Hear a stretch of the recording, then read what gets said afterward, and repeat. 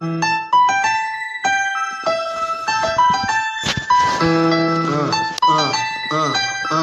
Democrats don't speak for me.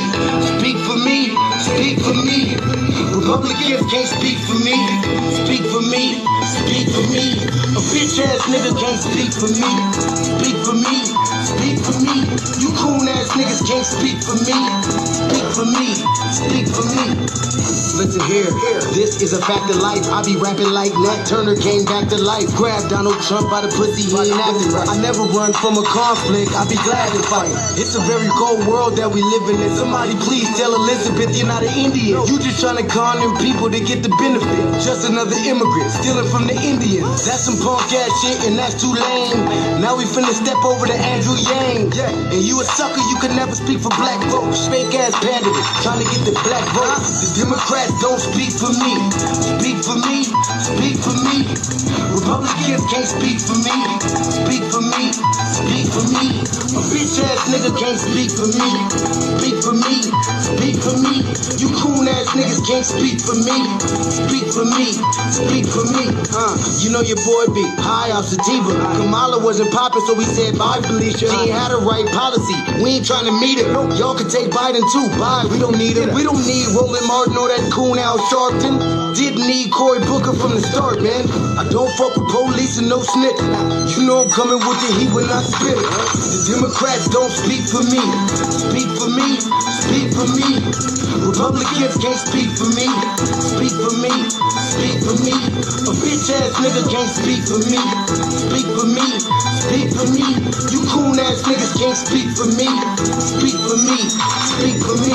If you ever go to court and this is your luck, try not to get fucked by Benjamin Crump. I know it's hard. You and all go is hard. But who the fuck is Amy Cloak? Put her picture up on the bullseye and start throwing darts. People cut our organs out our bodies, that's a stolen heart. They can't save us from the flood like Noah's Ark. Black lives always matter, we finna go for ours. So then we savages, we don't need to pot the piss. Mike Bloomberg can suck dick with that stop and frisk. Bitch, you ain't speaking for us, we don't know you. Bernie Sanders, and get your funky ass on too. The Democrats don't speak for me. Speak for me. Speak for me. Republicans can't speak for me. Speak for me. Speak for me. A bitch ass nigga can't speak for me. Speak for me. Speak for me. You coon ass niggas can't speak for me. Speak for me. Speak for me.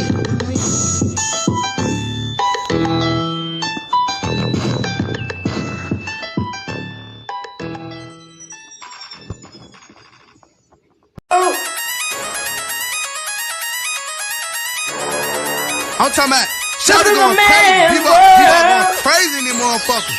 Run that shit back, man. But it's nothing. Nothing about a woman all day.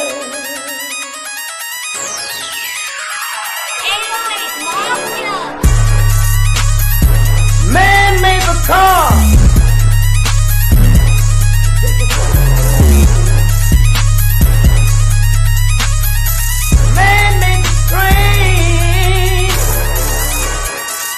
Carry the heavy load.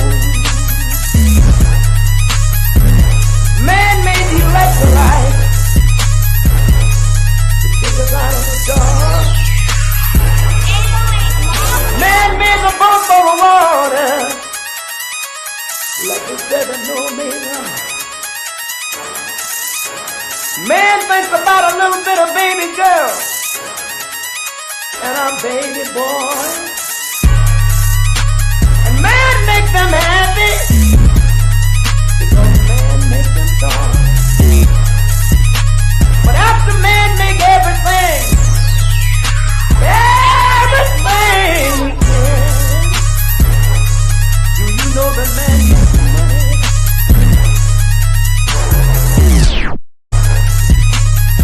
To buy from other men. This is a man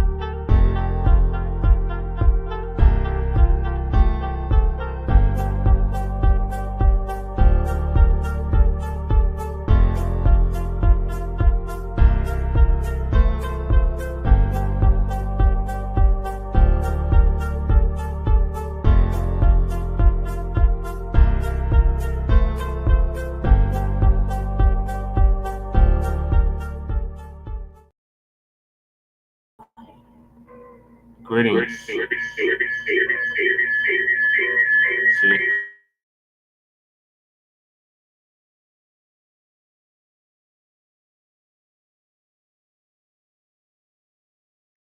Greetings, Black family. Greetings.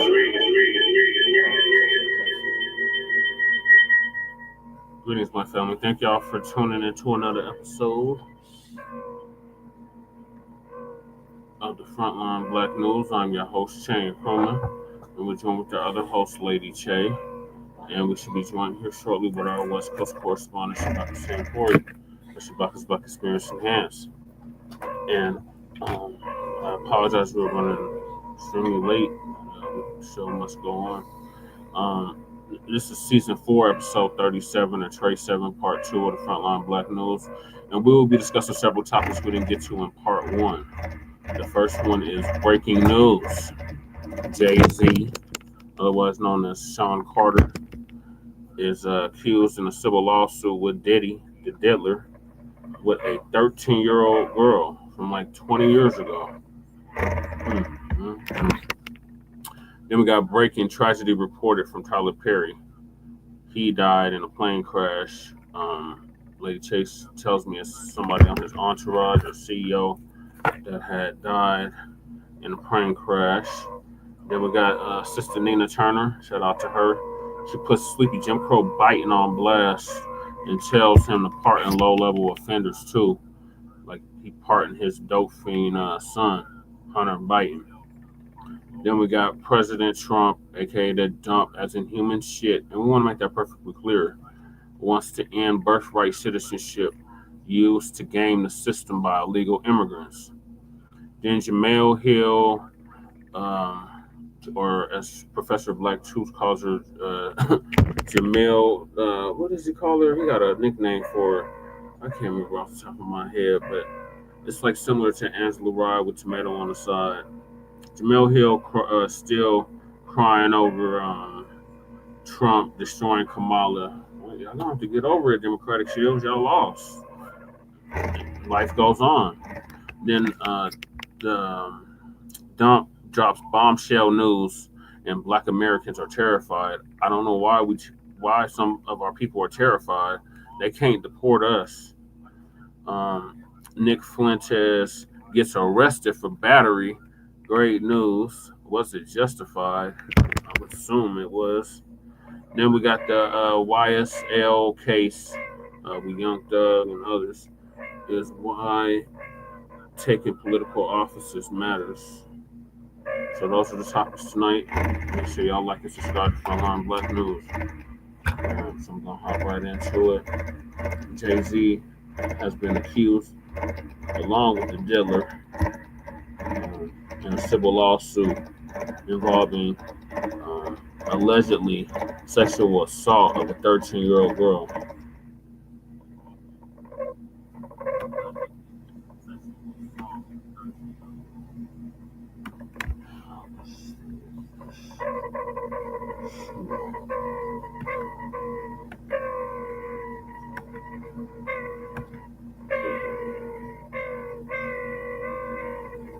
I know I'm not playing it yet. I'm gonna pull the queue up. Say hi to the people while I'm pulling it up, Lady Che. Oh, hi, people.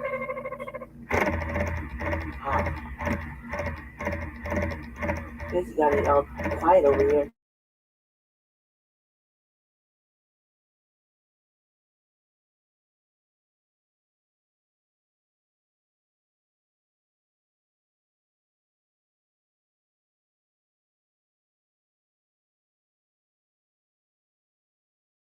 Like tomorrow. It's supposed to snow tomorrow. Other than that, I hate Facebook. What the hell with Facebook sucks ass. Or as I call it, Facebook. It made me change over my password. Twins in the building. Shout out to Twin. Thanks for waiting for us, Twin. We apologize. Really? Late. I know he's been waiting on us. He's the one that make these posts while he was waiting. Okay. Yeah, it's nice and cold and a mile high.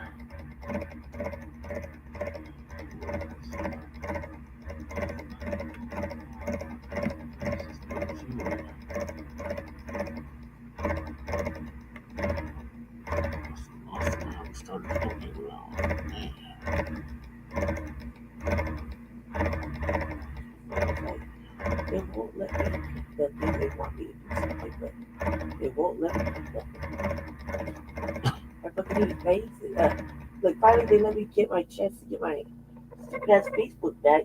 Oh yeah. That all my fucking family and friends are on. I tried to go over there and tag everybody. I did. But I wouldn't. And what I couldn't find is stupid Jesse right now. I have no idea. He's only a secret account. It's not secret. So. She has access to all these accounts. accounts. Cannot find her dude. She doesn't give a fucking notification at all because that's like secret accounts. So I just added my other friends. Oh, they shut my accounts down. I can't even access my accounts. What email? I've used all my emails for accounts. I had to set up a whole new email account. So I'm the only one with a fucking Facebook account. Yep. Well, I got 3. I'll use one. I'll try to use one right now. You and Shabaka. And I'll try to get my old one back so I don't have to use any of them. Because then I don't have to put in all this fucking work. Put in all this work on Facebook. Are you ready? No. I put in all this work. So that I have to rebuild the queue I had. Oh my God, you should get that already. Guys, you're late too. You should get that. I forgot to save the queue. I had to shut the computer down and come over. I had the whole queue set up. I just didn't save the queue. Anyway, so that's what I'm saying. Well, we wait here and answer your questions, but I don't want to talk to you. So as we're doing this, Facebook wants everything. They want your whole fucking life down there. They want your name, your ID, phone number, where you reached, blood test, fucking hair sample, DNA test. What else? Fingerprint, eye decoder. What you look in the eye of the camera. A retina scan. Retina scan. Pray that you don't have fucking drinking or anything like that. Smoking no weed, so your eyes aren't dilated. Be normal, be clear. Why don't you look up in the sky with 2 fingers up, with your ID on your forehead, and wearing a purple hat, so they know it's you. You know what I mean? And while you're doing that, hop on one leg with a jump rope and a hula hoop, and make sure one side of your face has the word 13765. Just code they sent you an email. You know what I mean? And then baby, just baby. See, they won't even take my email account. They asked me for it. They won't even take it. Stupid. So fucking stupid. That does sound stupid. It is stupid. That's what they want you though. That's what they want from you though. They, that's all that's everything they want. They won't let you reach, put in a new phone number. They won't let you do anything fucking irrelevant. They want all of that. And if you set up another account using the same name, they consider that a violation. Right. They'll take the page down. Right, you use the same name. You're considered a motherfucking violator. Mm-hmm. And I'm a repeat violator, a repeat offender. Right. I literally stayed in Facebook jail before they took my pages down. This was like the 3rd or 4th page that they took down. Well, one of the pages got hacked. By that Chinese lady, remember? Okay. What's your phone? Oh, fuck my phone, I don't photograph. I really know. So, the other day, I can't remember the photo. I know, twin, it's ridiculous. There's that clanking again. It's not a washing machine. It's not a refrigerator. It's the damn laptop computer fan. Okay. Living with opioid addiction can be a struggle. Trapped in a cycle of opioid use, withdrawal, and cravings. Oh my God. Yeah, we are live in the building. What's going on, y'all? It's impromptu live this Sunday. Fishing in this feeling. Like I said, I'm going to get my thoughts and opinions on it tomorrow on the podcast. But I guess I want to get y'all thoughts on it. Can y'all hear me good? Just give me a thumbs up if y'all can hear me okay. I know I had some problems with the audio a little earlier. If I don't know if y'all seen a video that I dropped earlier, but I was having some issues with the audio that I didn't realize until I released the video because it sounded all clear on my side. Then 910 was in the building. Salute to you, Poogie. I appreciate you, my guy. So, all right, let's get it started. Let's get rolling this evening. So, Jay-Z, a couple hours ago, pop that on right there. As you guys can see right there, is accused in a civil lawsuit, keyword civil lawsuit, of raping. And I wish you could just say it, and you two weren't so goddamn sensitive. I mean, it is what it is. You can clearly read and clearly know what's going on, but you can't say the word. It's kind of whack. But anyway, 13-year-old girl in 2000, along with Sean Diddy Combs. Now, y'all see that headline right there. I'm going to actually go ahead and read this article word for word. It's by Chloe Malice. She dropped this at 6:36 p.m. Eastern time. We'll go ahead and read through the details. Then I'm going to read Rock Nation's statement, and then I'm going to get y'all thoughts. All right, so it says Jay-Z, the star rapper and entrepreneur whose real name is Sean Carter, was accused in a lawsuit Sunday of raping a 13-year-old girl in 2000, allegedly alongside with Sean Diddy Combs. Now, the anonymous accuser, identified only as Jane Doe, said the assault happened after she was driven to an MTV Video Music Awards after party. The federal lawsuit was originally filed in October in Southern District of New York, listing Combs as a defendant. It was refiled Sunday to include Carter. Give me 1 second. I'm going to read that right back. Jay-Z, entrepreneur, blah, blah, blah, was accused of assaulting, we all know the word, a 13-year-old girl in 2000. The anonymous accuser said that it happened after she was dropped off at an MTV Video Music Award after party. So a 13-year-old was dropped off, but we don't know yet, to a after party with a bunch of grown-ass people. But let's continue. It said a federal lawsuit was originally filed in October in the Southern District of New York, listing Combs as a defendant. It was refiled Sunday to include Carter. Now, Texas-based attorney Tony Busby, who filed the suit, did not comment. These allegations are so heinous in nature that I implore you to file a criminal complaint, not a civil one. Whomever would commit such a crime against a minor should be locked away. Would you not agree? Carter said in a statement to NBC News. These alleged victims would deserve real justice if that were the case. Now, is this Carter, like Sean Carter saying this? I don't know how that works. But anyway, it says Busby has filed several lawsuits in recent months. All have withheld their complainants' names, accusing Combs of assault and rape. This is the first suit in which he has named another high-profile defendant. Now, in a statement, legal representatives for Combs called the suit shameless publicity stunts designed to extract payments from celebrities who fear having lies spread about them, just as lies have been spread about Mr. Combs. As his legal team has said before, Mr. Combs has full confidence in the facts and the integrity of the judicial process. In court, the truth will prevail. That Mr. Combs never sexually assaulted or trafficked anyone, man or woman, adult or minor, the statement read. Federal prosecutors in New York criminally charged Combs in September with racketeering, trafficking, and other offenses, and he is held behind bars at Brooklyn's Metropolitan Detention Center after he was denied bail for the third time last month's trial scheduled May 5th. Let's get to Jay-Z. Let's talk more about Jay-Z. Okay, here we go.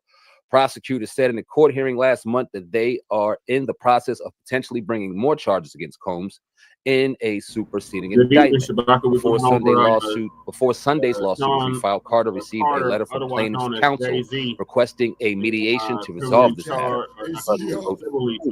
NBC News has seen that letter. In response to that letter, Busby wrote in the suit, Carter filed his own lawsuit against the accuser's attorneys. The lawsuit claims that in 2000, when he was 13, Combs and Carter raped her at a house party after MTV Video Music Awards in New York. The lawsuit says a friend dropped her off at the VMAs at Radio City Music Hall. She did not have a ticket. As she approached various limousine drivers to gain access to the show or an after party. One driver, the lawsuit says, told her that he worked for Combs and that she fit what Diddy was looking for. He invited her to a party after the show and told her to return his car later in the evening after he transported Carter and Combs, the suit says. Later, the driver picked her up, the suit says, and after 20 minutes, they arrived at a White House with a U-shaped driveway, the suit says.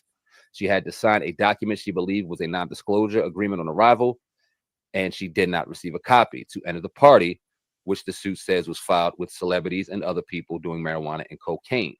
She was offered a drink that made her feel woozy, lightheaded, and felt like she needed to lie down, the suit says, and she went into a room of rest. Shortly afterward, the suit says Combs and Carter entered the room with Combs saying, "You are ready to party." That's when she alleges Carter removed her clothes, held her down, RAPED'd her, while Combs and an unnamed female celebrity watched. She says Combs also RAPED'd her as Carter and the woman looked on. The suit says that she was able to resist being forced to perform oral sex on Combs by hitting him in the neck, that he stopped, quote unquote, stopped. After the alleged assault, the suit says she grabbed her clothes and left. She made her way to a gas station where she called her father. The accuser is seeking unspecified damages. The lawsuit is filed under New York's Victims of Gender Motivated Violence Protection Act. Only heartbreak is for my family, Carter said in a statement. My wife and I will have to sit our children down, one of whom is at the age where her friends will surely see the press and ask questions about the nature of these claims and explain the cruelty and greed of people. I mourn yet another loss of innocence. That was by way of NBC. Now, like I said, Rock Nation also released a statement. I'm going to go ahead and read that statement. I'll put that up on the board so you guys can see it, and keep dropping them comments. I'm going to get to those as soon as we're finished this. Keep engaging. I like what I see. Let's drop this statement by Rock Nation. You guys can go ahead and read along with me. I'll read it right now for you. My lawyer received a blackmail attempt called a demand letter from a quote-unquote lawyer named Tony Busby. What he had calculated was the nature of these allegations and the public scrutiny would make me want to settle. No, sir. It had the opposite effect. It made me want to expose you for the fraud that you are in a very public fashion. So no, I will not give you one red penny. These allegations are so heinous in nature that I implore you to file a criminal complaint, not a civil one. Whoever would commit such a crime against a minor should be locked away. Would you not agree? All right, so when we read that in LA Times report, that was actually Jay-Z that had made that statement. So now we got a little bit of clarity on that. These alleged victims would deserve real justice if that were the case. This lawyer, who I've done a bit of research on, seems to have a pattern of these type of theatrics. I have no idea how you have come to be such a deplorable human, Mr. Busby, but I promise you, I have seen your kind many times over. I'm more than prepared to deal with your type. You claim to be a Marine. Marines are known for their valor. You have neither honor nor dignity. My only heartbreak is for my family. My wife and I will have to sit our children down, one of whom is at the age where her friends will surely see the press and ask questions about the nature of these claims and explain the cruelty and greed of people. I mourn yet another loss of innocence. Children should not have to endure such at their young age. It is unfair to have to try to understand inexplicable, degrees of malice meant to destroy families and human spirit. My heart and support goes out to the true victims in the world who have to watch how their life story is dressed in costume for profitability by this ambulance chaser in a cheap suit. You have made a terrible error in judgment, thinking that all quote-unquote celebrities are the same. I am not from your world. I am a young man who made it out the projects of Brooklyn. We do not play these types of games. We have very strict code and honor. We protect children. You seem to exploit people for personal gain. Only your network of conspiracy theorists, fake physics, will believe the idiotic claim you have levied against me, that if not for the seriousness surrounding harm to my kids, would be laughable. Let me show you how to block this ad. First, you're going to click on this video. Then you're going to download Blacc. This ad blocker. Commercial, fuck the commercial. Still here? Let me explain. It's a free Chrome extension that's actually made by one of the founders of Honey. And strong words. So now I want to jump to the comment section after we got the report and we have the statement from Rock Nation. Let me go ahead and check out these comments. Let's see what we got. How y'all feeling out there? So, as you guys are dropping the comments, I'm just kind of reading. I know. Me, I'm gonna ask you guys this: will this accusation, will this news begin the trickle down effect of Jay-Z's name in the public, Jay-Z's reputation in the public begin to get destroyed? Because we've seen All right. other plays Sorry about that. where when they want you, the first thing they do, is absolutely annihilate your character in the public. Now, first off, these are very serious allegations. Very serious allegations. Oh man, I thought it was done. When you listen to the story, Oh, I guess that is it. if I'm being honest with you, Okay, so that's the statement from Rock Nation. I was only paying attention to and I tell Jesse, I said I only get my news from this from right here, hip hop uncensored viral news. Viral hip hop news. That's the same dude, you know. And his friend and motherfucking urban politicians. I said, Yeah. if it's not of those three, it's not hip hop to me, right? It's like I'm not getting the news, right? Because at least I know they do the research. Right. And I like what they say. I take that back. I got like two more other channels that I get my little hip hop news fix from. You know what I mean? Gotta have my little hip hop news fix. Like I'm only 40 something.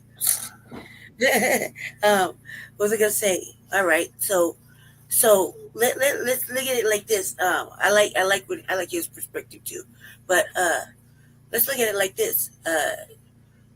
Not everybody, but old girl. I don't even want to say her name, man, because God, like she been talking about this shit forever. But I don't know I never thought it was really like a thing, a true thing. Yeah. I just thought she was grifting forever. You know what I mean? I don't really dig her that much. Especially after the Diddy thing happened. After Diddy got arrested, I mean, she was all over the place. She's all over the place. So, I didn't like that shit. She's over there plugging her products and whatnot, and I didn't think that was a rip. So when everybody kept mentioning Jay-Z, I was like, yeah, okay, but not that it's not unfathomable. And I was like, I want to know how you gonna weasel out of this time, right? But to call out the lawyer, Bisbee, to call him out, he's the one that the one that started the hotline. Yeah. I almost said the great word.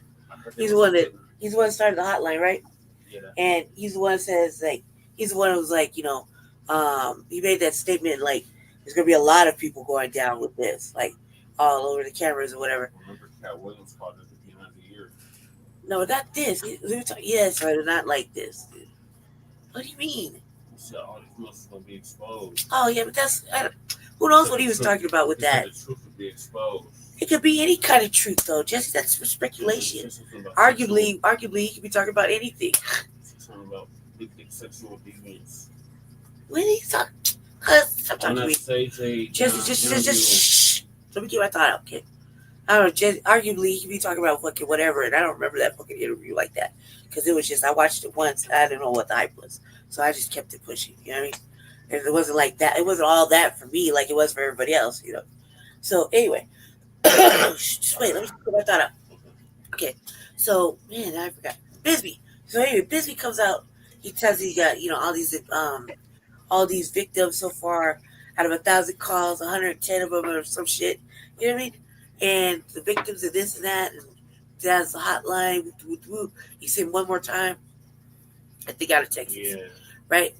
So he is. What does he say?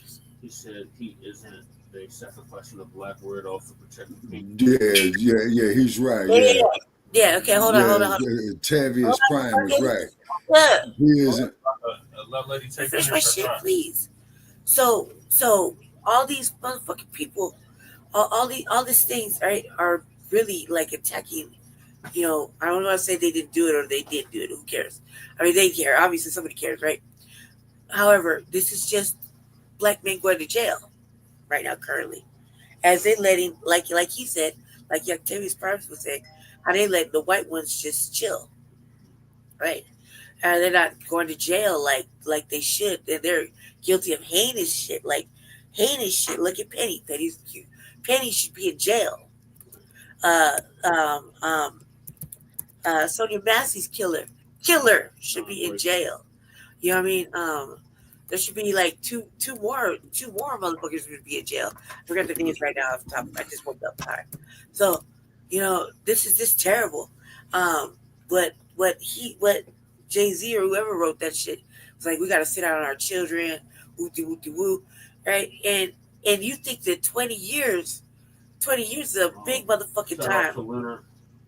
Shout out to Leonard. Yeah, Yoda. It is a three-way chess game. Talk. Yes, go ahead. Shit, I will go. Anyway, listen. So what I'm saying is that this is gonna be like this all fucking year long. All year long. It's not to the next year. I mean, like we only got like a month left.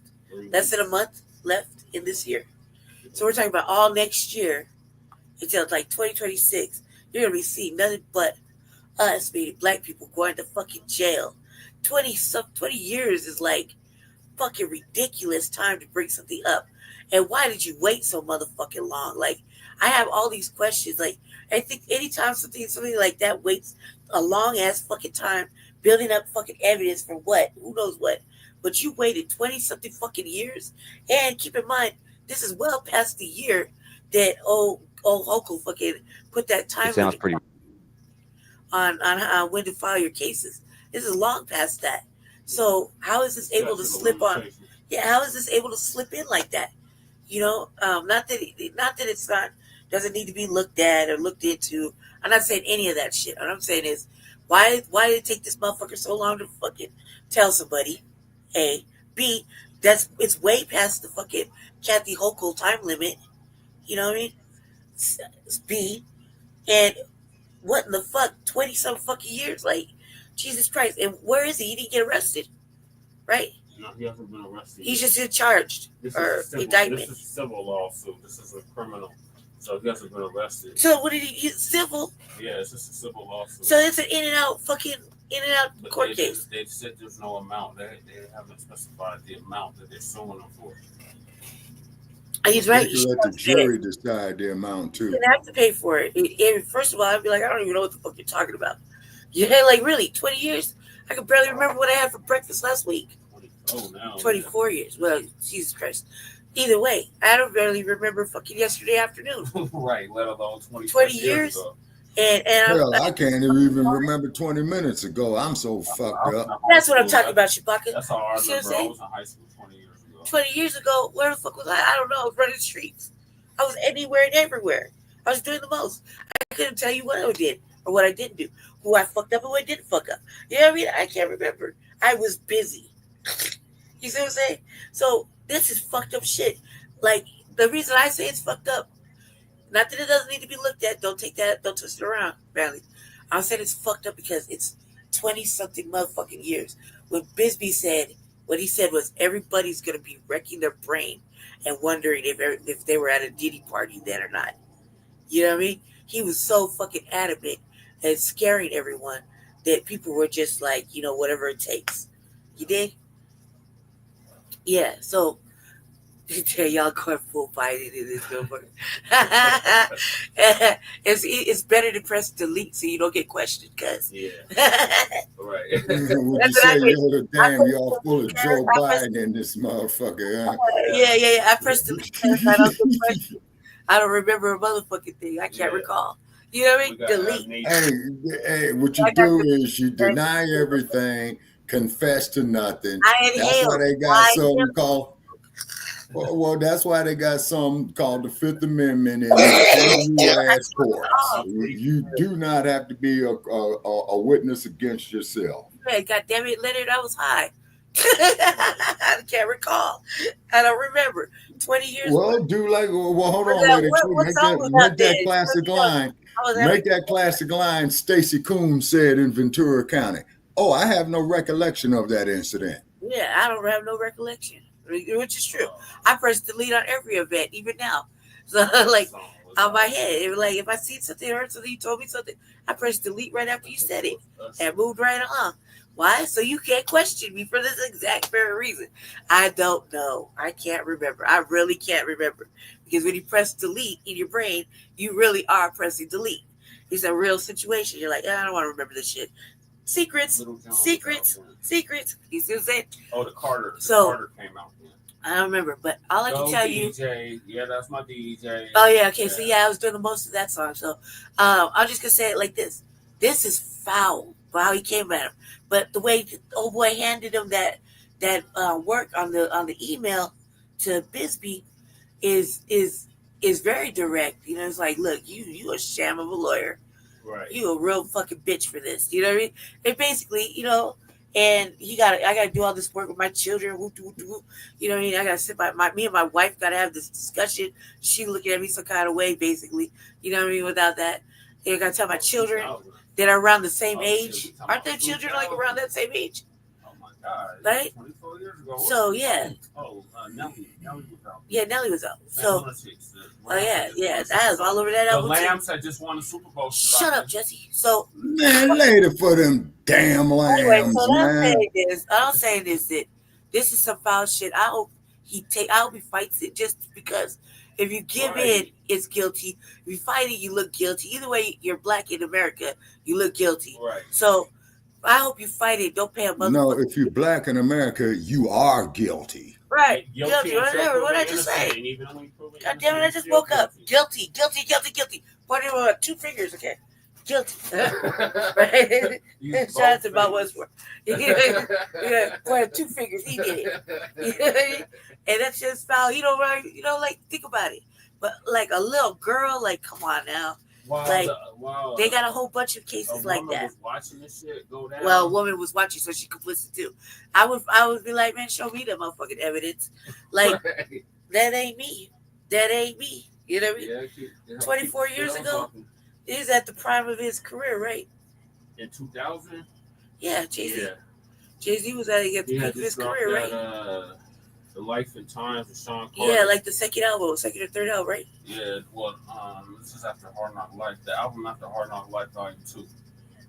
Whatever. Hard Knock Life Volume 3. I don't know the fucking name of the album. Yes, 1, 2, 3. Which one? The Life and Times of Sean Carter. Which one was that? No, second one. No, it wasn't that one. Wasn't he like in the second album Dynasty. shut up, Jesse? Wasn't he in the second album around that time? That was 98. Third album then. Can you say something? That was 99. 1, 2, or 3. Jesse, when did he drop the third album? 99. So 24 years ago. That would have been 25 years ago. 24 years ago. So whatever album he dropped then, he was at the prime, right? I remember because I had it. He was at the prime of his career, right? That's the question. Yeah. Well, it was right before the Ether dropped. Was he at the prime? Yes. Jesus right Christ. Ether, yes. You cannot be a witness on any court case, cuz. Fuck. Right yes or no? Ether. Simple yes or no questions. God. Yes, Mr. Detective. Lawyer. I'm gonna be the lawyer today, and you fucking cannot sit on the stand. Prosecutor, yes. You cannot be on the stand. Yeah. Not at all. Okay, so that was cute. Yeah, exactly, Leonard. So I'm gonna pass it on to Shabaka because Jesse frustrated as hell as a witness. Go ahead, Shabaka. Okay, on this right here, nothing against like Mr. Jay-Z, right there, right? Nothing against Mr. Combs. Woody. Okay, is that you have to understand something. These rappers and these hip hoppers, they live in gated communities. They send their children to private schools. If your children do what they say in those rap lyrics, they going to prison. Yeah. Well, Shabaka, we've known Shabaka, that was clear and precise. That was.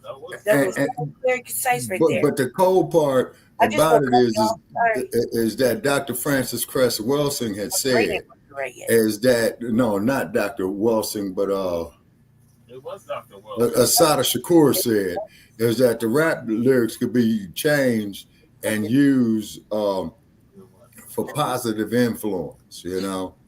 Why don't these cats come out here and say something? Hey, little babies, learn your ABCs. Grow up and be rich like me.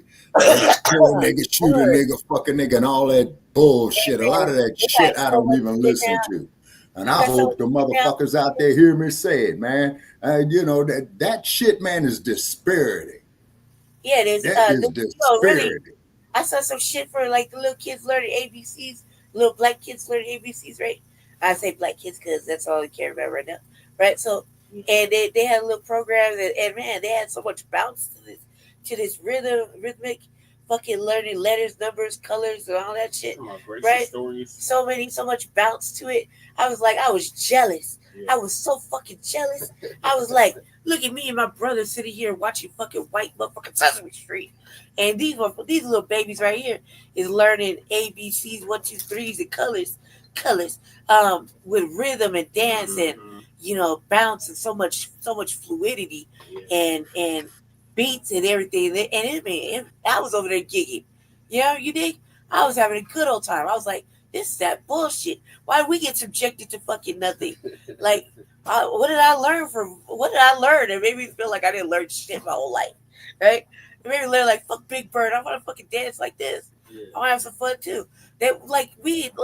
Little kids now got so much rhythm, and they learn it so much better. But that's if they want to, if they can.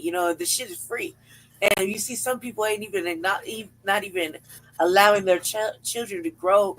That's why we always promoting taking them out of the public indoctrination system. Because I told my sister, I was like, hey, check it out. I was like, you could totally take your girl out of school, and there's plenty of Black education going on the Discord. I can name like 6 other places where you can get a fucking full Black education, okay? And you don't have to learn any of this white shit, because this white shit is lies. You know what I mean? And she said no. I was like, all right, well, I tried shit. I'm not gonna beg you. Like my kid. If I had a kid, my kid wouldn't go to school. You think? My kid did not go into that building at all. Period. Never set foot in there. I find other ways to have my kid make friends and shit, and when sure as fuck would not be over there. So yeah, but this is terrible. I think that 20 years is a long time. That kid ain't no kid no more. If that kid was 13 then, 24, kids in their 40s, right? Yeah, they would be. Yeah, be in their 40s. Yeah, they would be my age. Maybe 37. 37 almost. Yeah, close to 40. So yeah, why you wait so fucking long if it's so motherfucking traumatic? You know what I mean? And you once you turn 18, you free to do whatever the fuck you want to do. So if you're worried about embarrassing your motherfucking mommy and daddy, yeah, you're way past that mark. You should have just hit the fucking 18 line of it. He did it. 2 fingers. You know what I mean? For real. I'm serious. I find it hard to fucking I find it hard to believe. I don't want to believe it, because you waited so motherfucking long, and that right there, your memory ain't gonna be fully intact for what happened. Because I'd be that type of asshole to be like, what'd you eat for dinner that night? What was the name of the restaurant? Who paid for it? You know what I mean? What did the waiter look like? Do you know the waiter's name? How much did you leave for a tip? Which car did you get into? You know what I mean? I'd be all up on it. I'd ask like fucking 80 million questions. That motherfucker would tell me to stop asking questions, and they forget it. Just stop. It's too much. You know what I mean? I'm like, we're charging $250 an hour, so I got all the questions all the day. I got at least 30 questions right now. Where was your mother and father? Why did your mother and father leave? Why did they put you there? What kind of songs were you singing? Why did you go anywhere else other than this record label? Who invited you there? Do you have proof that you were invited? Who was singing at the time? Who was the hottest artist? You see what I'm saying? What? Who's? Well, hell no. The only thing I could say about that is this: is what these cats need to do in this industry. Go ahead, Sabaki. Jesse trying to take my stuff from me. Oh my God. He never lets me have nothing. You see, I'm like, hell no. Real moment over here. Yeah, Carter and Combs. Yep, Carter and Combs. Buck-breaking New York. Buck-breaking New York. Damn, everybody. Damn. Carter and Combs, Buck-breakers, New York. Damn. I would ask the other question. Was it Carter and the Devil After Dark? Question mark. Because that starts at 3 a.m. Oh. The devil comes out at 3 a.m. That's what Denzel said. So is it Diddy and Carter After Dark? That's not funny, but I'm just saying. Well, the only thing, here's what I know, people, is that the city of Los Angeles, the best thing that could happen for mankind as for a 10.5 earthquake to hit that motherfucker and put it in the sea. Fuck the goddamn city of Los Angeles. What about this girl's parents? Where did this happen in New York? So, look, Diddy got. Oh, that too. Diddy got. Shit, let a hurricane, bolt the lightning, sink that motherfucker too. So the parents, right, are complicit. Yeah. Like, so everybody. Well, Lady Che, not cutting your wisdom, you're right. What did now the parents surely had to know that this type of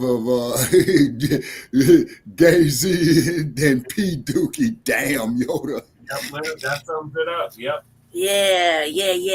So it sounds like them guys into a whole lot of shit, huh?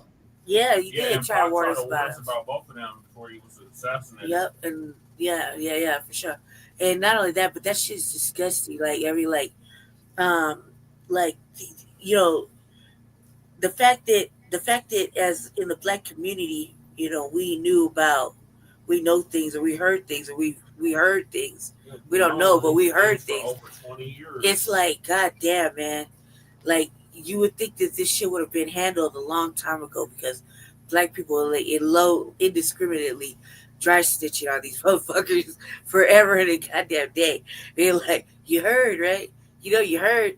And we were dry stitching, and they thought these motherfuckers would have went and actually pulled up and picked them up and took them in. You know what I mean? Shout out to Nas for Ether. Jay-Z on Super Blast. Right. So that's what I'm saying. We've been dry stitching on these motherfuckers for like over 2 decades. And you would think that the motherfucking laws would have came and got them and walked them in there and cuffed them up and just left them there. Yeah, you know, to get they just do desserts. So, you know, that hasn't happened. That means that there was not only some, like, I don't want to say that I believe in my heart that we can just be bought to look the other motherfucking way after we've been dry stitching for 20 years. You know what I mean? Because really, that's what we've been doing. We've been dry stitching for 20 fucking years. Now these motherfuckers, Diddy After Dark, right? Motherfucking The Devil After Dark, that's right there. It itself is a dry stitch. Motherfucking, man, don't be, I ain't going to no Diddy party. You know what I mean? I ain't got no white party. I don't care how elusive it is. You know, every time somebody's at the white parties, you looking at them and shit. You know, so it's fucking crazy. It's crazy. Jay-Z trying to be low key and hide, and fucking P. Diddy was out. Yeah, they definitely in on it. You know, so everybody's taking money. Yep, it's a cabal. Yep. And you think about it like this: the cabal has high big players in it. So why isn't Diddy out? Think about it. Think about it long and hard. Not only did he have $50 million to get out it with, just on bond, but he has all kind of motherfucking political and judicial people in his motherfucking big ass, deep ass black pockets, right? In his back pocket. Why didn't they get him out? Why did they get him out? Why? Because they are on the list, and so far he ain't really, you know, he ain't been dropping no names yet, which is kind of like, wow, real one right there. If you think about it, he ain't dropped no names yet, because he's been in there for over a month. Yeah. Trying to get out, like legitimately trying to get out. You know what I mean? With like legitimately, which is kind of crazy to me too. So they'll give the white man money, a bond. I mean, they'll give the white man a bond, but they won't give Diddy a bond who had $50 million. Well, like that really says a lot. Was he really in? No. Was Diddy really in jail, or was Diddy really in somebody's pocket? Or were they really? It sounded like Diddy was into somebody's ass. Oh yeah, right. That's true. That's true. We haven't seen no booking photo. We've seen only the cartoon drawings. You want to know something, Yoda? You right. And shouldn't that shit there be public record, Brother Jay? Right. Yes. Under Brother Love. In other words, you should go right there to the records of the New York County Jail. Oh my God! And see his picture. Right. All we see is the cartoon drawing. I know they got plenty of the motherfuckers of me in L.A. County, and I look like hell in all them goddamn mug shots. Why is it every time you take a motherfucking mug shot, they always want you to look like hell? Hey, look, I got 2 of them where I'm smiling. I look pretty as fuck. At least. Look horrible. I don't think I got a bad one yet. Every time they caught me, I was looking good. I was looking like James Brown down there. I think I got like James Brown was fucked up. And I'm gonna tell you who else be fucked up in his mug shots. He be drunk in a motherfucker. That's Nicc Nolte. Oh my God! No, every time they got me, I just want to put this. I just want to drop this gem right here. Janet Jackson is in residency for upcoming concerts for 2025 in Sin City. Yeah. Dude, that's right. Starting New Year's Eve. Yeah. That's a okay. Now you know what they mean by in residency, right? Yeah, I mean she got a spot permanently, like Britney and fucking. Pretty much. Yeah, pretty much. Yeah. So she's gonna be up there in one of them suites, you know. Yes, you guys see her. You might see her walking as you go lose your money. Lady Che, let me tell you something about me. Lady Che, let me tell you something about me. I'm not a star chaser, okay? Unless I know the celebrity personally, I'm not interested in what you do. It's Janet, cuz.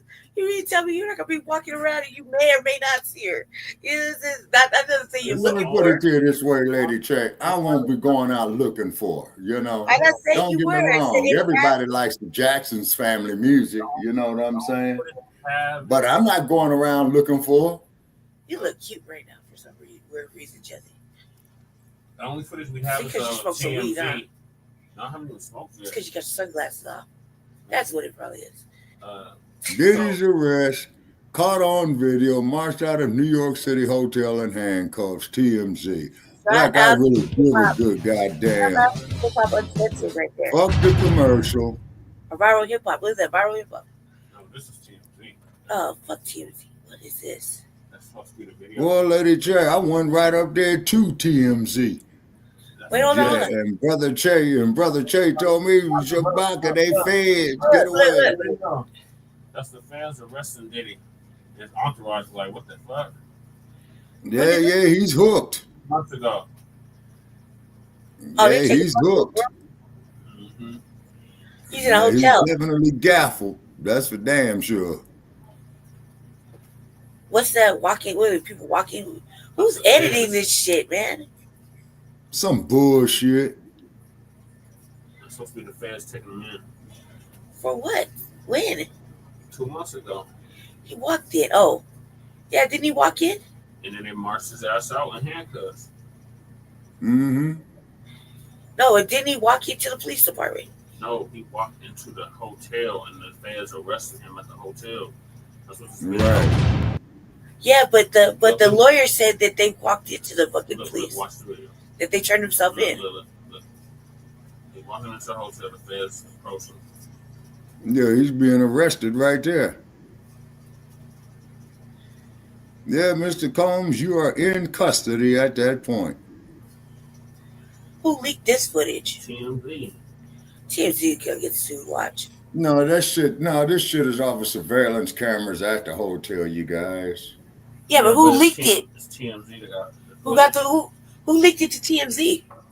The hotel. Probably some motherfucker that worked there trying to get paid called up TMZ. Hey, we got the film Diddy getting hooked and booked. I'm hoping the motherfucker got paid. I remember I remember that rant. Yeah, I remember. He was going the fuck off that night. Yeah, he was. Yeah. Hey, Brother Che, you don't hide that. Did I ever send you the clip of me walking down Hollywood Boulevard? Yeah. I already know. I'm already knowing. I think this was the biggest one. Fuck the commercial. Fuck the commercial. Fuck the commercial. Fuck the commercial. If you don't want to get HIV, quit fucking and sucking dicks, bitch. Right, Excuse my language. Exactly. I'm like, why all these AIDS commercials coming out? They always got black sisters in there. They got black sisters and they got heterosexual shit going on. And it's like the last one I saw was a little black, two black couples in it, right? Male and female black couples, right? And I always got two of them. I'm like, what are you fucking saying with this commercial? Like, first it was like you just automatically go on some stereotypical shit. It's always black people that got AIDS, man. Always black people, and then always gay white people. So I was like, come on, I hate these commercials. I really I hate these commercials that sell. They're just putting out a whole bunch of civil lawsuits, and they throw white people in it, like Manscaped commercial. The Manscaped commercial. Some new erectocity sweaters for the holiday up this week. We will have some new Areta Sese holiday sweaters available this week, ladies and gentlemen. Yeah. That's the Foundation of Black American Holiday. Areta Sese, that term, that's from the Foundation of Black American Tut language. We had our own language, and it means arise. And around the holiday season, we would arise and rise. You all my folks, so I point you the way Diddy is the feds, and Ray J is the feds, and they've been setting all these holiday season to make our you get no argument from me. That's what Kanye ancestors. I didn't put anybody ranting was really about. Oh man, so let's get it. TMZ is the CIA like a motherfucker, Yoda, because I was on HB, man, and went to him, and Brother Che told me, man, get away from the motherfuckers. So family, before it comes out, they got Ellen today. Ellen who? Ellen the degenerate. That bitch left. She came back while he's sitting in jail without any bail. She came back in jail without the bail. In jail. My boy knows one of her disgruntled workers. They haven't even named. Nobody even knows who the victims are. Snap. Nobody even knows who the victims are in the Diddy case. It's a very weird case. The whole purpose is to just take him down, and you'll find the victims later. So once he's in jail, they just start finding a whole bunch of victims. Oh, I didn't watch that show. Do these civil lawsuits against. And they're just putting out a whole bunch of civil lawsuits. I didn't watch Oprah. Yeah. I didn't watch Ellen. Somebody said unbiased remarks, and he knew Tariq was going to defend without knowing a thing. You're absolutely right, because we have a country of laws. I used to watch Oprah the guy who until proven guilty. Donahue was I was watching Donahue. I used to love Phil Donahue. Phil Donahue had everybody on his show. A low life like yourself. I love you, Phil Donahue, man. Phil Donahue has the questions. On some, and we have the right. Go ahead and get them because they got so much money. I just want to see people with money taken down. I don't have that mindset. Who wants to say that? I don't want to see to prove that the people are guilty. And I don't want to see, man. A lot of frivolous lawsuits doesn't equate to guilt. That's just people trying to get a bag, which is what it looks like. It's a civil suit. Yoda said he got that news like at 4 o'clock this morning. Right? So people are innocent until proven guilty. That's what I'm talking innocent until proven guilty. Answer the phone, my brother. Man, you ain't got to be guilty to be proven guilty, man. Fuck these goddamn kangaroo Black courts. People in the industry, they always come up with these bogus charges to kind of slander them and throw them under the bus without any type of facts. So they do a reverse on us in the dominant society. Boy, if you accuse somebody white, boy, you better have the smoking gun. Remember when you better have the smoking gun. You better have video evidence, DNA evidence. You better have a smoking gun for the white people. For Black people, it's just we white and we say so. And then you have the tethers and the low lives. You sure need white daddy. I believe white daddy. No. He's innocent until proven guilty. Not if you Black. You understand? Not with Bill Cosby. You so listen. Yeah, exactly. That part. So listen. No, you listen. That's Jaguar Wright gonna be up there talking about let it. Let me read what they're talking about as far as the case. What they're saying is that Jay and Diddy sexually assaulted a 13-year-old girl. You're gonna be wanting this bitch for every month. 20 years ago? For 7 motherfucking more. This is what they're saying, and I really, to be honest, I don't believe that.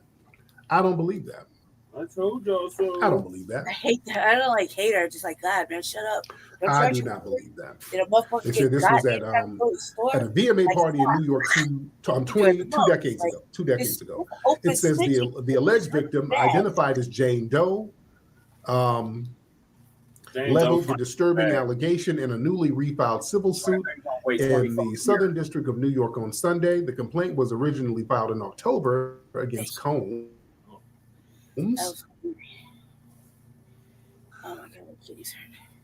But it's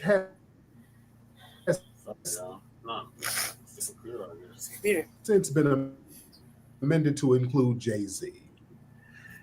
Jay-Z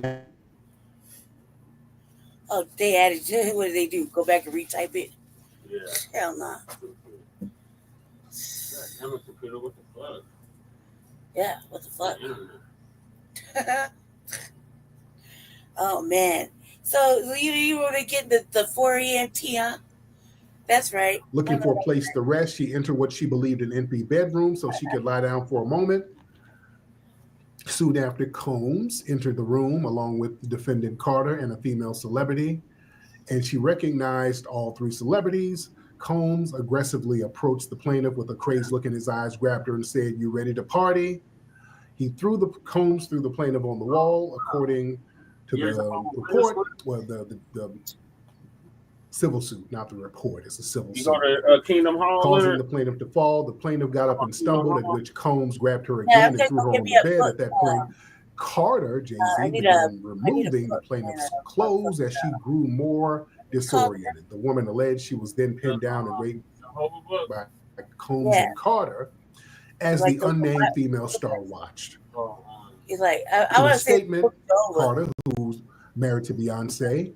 Yeah. I want to say 2008, denied the allegations as he ripped the victims. Yeah, they do get the news first in the East. Texas attorney Tony Busby, who has spearheaded a slew of civil lawsuits against Combs. You got to understand, a lot of these civil lawsuits are coming from this guy. Just like the Gloria Allred. What they read at the Kingdom when they talk about, all these dozens of women were throwing lawsuits at Cosby. Yeah, it's from the same law firm. It's one law firm. Church of God in Christ. It's one law firm. Christians, okay. Cool. And Tony Busby, who has spearheaded a slew of civil lawsuits against Combs after he was slapped with the federal sex trafficking charges in September. I just had this. My lawyer received a blackmail attempt called a demand letter from a lawyer named Tony Busby. What he had calculated was that the nature of these allegations and the public scrutiny would make me want to settle, Carter said in a lengthy statement. I stayed with the foster care. So this is sounds like a money grab. Oh yeah. Sounds like a money grab. I was like, what book was trying that? to grab a bag. Because I saw some. And what they do, they get one lawyer, one law firm would get out here and just find a whole bunch of people to make these allegations, and just keep on filing civil suits and say, "Oh, look, there's another person. Ooh, it's a Jane Doe." Ooh. And now you don't know who they are. It could be a homeless person who's just lying their asses off, but you're just getting it out there. Just get it on out there. Because they understand that the public scrutiny is going to be more damaging than anything. That's going to damage the brand. You understand? This is a finesse. And people knew that it was coming with Jay-Z because they're going after all the big wigs. We don't wish this on nobody, but they're going at all of the blackmail entertainers. And it's a money grab. And I'm like, what's a 13-year-old? Okay, doing at a party drinking, and where are the parents? If this is happening, I don't believe no rape story though. I don't believe that. I know that's. But then you got like online tethers and haters who sit up here and just want to see some foundational Black American get taken down, so they sit here and celebrate that nonsense. And then somebody said, "Is it Drake behind the scenes?" Hey, now listen now. Hey, I don't put nothing past folks. Hold on, let me get on the Drake thing. The Drake angle, because hey, Drake is filing suits and all this stuff, and we'll get on the Drake angle in a minute. We'll get on that in a minute. But back to Jay-Z. Jay-Z put out a statement through Rock Nation, and Jay-Z's like, "I'm fighting this. I'm gonna fight back. No. I'm gonna fight back on this." Hold on, let me find that Jay-Z. Look, as soon as they made a Jay-Z put up a post on Rock Nation. I guess his law firm picked this up. This is on the Rock Nation Twitter. He says, "My lawyer received a blackmail attempt called a demand letter from a lawyer named Tony Busby. He calculated was the nature of these allegations and the public scrutiny would make me want to settle. No, sir, it had the opposite effect. It made me want to expose you for the fraud you are in a very public fashion. So no, I will not give you one red penny. These allegations are so heinous in nature that I implore you to file a criminal complaint, not a civil one. Man, you leave my Whoever would commit such a crime against a minor should be locked away. Would you not agree? These alleged victims would deserve real justice if that were the case. The lawyer, who I've done a bit of research on, seems to have a pattern of these type of theatrics. I have no idea how you have come to be such a deplorable human, Mr. Busby, but I promise I've seen your kind many times over. I'm more than prepared to deal with your type. You claim to be a Marine. Marines are known for their valor. You have neither honor or dignity. No, that's not true. My only heartbreak is for my family and my wife, and I will have to sit our children down, one of whom is at the age where her friends will surely see the press and ask questions about the nature of these claims and explain the cruelty and greed of people. I mourn yet another loss of innocence. Children should not have to endure at such a young age. It's unfair to have to try to understand inexplicable degrees of malice meant to destroy families and human spirit. My heart and support goes out to true victims in the world who have to watch how their life story is dressed in costume for profitability by this ambulance chaser in a cheap suit. You have made a terrible error in judgment, thinking that all celebrities are the same. I'm not from your world. I'm a young man who made it out of the projects of Brooklyn. We don't play these type of games. We have very strict codes of honor. We protect children. You seem to exploit people for personal gain. Only your network of conspiracy theorists, fake physics, will believe the idiotic claims you have levied against me. If not for the seriousness surrounding harm to kids, would be laughable. I look forward to showing you how different I am. So Jay-Z said, no. We're going to go for the gusto. Right. Jay said, hey, file a criminal complaint if this happens. Right.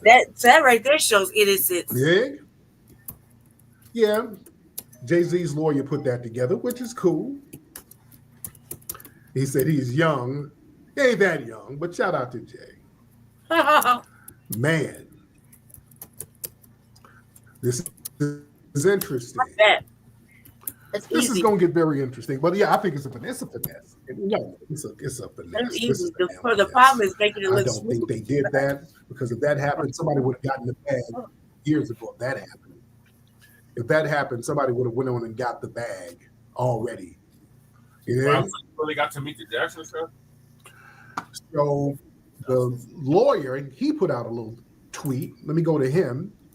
And this lawyer, from what I understand, this lawyer gets a lot of stuff done. This lawyer knows his way around the courtroom, and he gets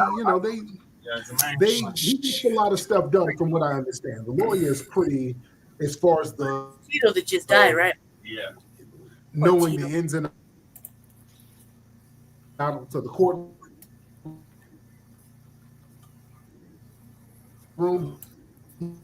Tito was using everybody's clown when they were little. Shut up, looking like Tito Jackson. So, and the other double. Yeah. Shut up, looking like Tito Jackson and talking to me. That was me. Not saying that he has dignity or intent. The courts had a demand letter on behalf of the alleged victim, and that victim never demanded a penny from him. Instead, she only sought confidential mediation. Now he's being tricky right here. For a long time in my double set. Okay, in the letter, all right, now he's kind of being tricky. Well, let me used to say like Tito. All right. Well, the letter never demanded no money. There's no mediation. But the mediation is for money, though. Stay in the background. You don't ask for the money in the mediation. So, stay in the background, Tito. He's been a little allegedly being deceptive right here. Oh man. All right. So just to kind of give you an idea of the lawyer's mindset, that's a little legalese finessing right there. Yeah. The mediation, that's where the confidential mediation, that's where you're going to ask for the money and then sign a non-disclosure, so you don't talk about the money or how much money you got. So yeah, told me like that.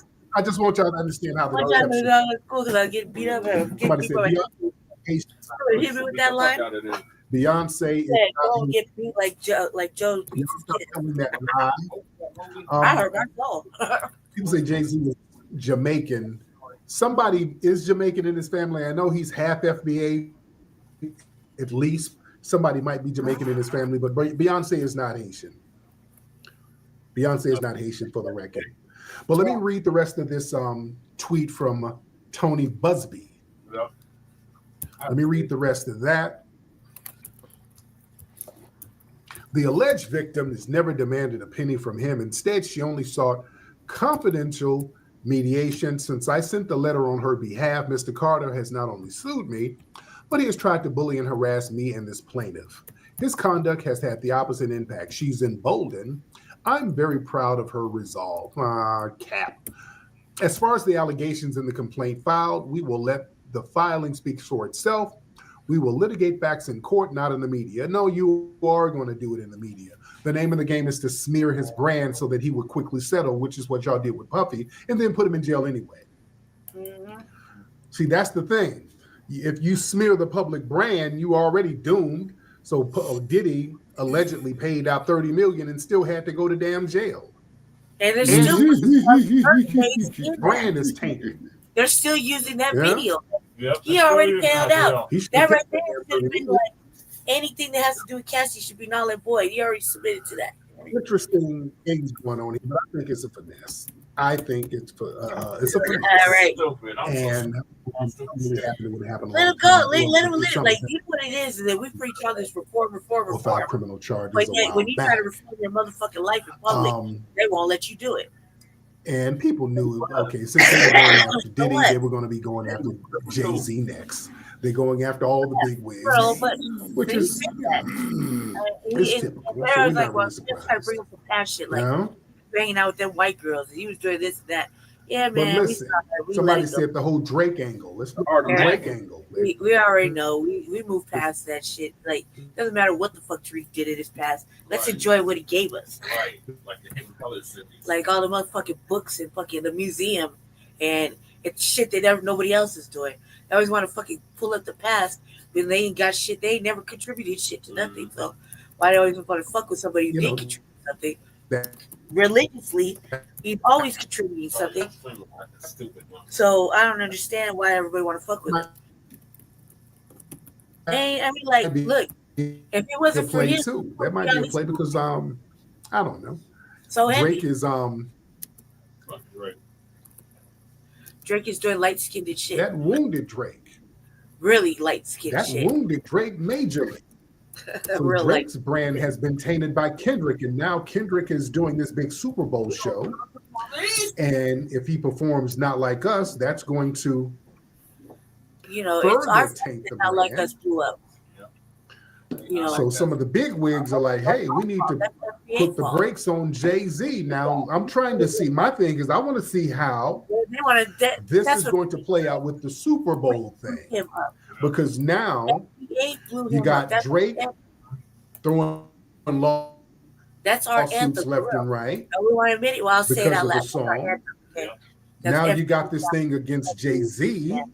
Will the Super Bowl want to have their brand associated with that? We're the ones that use it in time. You understand? We're the ones that say it. Is Drake clicked in with some of these people behind the scenes?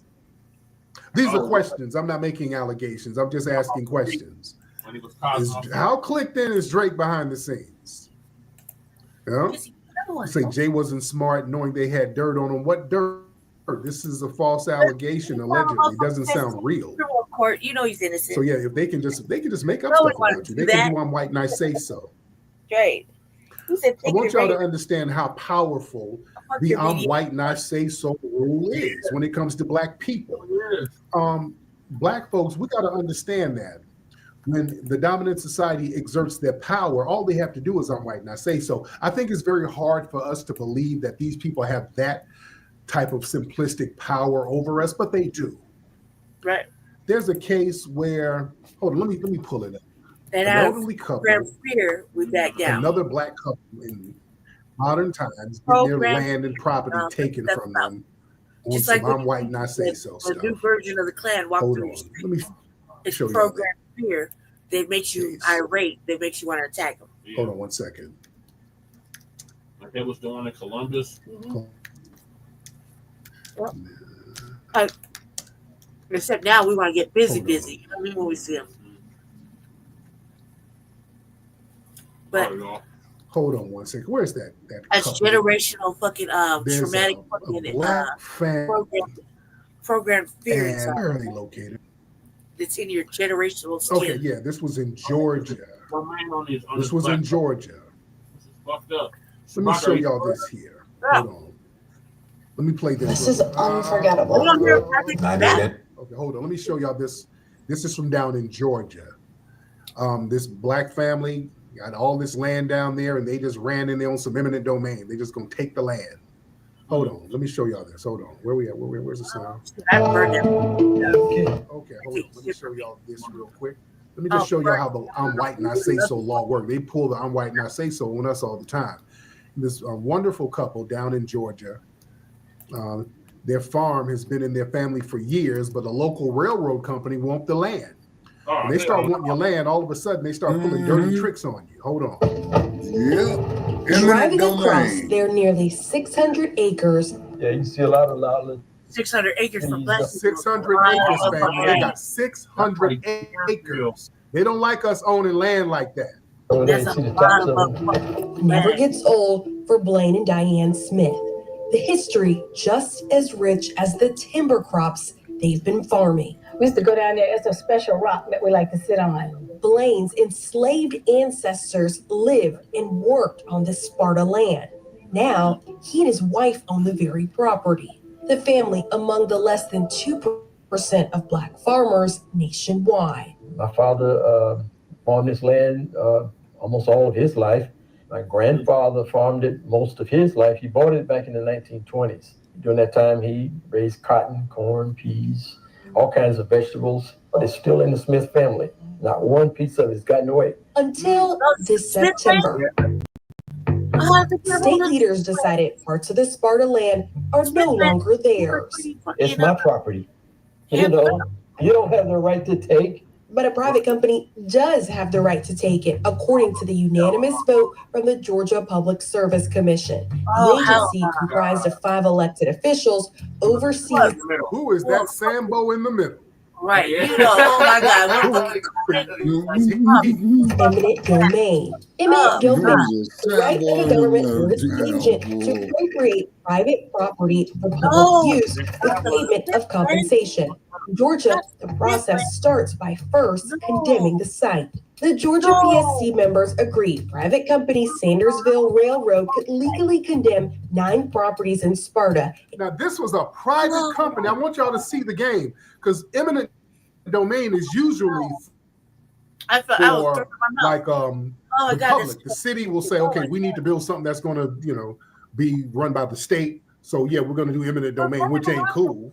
But yeah, we're going to pay you off. Yeah, we're going to put a park here. So here's a couple of dollars in these accounts. But this is a private company. This is a private. We condemn their land for eminent domain. The hell? Right. But they pull that type of stuff on black folks, man. Hold on. One of the Smiths, the mayor, including parts of the Smiths, for the company's Cancer Spur project, a 4.5-mile spur connecting raw material producers to the CSX rail line in Hancock County, essentially hauling rocks that be used to build concrete. The company argues the train project will improve infrastructure, but the Smiths feel railroaded. If you listen to the railroad folks, they say you're keeping your land. You just take a piece of it. To me, we've got somebody who's coming through it like they are. They're devaluing it. They're defacing it. They're creating hazards through it. They are just one of at least a dozen local eminent domain cases in recent years, from Atlanta to Newton County. Current statistics are few and fragmented, but Atlanta News First Investigates found nationwide data. A 2007 study revealed when eminent domain was used for private development, it most often impacted areas where more than half of the community was made up of people of color. Black. Just stop that people of color bullshit. Black. Smiths are It's black. black folks. It's impacting black folks. Let's stop that people of color. They're taking, because people of color ain't got land like that. Okay. They don't have land like that that's been passed down generationally because they ain't been here like that. Right. See, that's why I don't like that people of color stuff. They're talking about black folks. Our land is always taken like that. That's what they did out here in California with Manhattan Beach. Yeah. Yeah? Hold on. Color, nearly half of the area's population sat below the poverty line. That shit is aggravating, man. In the city of Sparta, where the developers are building the railroad, census records show 51% of residents live in poverty, the median income at $22,000. Yeah, we're here in a county that really needs new opportunities, new job growth, new tax base. The railroad company president, Ben Tarbutton. Have an annual impact of $1.5 billion. That could make sense for a struggling town. It's how the company has pitched the project to residents. However, Georgia law states economic development is not a justifiable reason to take property. It really is not supposed to be factored into an eminent domain case. Well, they go hand in hand. I talk about jobs because that's what really matters to folks. Tarbutton said, I might not say so. Look at little mayonnaise man. This I might not say so. As the train would only travel one round trip per day, 5 days a week during daylight hours, that it would not be a nuisance to landowners. They feel like you guys are robbing them of their family legacy, of their family land. Well, you know, I understand that. Oh, here's explaining. Well, I understand that. Yeah, as a motherfucker trying to get his life straight. It's called bullshit, Tariq. Is the last resort. We have had multiple conversations with the landowners. While several other property owners make deals with the company, 3 families are holding out, including the Smiths, in part over fears if they give up land now, the company could take even more. Would you guys come back and take more land? Well, I don't know exactly who you're talking about. Everyone I've dealt with this whole And that light rail doesn't even like look, you got a whole stop that doesn't get used. Whole 2 stops, really. You want to be technical. And then we have land like that out here in Colorado. We had 1,000 acres. Yeah. 5 Points right there is that should be part of the study right there.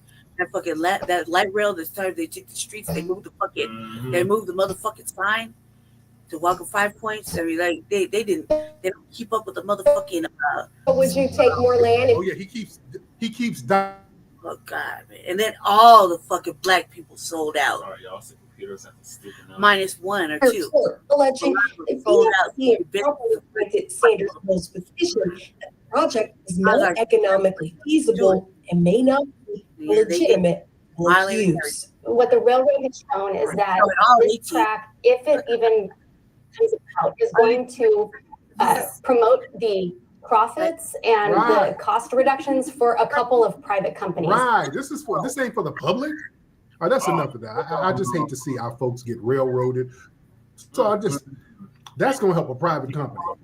So this is what I'm saying, man. They just pulled this "I'm white and I say so" rule on us anytime they feel like it. Whole forest, dude. You got to understand how that works, man. They pull that "I'm white and I say so" stuff all the time.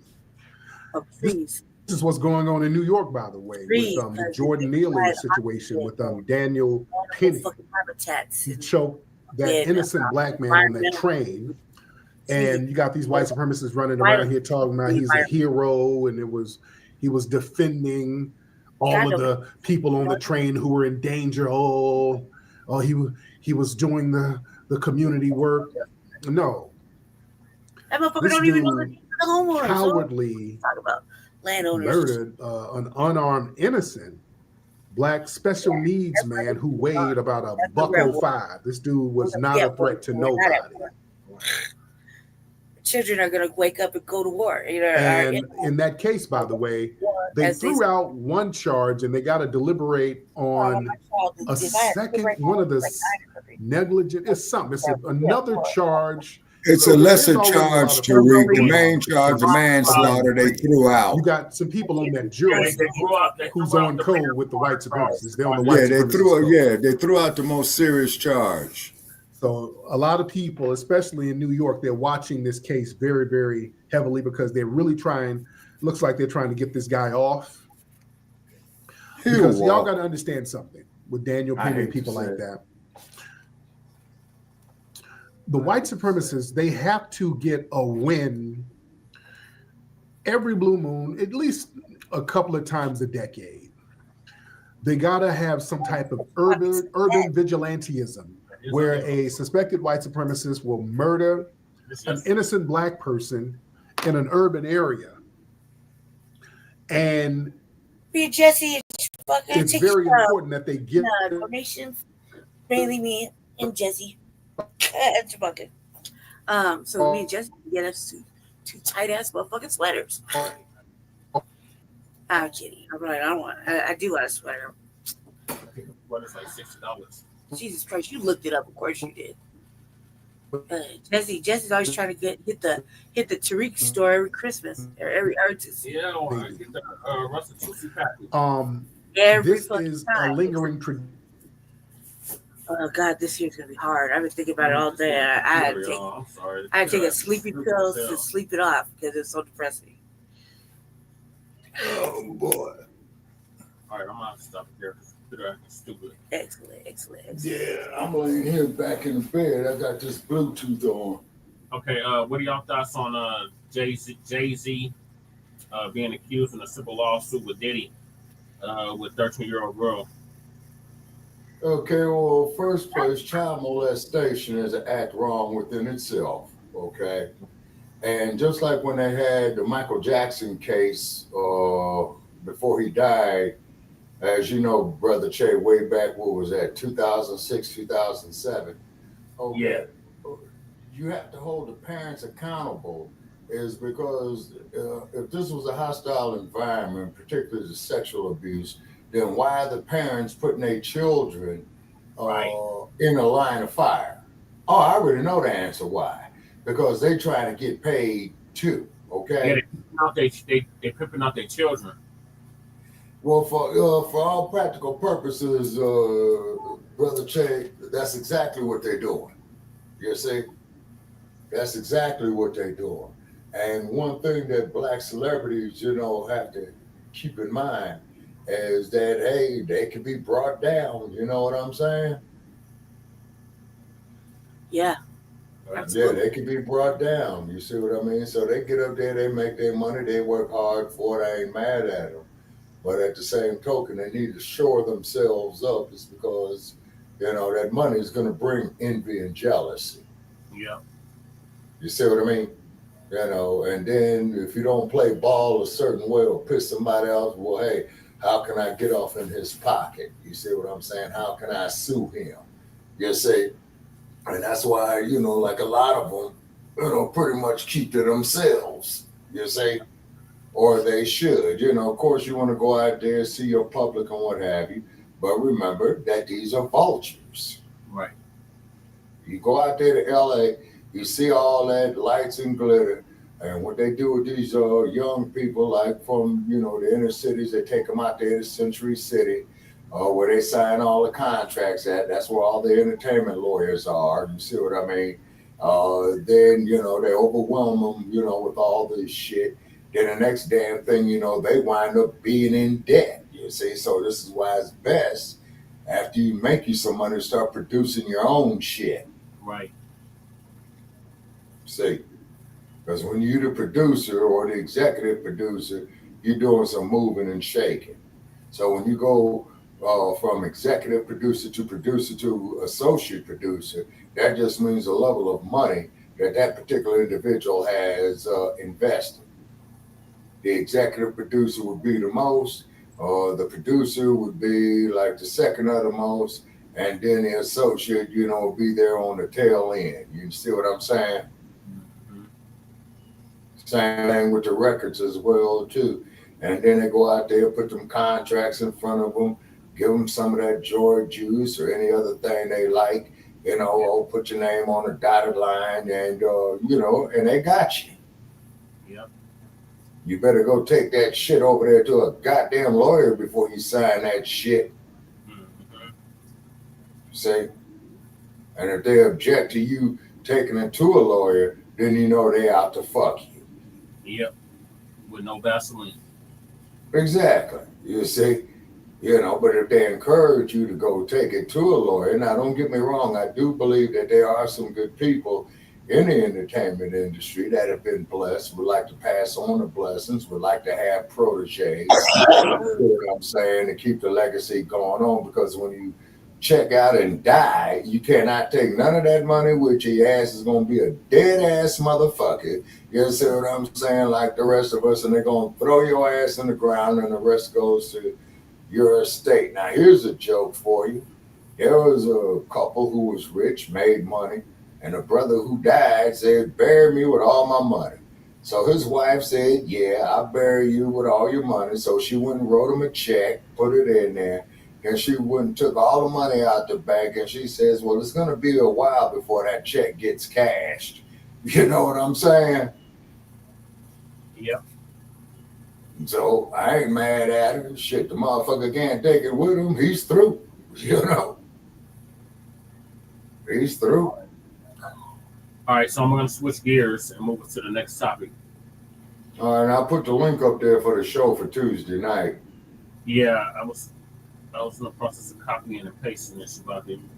Mm-hmm. Leonard said they do whatever the fuck they want to do at the end of the day, yeah?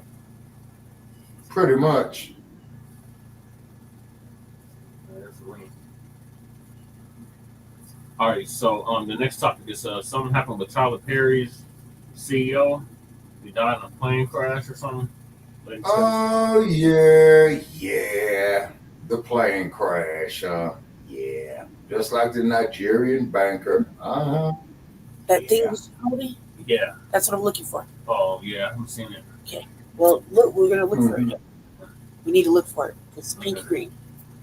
And I really would like to see Mr. Perry make some films on ancient Africa or ancient Akibalan. You know what I'm saying? Yeah. And the movie with Denzel Washington, Gladiator 2, I'm making a point to miss it. Right. Well, get me to watch it. I didn't even watch the first one all the way through. No, I saw Gladiator. You know what I'm saying? But I'm going to tell you something. But a film that you really need to see, people, if you want to see how vicious them cats was during the Roman Empire, see that movie with Kirk Douglas called Spartacus. Oh, yeah. Speaking of movies, Shabaka, have you finished Goodbye, Uncle Tom? No, I'm going to be on that there, man, day after tomorrow, man. I am going to set aside some time to watch it all the way through, to review it, to write down notes, to do it properly, since we're on the tail end of Shabaka's Black Experience and Dance. We want to go out with some good episodes. And then also, too, I bought that device earlier today that you was telling me, Brother Paris. Yeah.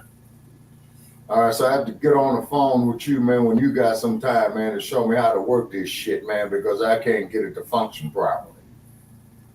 Okay, Shabaka. Yeah, we'll handle that off here. Okay, so what's it called? Tragedy has occurred. Reported from Tyler Perry. He died. I mean, his CEO died in a plane crash. Like to keep it going. Look, we got a Black Friday sale going on right now. $5 off our essential beard growth oil and another $3 off the bomb. Another description box. So Tyler Perry, right? Tyler Perry right now is because over here I don't recognize right now the loss of the president of the operations of his Atlanta studio. Now, Steven Menchik, who was the president and general manager of his Atlanta-based studio, died in a fatal plane crash in Florida on Friday. Now, some of the backstory, some of the details were he was actually piloting this plane. It went down near the Gulf Coast in Homosassa, Florida. I'm probably saying that wrong. My apologies. Now, first responders did respond. Florida Highway Patrol arrived at the scene. He was unfortunately pronounced dead at the scene. They went on to say, right, we are incredibly saddened by the passing of our dear friend. Tyler Perry Studios made a statement. Steve was a cherished member of our team for more than 8 years and well beloved in the community of Atlanta. It is hard to imagine not seeing him smiling through the halls. We'll miss him dearly. Our heart goes out to his family, and we send him prayers. Tyler also, went a little deeper on his Instagram with a little tribute with the picture and also some heartfelt words. He put, "This time of year, grief meets you like an unwanted visitor. As tomorrow marks 15 years since the loss of my mother, it feels especially harder because I have lost so many friends and mentors this year, ranging in age from 40 to 92, and today yet another loss. I've been trying to understand this tragedy all day. What went wrong with the Well, hell, that plane? Steve motherfucker at loved 92 flying. is He on loved that ball plane. time He anyway. took so much Shit. pride in it, right? He took so much pride in it. Steve Menschicks was truly a kind soul and a great leader at the studio. We all adore him. We are devastated that he is gone. I'm praying for his family as we try to make sense of all this heartbreak. Life is but a moment. We are like vapors. Hold strong to the people you love. Tell them." Some very, very true and heartfelt words coming by way of Tyler Perry. I always see it like, I agree with those words because how many times have you been, you could be with somebody every day, kicking it with them, busting it up with them, chopping it up. Every day you kind of just take for granted, like, yo, we're going to do our thing today. And that one day they don't call you. And you wonder, and you're like, all right, sometimes he don't really call, she don't really call. And then you get the unfortunate news, or you hear the unfortunate news by way of somebody calling you or Facebook or Instagram post. And you kind of pick up your phone and you kind of look at the last message. And sometimes people even call just to see if that person will pick up the phone, and they don't. And it hits you like a ton of bricks. And it's an unfortunate part of the cycle of life that we have to go through. We're all going to be gone, right, at some point. But we don't want to go through the grief and the heartache and the pain of losing someone close to you. Nobody wants to go through that. Right? It's like paying taxes. You don't want to pay taxes, but death is a whole different thing. You don't want to do that. Right? But unfortunately, it's a part of this journey that we're going to lose parents, loved ones, and people around us.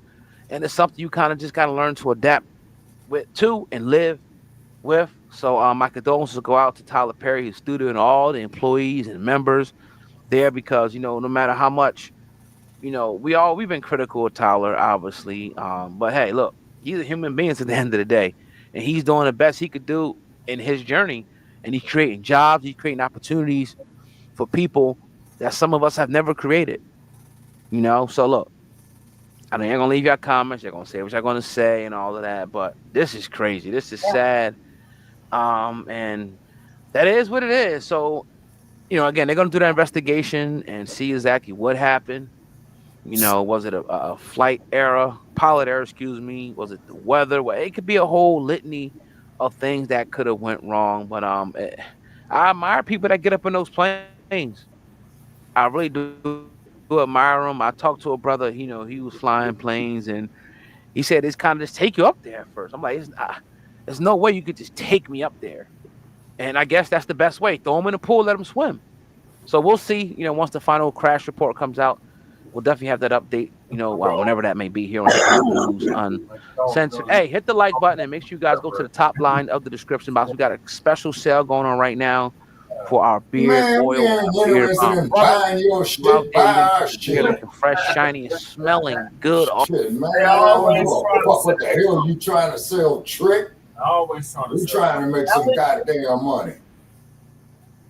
All right, Shabaki, what are your thoughts on this? Well, as they say, it takes 6 guys to carry a man to his grave. Ticket got punched, lights out, the show's over. If you're gonna live, you're gonna die. Fuck around and find out. Okay, Lady Ch, what are your thoughts? And of course, condolences to his loved ones and his family, but I'm just saying the real. You know what I mean? I'm just telling the harsh, ugly truth about it. I'm sure his family. Finding a therapist doesn't. Man, fuck the commercial, man. You go find a goddamn therapist, you crazy motherfucker. Shit. All right, Lady Tay, what are your thoughts? I just think that it's fucked up, but I say this: I have a few black pilot friends, so and they have little helicopters, little jets and shit. Shit's kind of tight. I think that should be like one of the most freeing experiences. Be up in the air, flying around, because you're not on the ground with all the other shit. Kind of peaceful. The other thing is, it's real sad when a plane goes, and there's all kinds of reasons. It could be anything. It could be the plane. It could be motherfucker had a heart attack in the air. Yeah. Could have been anything. So until they get an autopsy in the black box back, they won't know. The thing is that but Lady J, he's through. What difference do it make? If it ain't homicide, may the man rest in peace. I hope he has wings. Well, yeah. You just asked me what I thought, shit. Anyway, so that's what I thought. Yeah, he's fucking up there. He's already up there, so The other thing is that I think that Tyler Perry, man, Tyler Perry's been making all kinds of shit, and yeah, we fuck with Tyler Perry. We talk shit a little bit about him or whatever, but we're all watching all this shit because he does make nothing but damn near nothing but black film, black shows, and so we do talk shit about him. Why? Because he's weird. But other than that, we don't ever want to see this happen. And what is it? I'm sure he's just gonna keep it pushing. This is like a speedboat in the road. I'm sure he's got another person backed up. So, it's sad, but I don't think he's gonna be all that heartbroken over it next week. You know what I mean? Right. That's all I think about. All right. Well, R.I.P. to him. Yeah. Yeah, R.I.P. to him. Thoughts and prayers to his family. Yeah.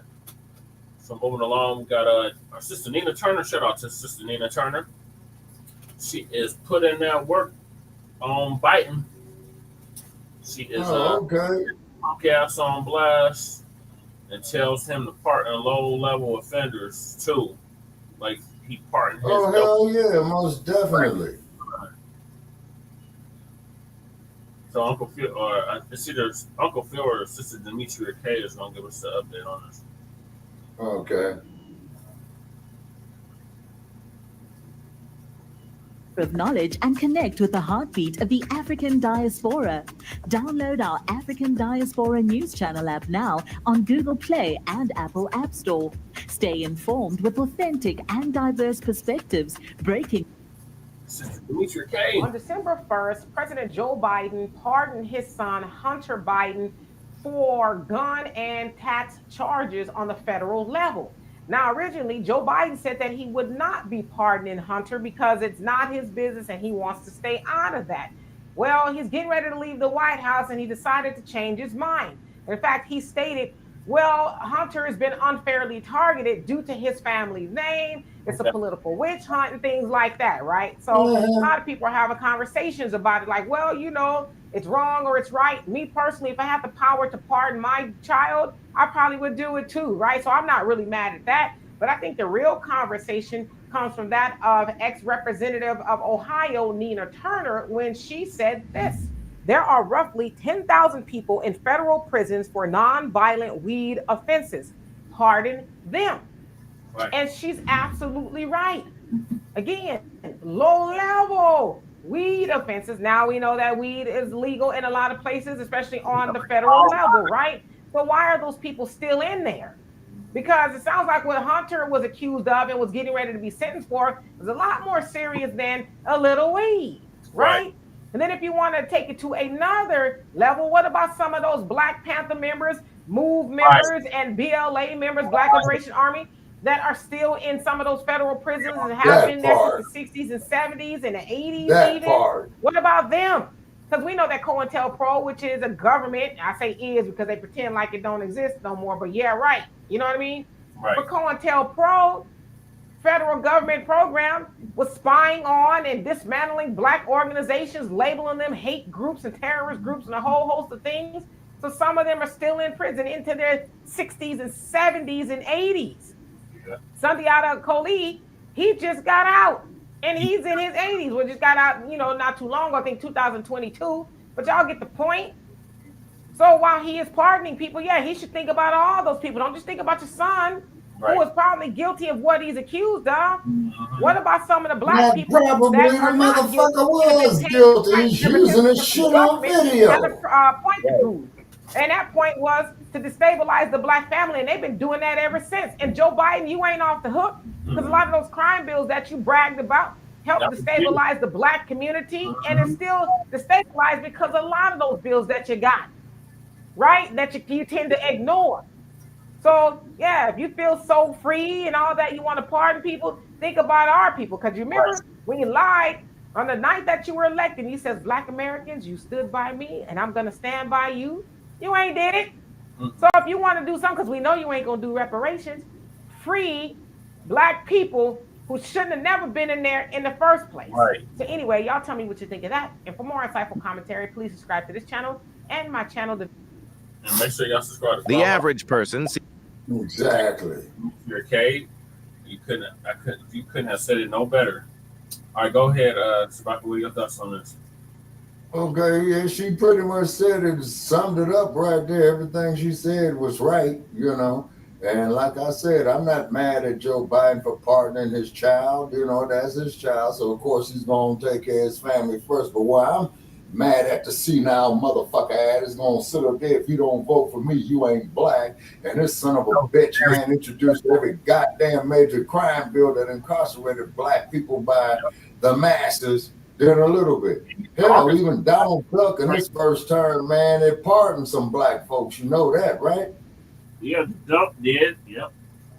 Yeah, besides Jack Johnson. Yeah. Yep. Yeah. Over 5,000 people, mainly black people. Yeah, and what about Osambo? How many did he pardon? Not that many. Exactly. That's precisely my point. And then the cold part about it is that when you give these people absolute power corrupts absolutely. Yep. See? It corrupts absolutely. You see what I'm saying? If you're going to be in a position of power, a position of so-called leadership, you should have a moral conscience of doing the right thing. Right. You see? The right thing is that everybody is locked up for that shit, particularly black folks, okay, should be pardoned because we don't have control of no ships or airplanes that bring that shit into the United States. Right. Go look at Tony Montana, okay? Yeah. Told you a long time ago, man, don't fuck with me. Now your goddamn brains is blown all over the fucking place, you know? Yep. You know what I'm saying? Yep. Yeah. Now, and then of course, as you do know, with any and all vices, okay, just like what the minister told us over 60 years ago. Yep.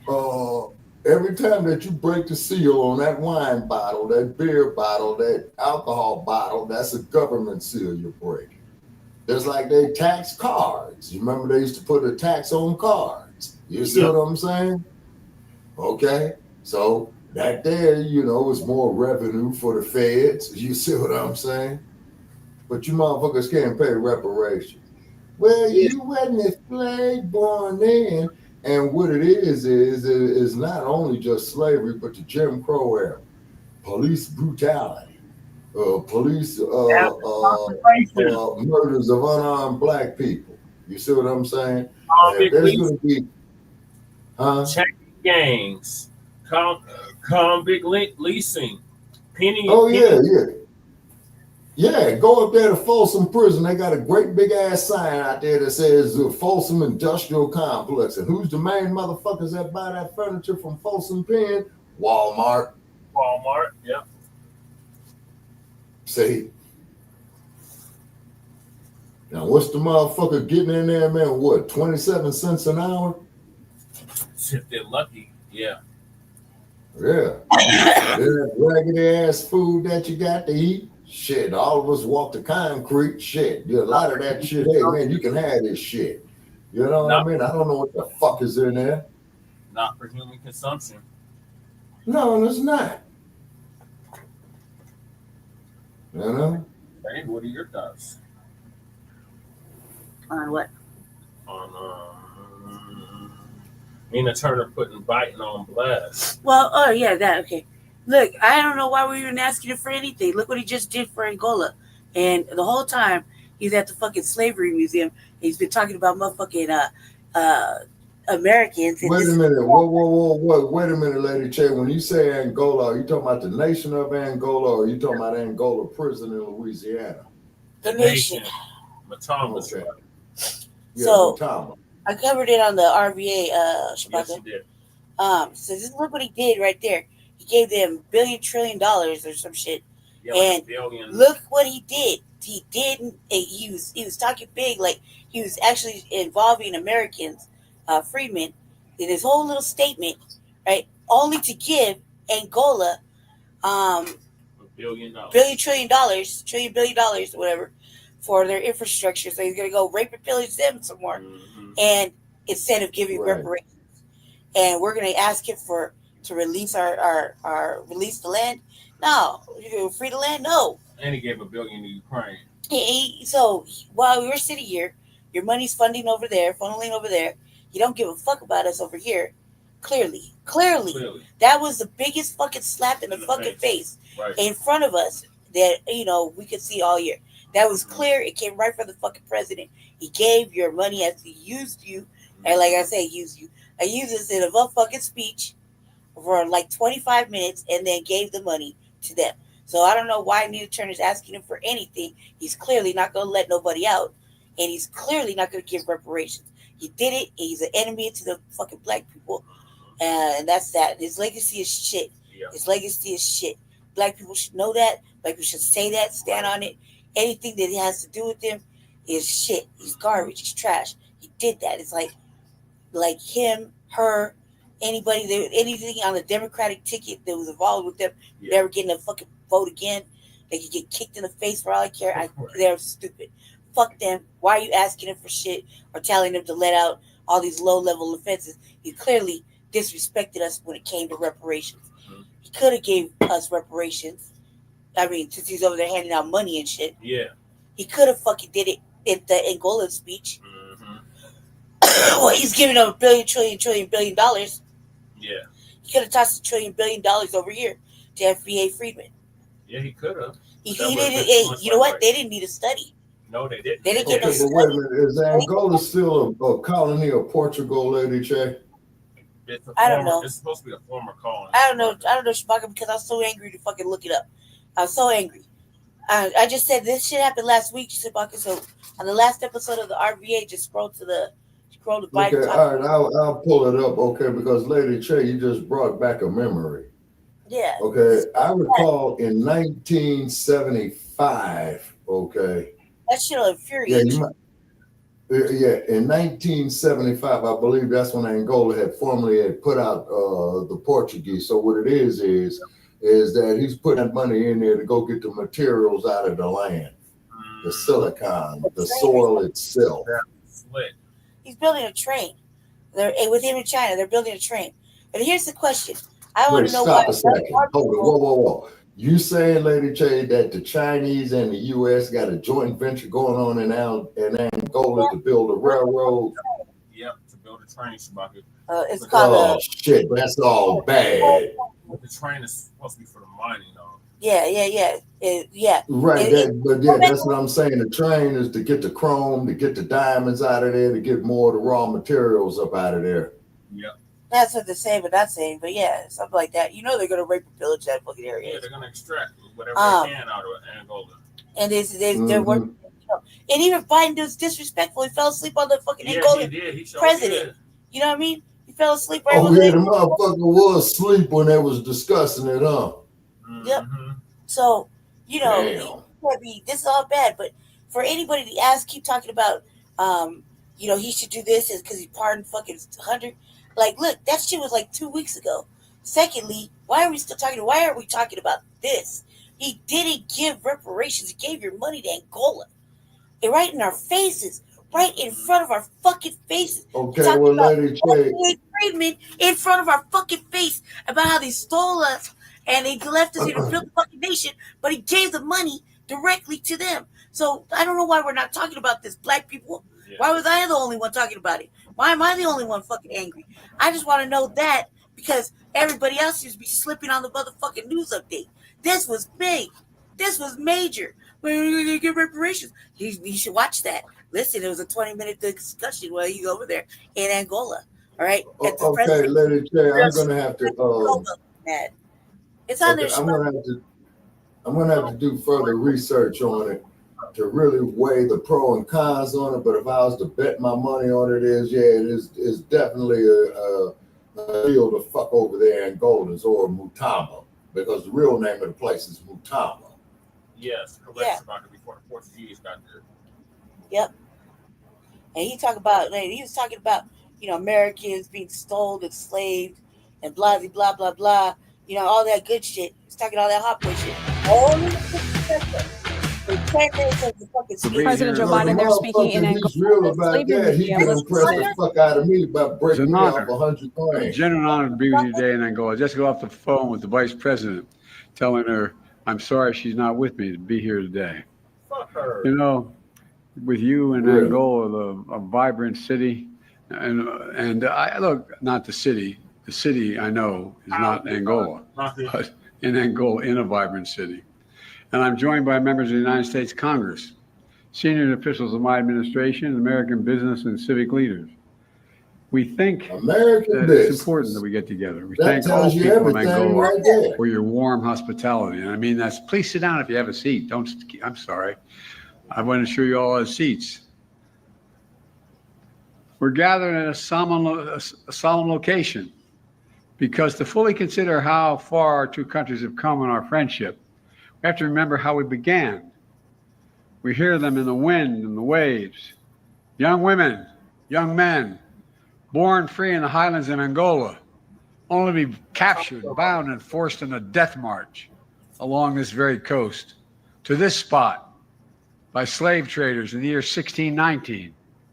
In the building next to us, they were baptized into a foreign faith against their will. Their names changed against their will to Anthony. When you know it's a shit. That's exactly what I asked. On my show, I said you knew something was up against it. Look. Yep. And it seems we're having a little bit of trouble with the audio there. That is President Joe Biden speaking at the National Museum of Slavery in Angola. He is speaking about, of course, the dark chapter in our nation's history, the slavery trade that happened between the U.S. and that country. Let's listen back in. I think the audio is back. A place that 150 years later would become the United States of America. They had a son, considered the first child of African descent born in America, William Tucker.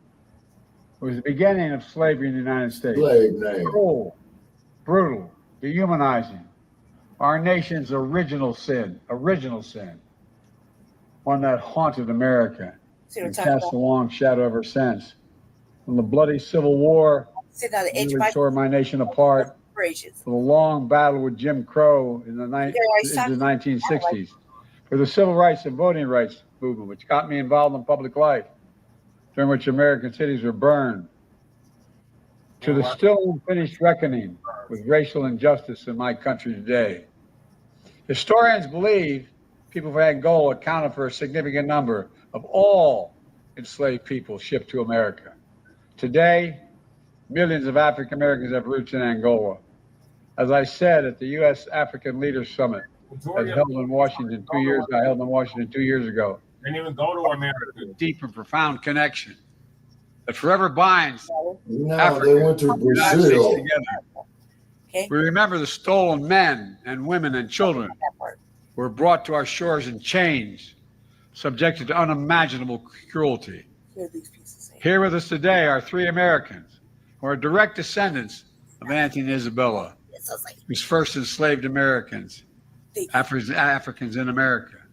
Wanda Tucker of Hamilton, Virginia. Wanda, are you there? There you are, Wanda. God love you. Her brother Vincent and Carolita as well. Thank you for being here. We're going to write history, not erase history.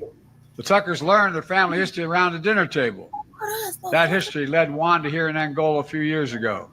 She did not speak the language, but that didn't matter.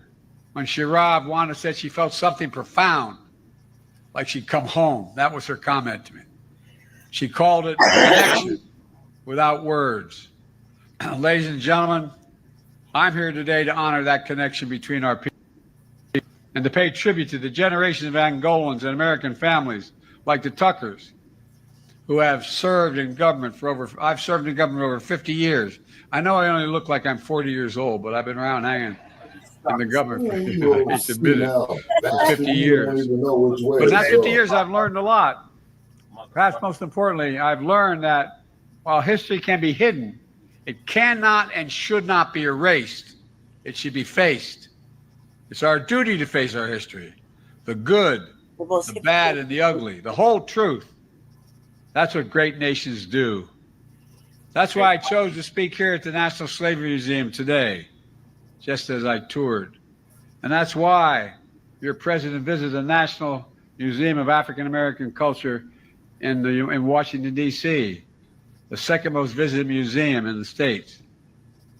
And he did it a few years ago. He saw what I see, a stark contradiction between my country's founding principles of liberty, justice, and equality, and the way we long treated people from Angola and from throughout Africa. I've often said America is the only nation in the world founded on an idea. Most countries are founded based on race, ethnicity, religion, geography, some other attribute. But the United States founded on an idea, one embedded in our Declaration of Independence. That is that all men and women are created equal and deserve to be treated equally throughout their lives. It's abundantly clear today we have not lived up to that idea, but we've never fully walked away from it either. And that's due in no small part to the determination and dreams of African Americans, including Angolan Americans, the proud descendants of the diaspora who helped build my nation as they rebuilt their own families and their own sense of self. They were the forebears as well. Resilient, faithful, even hopeful. Hopeful that joy would cometh in the morning, as it says in the Bible. Hopeful that our past would not be the story of our future. And hopeful, in time, the United States would write a different story in partnership with the people brought here in chains to my nation from Africa. It's a story of mutual respect and mutual progress. That's the history that brings me here. The first American president ever to visit Angola. Over time, and I'm proud to be. Over time, the relationship between our countries has been transformed from distance to genuine warmth. Today, our relationship is the strongest it's ever been. Throughout my presidency, it's been my goal of the United States to build a strong partnership with peoples and nations across the continent of Africa. True partnership aimed at achieving shared goals, bringing to bear the dynamism of America's private sector and the expertise of our government to support aspirations of African entrepreneurs, experts, leaders, both inside and outside of government. Because we know the challenges that define our age demand African leadership. One out of every 4 human beings on Earth will live in Africa by the year 2050. And the ingenuity, determination of young Africans in particular, 1 in 4, like the young society leaders I just met with here today, what the fuck are you gonna will be undeniable forces in that human progress. That's why I'm so optimistic, because of that generation. In no small part will be in their hands, in the hands of people across Africa, to expand access to clean energy, to tackle threats of global health, to grow global middle class. In many ways, Africa's success is and will be the world's success. That I said at the United States U.S.-Africa Summit, the United States is all in on Africa's future. 2 years ago, I pledged to deliver $55 million in new investments in Africa and to mobilize American business to close new deals with African partners. 2 years ago, we were on way ahead of schedule. More than 20 heads of U.S. government agencies and members of my cabinet have traveled to Africa, delivering over $40 billion in investments thus far. And we've announced nearly 1,200 new business deals between African American companies and American companies, total we've worth $52 billion, including investments in solar energy, telecom, global finance, infrastructure, and partnerships with American Airlines to expand opportunities for tourism. Communications. So you don't have to fly to Paris to get here. And the materials. Although Paris is pretty nice. So he's here in Angola alone, the United States has invested $3 billion during my short presidency. We see the bonds between our countries across sectors, from clean energy to healthcare to sports. The American Basketball Association, National Basketball Association, launched Basketball Africa League, and Angola is the reigning champion. Wait a minute. Wait a goddamn minute. There you go. NBA launched African League. Well, it seemed to me that LeBron James. So we see the impact of American culture across African culture, across the American culture, from music, entertainment, to fashion, to arts, and so much more. Student exchanges between our countries are essential and must increase. Students in both countries can be better understand one another if they know the country, if they visit the country, if they're educated.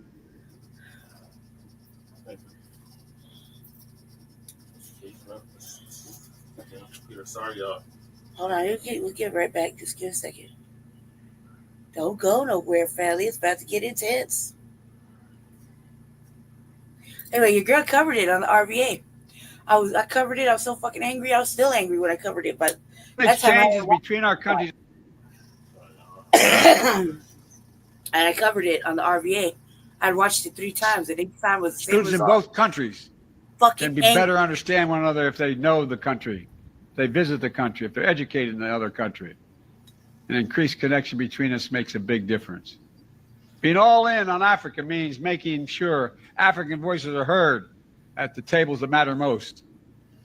Under my leadership, the United States we brought in the African Union as a permanent member of the G20 economies. And we insisted on more African representation among the leaders of the International Monetary Fund and other world financial institutions.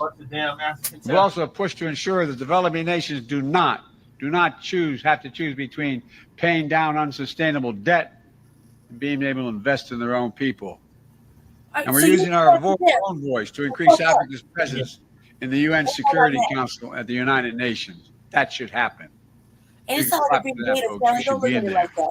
First of all, see the weather last time. The United States continues to be the world's largest provider of humanitarian aid and development assistance. That's going to increase. Because y'all are from America. No, that's the right thing for the wealthiest nation in the world to do. And today, I'm announcing over $1 billion in new humanitarian support for Africans displaced from homes by historic droughts and food insecurity. What are you going to do for the people? We know African leaders and citizens are seeking more than just aid. You seek investment. So the United States is expanding our relationship all across Africa, from assistance No. What's the priority? aid. For the most ugliest reasons. It's not like what I'm saying is don't take it like I'm trying to trade. Pocket watching what's going on in the motherland. That's not it, family. That is not it at all. Of course, you want to see them strive and build. But not under these conditions. Not by some rapey, pillaging motherfucking white people. Not by our fucking people that don't give a fuck about us over here. But it's like us first, you second. You know what I mean? Us first, though. We help bridge the infrastructure gap. I was told, by the way, when I got elected, I could never get an infrastructure bill passed because the last guy spent 8 years saying next month, 4 years saying next month. Well, guess what, folks? We've done it. $1 trillion, $300 billion for infrastructure. To narrow the digital divide, drive inclusive, sustainable economic growth.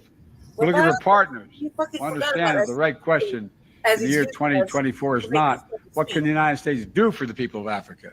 It's what can we do together for the people of Africa? How are you spending your holidays? Stuck standing in line? You could have paid less at Aldi and saved precious time. waste your holidays. That's why I said what I said. I ain't taking it back, man. He did that shit in our face last week. No, that deal there stinks, Lady Che, to high hell. It's like he told me that money is gone. He did that. He did that. He fucked us because he don't give a fuck about black people here. And it's clear. Nowhere in Africa is the answer more exciting than here in Angola. Focus and remember this moment. It starts with our governments whose partnership is stronger, deeper, more effective and active than any point in history. It's testament to your president who had the vision to carry this relationship forward. And it's a testament to Angolan citizens across the private sector and civil society who have forged strong bonds with your American counterparts. I'm not even together, mad at them. we're engaged in a major joint project to close the infrastructure gap for the benefit of Angolans, Africans across the continent, Americans, and the world will all benefit as you benefit. He said we'll all benefit. You can produce much more agriculture, for example, in states that can't. You're going to increase their longevity, and you're going to increase your impact and profit. It's called the Libido Corridor. Generational wealth. We're building railroad lines from Angola to Port Libido, Zambia, and the DRC. And ultimately, all the way to the Atlantic, from the Atlantic Ocean to the Indian Ocean.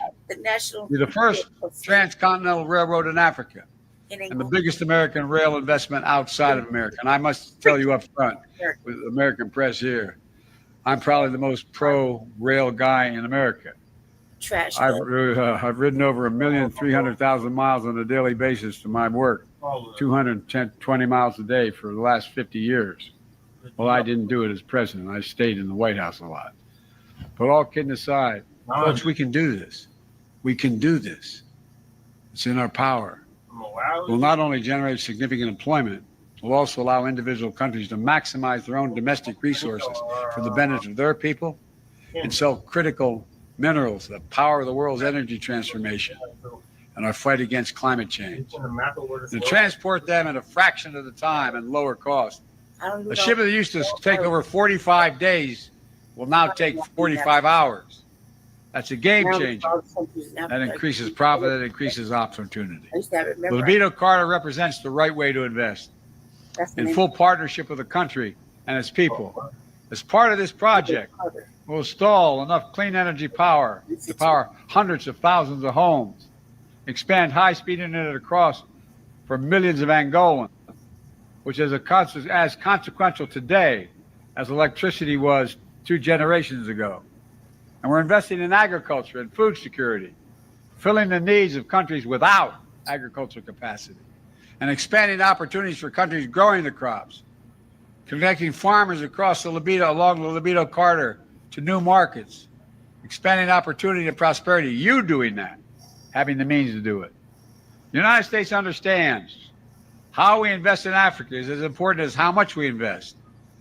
In too many places, 10 years after the so-called investment was made, workers are still coming home on a dirt road and without electricity, a village without a school, a city without a hospital, a country under crushing debt. We seek a better way, transparent, high standard, open access investment to protect workers and the rule of law and the environment. It can be done and will be done. And folks, the partnership between Angola and the United States also extends to supporting peace and security in this region and beyond. President Lorenzo, I want to thank him for his leadership in mediation and regional conflicts. Also want to thank him for Angola speaking out against Russia's unprovoked war against Ukraine. It matters. It matters when leaders speak out. Ladies and gentlemen, as you know, I'm in the final weeks of my presidency. You don't have to clap for that. You can if you want. But I wanted to come to Angola. Although I've been chairman of the African American Subcommittee for a long time, I'd never made it to Angola. Because although I don't know exactly what the future will hold, I know the future runs through Angola, through Africa. I mean it sincerely. I'm not kidding. I know that any nation that wants to thrive in the next century must work as partners with workers, entrepreneurs, and businesses here in Africa. I know that the connection between our communities, our universities, our sports, our civil societies, our families, our people will only grow deeper. We have to stay focused. The story of Angola and the United States holds a lesson for the world. Two nations with a shared history in evil of human bondage.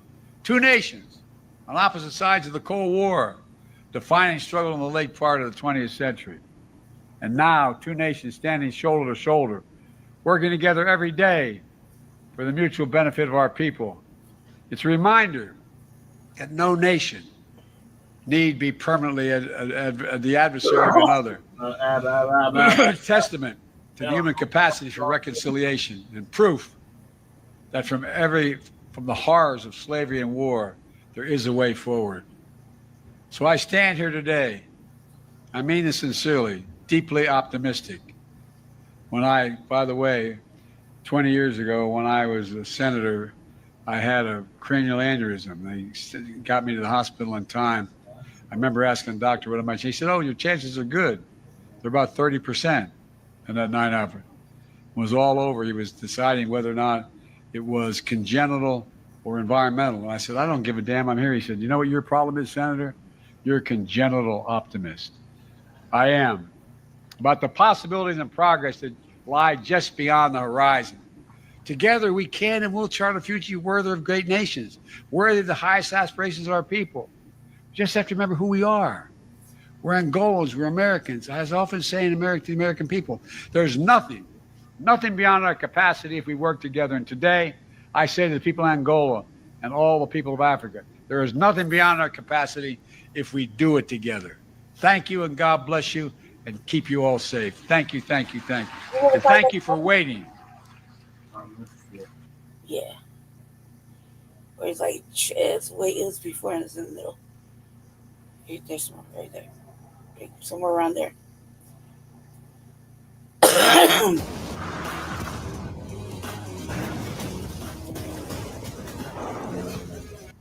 Well, the only thing I can say about that is... That's the right thing for the wealthiest nation in the world to do. And today, I'm announcing over $1 billion in new humanitarian support for Africans displaced from homes by historic droughts and... How about the Africans displaced? Yeah, but you give $80 billion to the Ukrainian, no good motherfucker. It gets worse, Shabaka. He's still handing out money. This is the start of the handing out money part. This is so... Just hold on 1 second. He's going to get to the big part.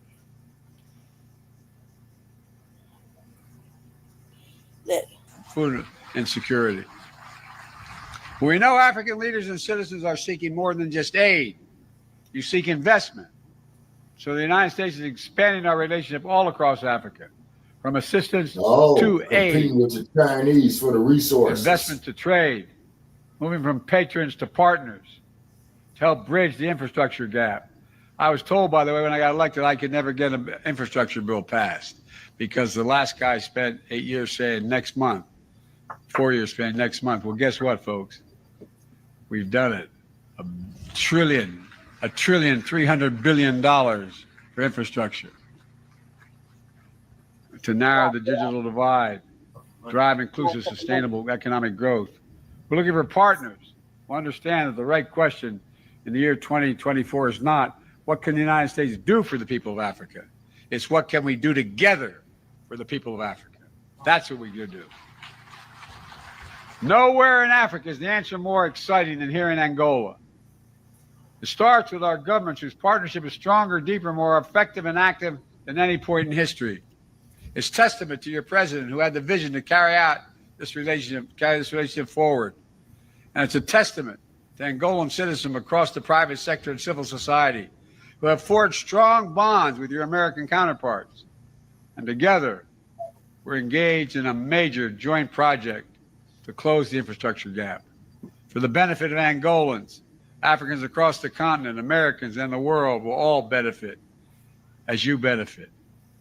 You can produce much more agriculture, for example, in states that can't.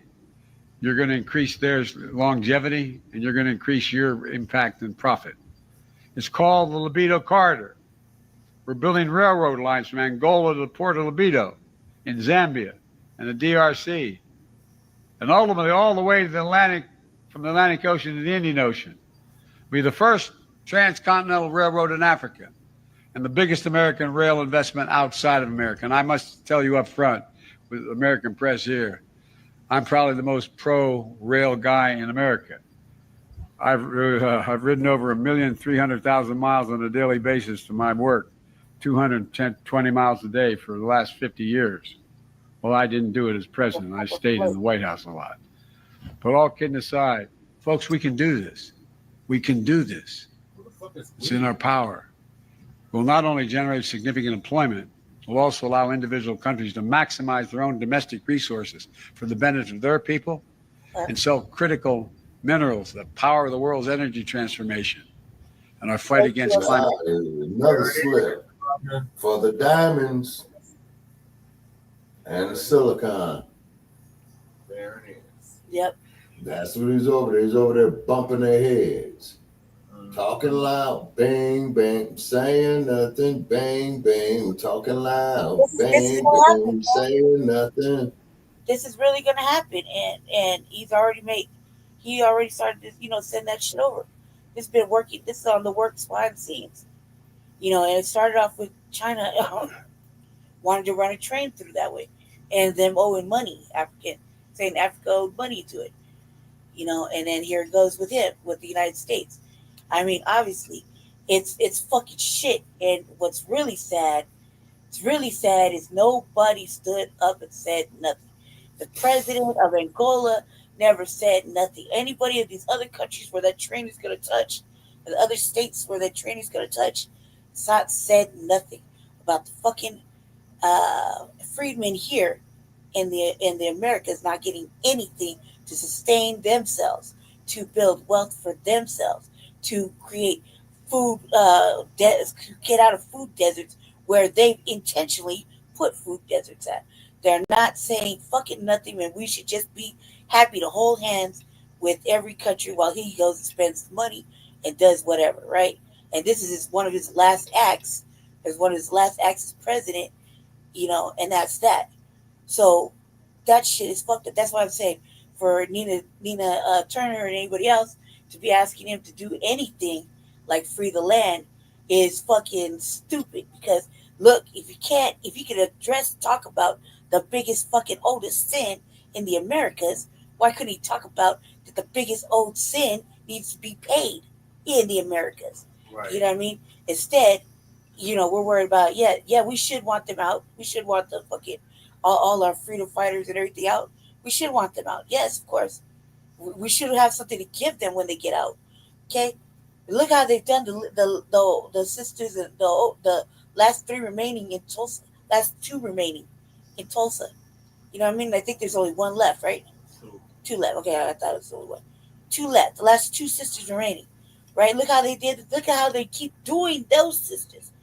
And they should, by all means, be able to see it at least once so they can have something to leave. Especially at 110 years old. God damn, 110 years old. You did. This is some bullshit. Whatever the fuck he's talking about, man, that's why I said what I said. He's like, it doesn't matter. That motherfucker is the enemy of black people. Him and his whole kid. Everything he did was in the administrations before him, when he was vice president, all that shit. Fuck him. Fuck Kamala. Fuck her too. Fuck Gavin Newsom. Anybody who stands in the middle of it, then when they see us do some fucking outrageous, crazy shit, don't say it wasn't warned. Don't say that he didn't have it coming. Don't say that it was that. How could we? Oh my God, they're irate. Don't say that, because this is in our fucking face right now. This happened last week. This didn't happen 7 months ago or 2 years ago. This happened fucking last week. This is the realest shit we could see in 1 week. While everybody's talking about his fucking pardoning his son. Fuck all that. Who gives a fuck? This is important. This was important. This is bigger. This should be what we talk about. He denied us reparations. He didn't even acknowledge reparations for the Americas. He decided he was going to go and build and give generational wealth and education and finance and investment and packages over to them. Billion, trillion, whatever fucking number, whatever number he said, over $1 billion, was fucking huge in comparison to the debt he owes over here. And the debt, we can talk about Haiti too. Okay, I found it, y'all. It's fucking stupid. So it's called the Lobito Es Salaam. What? How do you say the capital of Tanzania, Shabaki? It's Dar es Salaam. Dares. Oh, wait a minute. Yeah, Dar es Salaam. Yep, and there goes China right there. Mm-hmm. It is an African transcontinental railroad connecting the It's gonna be the fastest Atlantic one. and the Indian Oceans, and it is financed by China. Oh, and it's shit. In tandem with the country's U.S. $10 billion with a B. Standard gauge railroad infrastructure development to help Tanzania secure port business from Rwanda, Burundi, Uganda, and the DR. Okay. The problem is Think about us. They just said, "Yeah, thank you for the money. Let's get it cracking." Fuck all that. Them motherfuckers. no, but it's the tethers, Lady Che, is because what's happening is I could tell just by what Biden was saying right there and what information that I came across that the Angolans either are unwilling or incompetent to sit up there to play chess with these motherfuckers is telling them like, well, look, we don't owe you shit. This is what you paying to come over here to rent our shit. You motherfuckers are not the landlords. You sons of bitches are tenants. No, they making it like they give them full carte blanche right there. Anytime you pay that much money, you're in control. The money controls. No, that's the point. Yeah, that's it though, Lady Che. That's just it though. So like Brother Che says, once again, these fucking tethers. You see what I'm saying? Or sitting up here. These are the presidents, the Angolan president. He's not tethered. He's Angolan. Okay. No, the motherfuckers on puppet strings to go for this shit. Yeah. See? They couldn't do that with Jomo when he was the president of Kenya. No. They damn sure couldn't have done it with President Robert Mugabe when he was the president of Zimbabwe. Yeah, how do you say his name? J-O. It has one of those like what's it called? Hyphenated. Pena. Like in Pena, is it hyphenated? Yeah, it's like a fucking yeah. Okay, how's the name spelled? I can't even see it. I'm gonna have to go in a minute, you guys, because I'm about to fall asleep. Go ahead. J-O-A, but it has like a not a hyphen. I forgot what it's called. An enter or something. Yeah, Jeanette. I can't read it, but it's yeah. All right. So what? Where are you going with this? It sounds like the name is in Portuguese. Sounds like it's in African. Sounds like.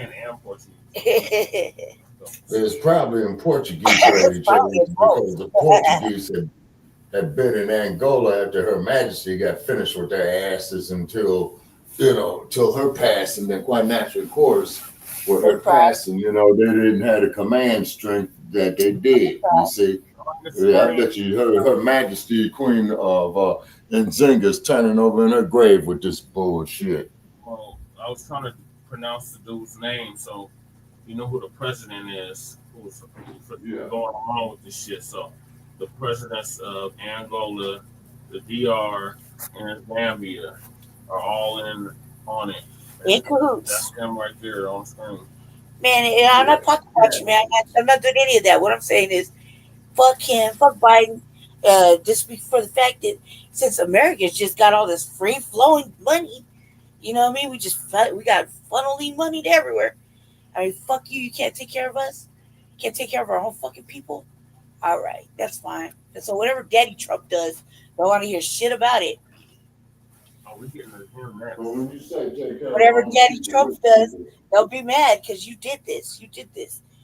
And ain't nobody upset for not voting for motherfucking the Democratic fucking Party. Wow, look at this, y'all. I didn't vote for Daddy Trump. Over 30 billion African people, or million, excuse me, I said billion. 30 million African people out of poverty. The AFCFTA seeks to create a single continental market with a population of about 1.3 billion and a combined GDP of approximately US dollar $3.4 trillion.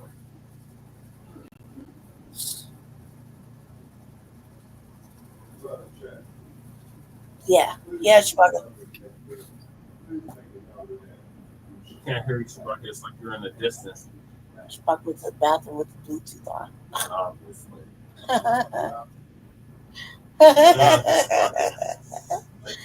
We can't hear you, Shabaka. So you're in the bathroom getting ready for bed at the Bluetooth on. Those Bluetooths are very sensitive. They hear everything. They capture everything. Yeah. Okay, so 32. They're getting ready to fuck us around again good. You know what I'm saying? I'm going to work. They really are. But like Brother Che says, it's these fucking tethers. So this is what they've been working on, Shabaka. So this is the Trans-African highways. Damn. All the way from Egypt down there to Cape Town. Yeah, and apparently Funky ass Cecil Rhodes, this was his dream, number 4. Is that right? Yeah. Fuck him too. Cecil Rhodes, Rhodesia. Yep. The Rhodes Scholar. Yep. Now look at that, it's going. Yeah, see, man, if it wasn't for Africa, the world's economy would collapse, man. So that's 8 major highways. 8 major highways that already have been constructed or are in the process of being constructed and fully connected. And everybody else is getting paid except our people. Whatever the one that connects to the train. Whatever the train that connects to China. Wait a minute. No, they don't have a direct route to China. Now, listen. Yeah, that's what they were building. That's what the money for China was for. Was for a direct fucking light rail system, kind of like a light rail. So which means is that this is a convenience for the Chinese to go over there and move and shake, stealing the resources out the continent. So once again, this is a repeat, man, of the Berlin Conference. Another thing is when that train was talked about a long time ago, that train didn't have nothing to do with the United States. The players are slightly different this time around. Right. Yeah, but it's still the same goddamn principle. Everybody else, all these Western economies that hate us, is going there to get our fucking resources and say. And well, we've been over there way too motherfucking long anyway. We've been over there anyway. You got China over there. You got India over there. The silicon. What did they say in the movie Black Panther? The vibranium. The vibranium. That's the vibranium. And they think that we just supposed to just give it to them. No, they are just gonna. And we had to show them how to wash their nasty, funky asses. Should have went on and let them motherfuckers die of disease. Right. But we supposed to just give it to you. All of us ain't Uncle Tim Scott. You see what I'm saying? Yeah. Let's see. You need some more Nkrumahs. You need some more Mugabes. You need some more of the burning spear. Yep. But they want to go over there and shove ketchup up men's asses talking about they having a menstrual cycle. Get the fuck out of here. That pissed me off. Yeah, I don't think they're sure did. But China is definitely. It was a long time ago they talked about it. A lot of these construction. Yeah, but you see, here's one thing you all got to understand. See, one thing about this Caucasoid, right, and the Chinese is doing the same thing. They do shit for long-term planning, like for their future generations, okay? Colored folk, they just want to do it for today. You talking about the China? Yeah. Yeah, look at this. And you know what the cold part about it is? When you all get my age, after I'm gone, you all going to say, now we see what Shabaka was talking about. Oh, they was supposed to do that before the pandemic. Yeah, I said that just right now. No. Not only is this wrong, okay, it's extremely dangerous. Oh shit! They trying to recreate the Silk Road, Shabaka. Mm-hmm. Mm-hmm. Mm-hmm. That's really big. Mm-hmm. Yep. See, so I appreciate President Museveni on where he told that motherfucker, man, get your ass the fuck up out of Uganda. Right. Well, this shit gonna touch Uganda too. So why he said it that way, and then he goes, let's touch it. It's fucking ridiculous. Mm-hmm. I want to see a map of this. Mm-hmm. I'll pull it up because I was all over it. Me and Malevo were having a whole discussion about it like 2 years ago when it was actually a thing. And then they started talking about it because they don't want you to know about it, right? So the best thing Ethiopia, Kenya, Djibouti, Tanzania, Nigeria, and Algeria, Sudan, and South Africa. Let me see. It's been in the works for a couple of years now. Yeah. 2013. Yeah. So guess who was the president in 2013? Oh, Sambo. Precisely.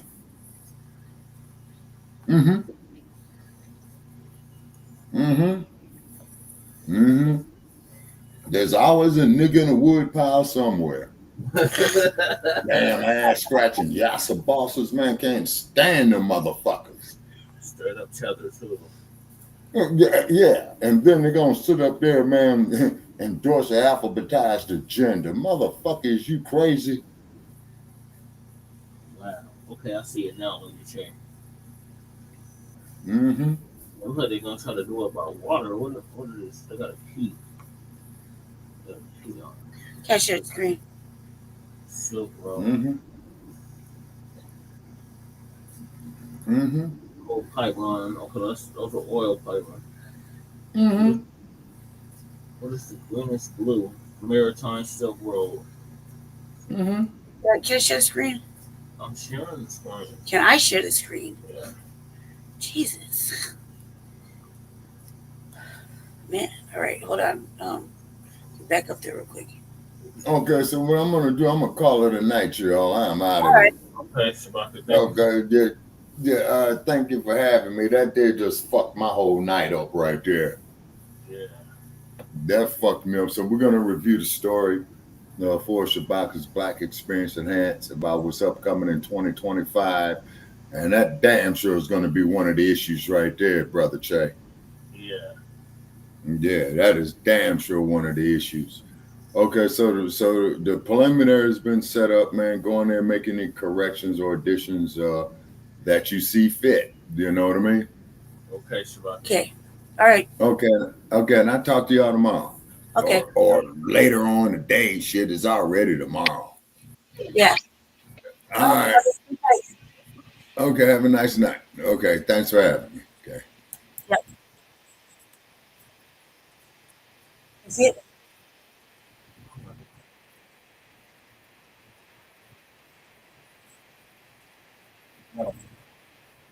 It's crucial for transporting minerals essential for things like EV batteries and other green technologies to the rest of the world.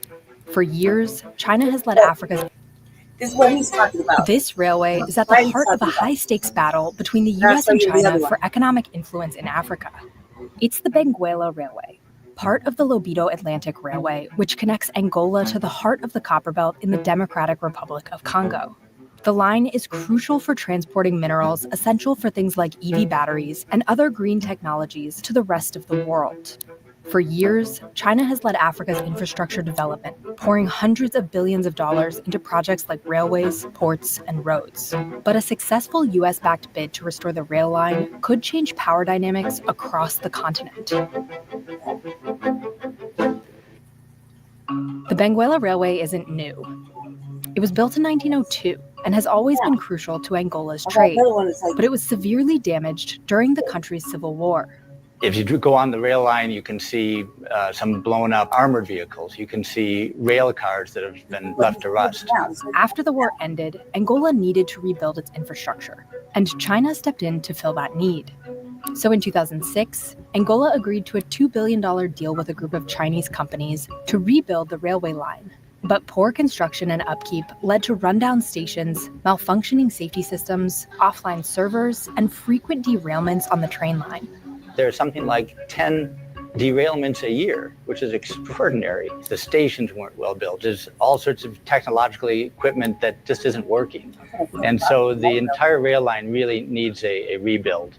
But this time, Angola turned down a proposal from the Chinese government to renovate and manage the same neglected railway. Instead, it awarded several European companies a 30-year contract, which the United States government is likely to finance with a $250 million loan. The $1.7 billion project will fix the train tracks and stations, add over 1,500 wagons, and educate train operators. It will also give countries involved in the project, eager to advance their clean energy initiatives, greater access to critical raw materials like nickel and cobalt. The big topic on Africa in Washington at the moment is all about critical and strategic minerals and security of supply. Demand for these elements is expected to increase by 20-fold from 2020 to 2040, which has fueled interest in the Lobito Corridor and the Democratic Republic of Congo, the world's largest producer of cobalt. The project is expected to be a key source of economic opportunity for Angola's young population.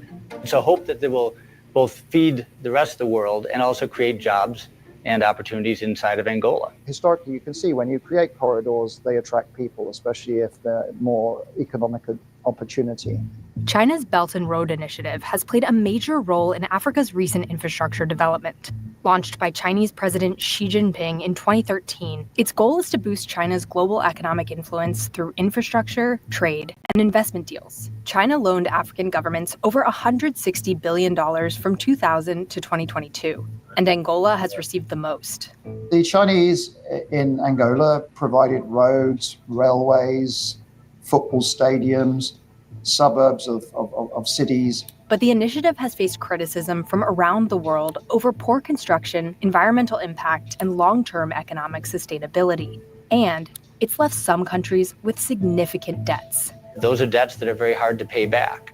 In a response to the Journal, the Chinese government said that the Belt and Road Initiative was not accountable for African debt. In recent years, China's economy has taken a turn, and investments in Africa have plummeted. Lending dipped below $1 billion in 2022, hitting a nearly two-decade low. China has been looking at its debt exposure in Africa, that it hasn't had the sort of returns that it was expecting. And so it's a lot more risk averse in terms of its investment portfolio. This lull gave the U.S. an opportunity to step in.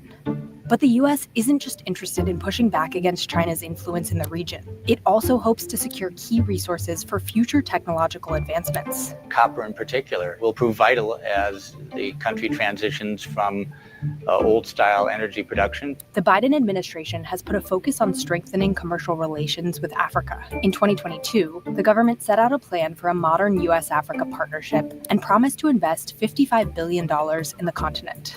The United States has been traditionally behind in doing business in Africa. And I think the Biden administration is hoping that will change and is trying to help that change. And while it is cautious of progress made by other countries in the region, the Biden administration has really made a point of saying to African countries, we understand you have long-standing relations with the Chinese, with the Russians. We're not saying you have to give that up, but here's what we offer, and we think you'll like it. And the offers don't stop at the Lobito Corridor project. The U.S. is funding solar energy projects and other infrastructure projects in Angola. But U.S. investments in the region are minimal compared to what the Chinese government has provided over the past 20 years. It still doesn't measure up to what the Chinese have done across Africa. But it is a start, and I think that African countries are starting to notice that that's happening. However, the Lobito Railway project might still benefit the Chinese. There's also a reality that the Lobito Corridor will not exclude the export of minerals to China along it. It's not a monopoly railroad for the United States and the EU. It's for free trade. And this corridor might just be the start of more U.S. investment in Africa. The final blueprint would be railroads from the Atlantic to the Indian Ocean. And the United States is helping fund the research into whether that's feasible, and who knows, maybe someday it might fund the project itself. Yeah. Hold on, one more, and then we're done. One more. It's only 6 minutes, then we're done. I'm gonna get up there. One more. Which one did I play? This one. Okay, hold on.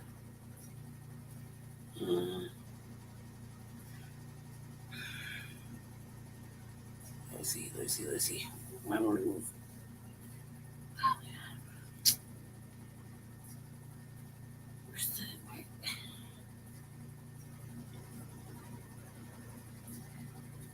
I think it's this one right here. Come on, play.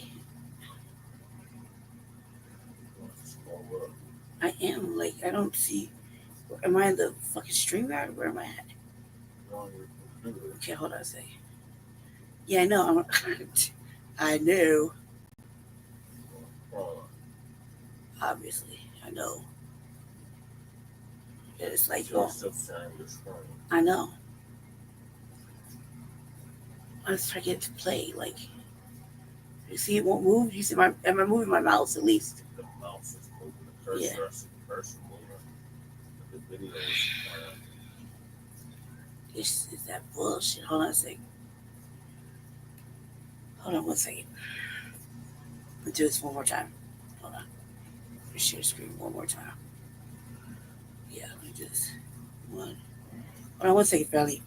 It's just that the computer is acting really dumb right there. You see that? It's acting so stupid. Like, fuck you, Brandy. No, fuck you, Google. How about that? How about you eat a dick? See, President? Press. Yeah.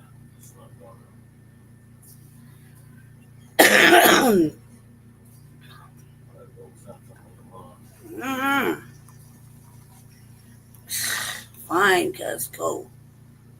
Just go. I don't care. I don't care. Go ahead. Unfortunately, I gotta move us along. The next topic is, what is the dump gonna do? What? Bunch of things. So, President Trump wants to end birthright citizenship. No. To game the system by illegal immigrants. No. That'll affect no. God.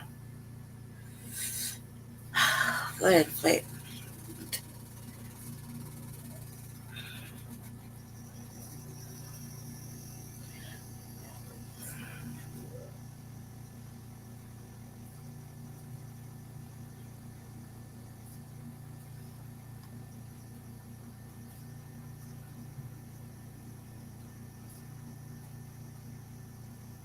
Oh, I finally got to work.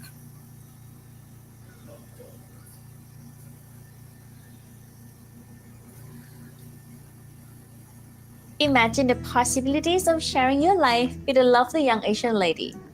You could forget about what it feels. On the podcast, ladies and gentlemen, Donald Trump is saying that he wants to end birthright citizenship. And I want you to hear why he's saying that, but let's get into the education of that, because a lot of the people that come over here, they use what was meant for our ancestors after slavery, and we're going to get into that. But let's go ahead and play this clip. About some of your other promises on this topic. You've promised to end birthright citizenship on day one. Is that still your plan? Yeah, absolutely.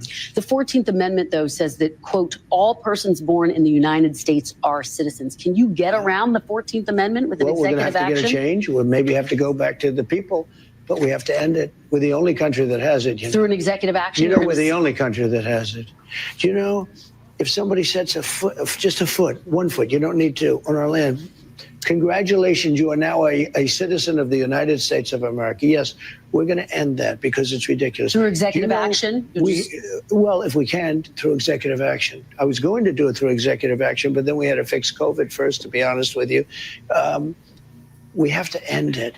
I want to really get into this and why that as Black Americans, the descendants of the former slaves, that built this nation, while we should be thinking, yeah, Trump, I agree with you on this.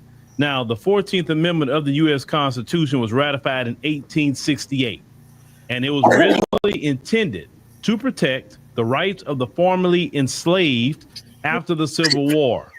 Now, I say it was part of the Reconstruction Amendments. I say which is including the 13th Amendment, of course, the 14th, what we're talking about, and the 15th Amendment. So the 13th, 14th, and 15th Amendment was meant for us, okay? Aimed at addressing the injustices of slavery and ensuring equal rights for all citizens, because we was not considered a citizen because we were property, we were slaves. Now, of course, the key provisions of the 14th Amendment, as what she's referring to, was granted citizenship for all persons born or naturalized in the United States, especially including the former enslaved people. Now, I say this nullified the Supreme Court's 1857 Dred Scott versus Sanford decision, which denied citizenship to Black Americans.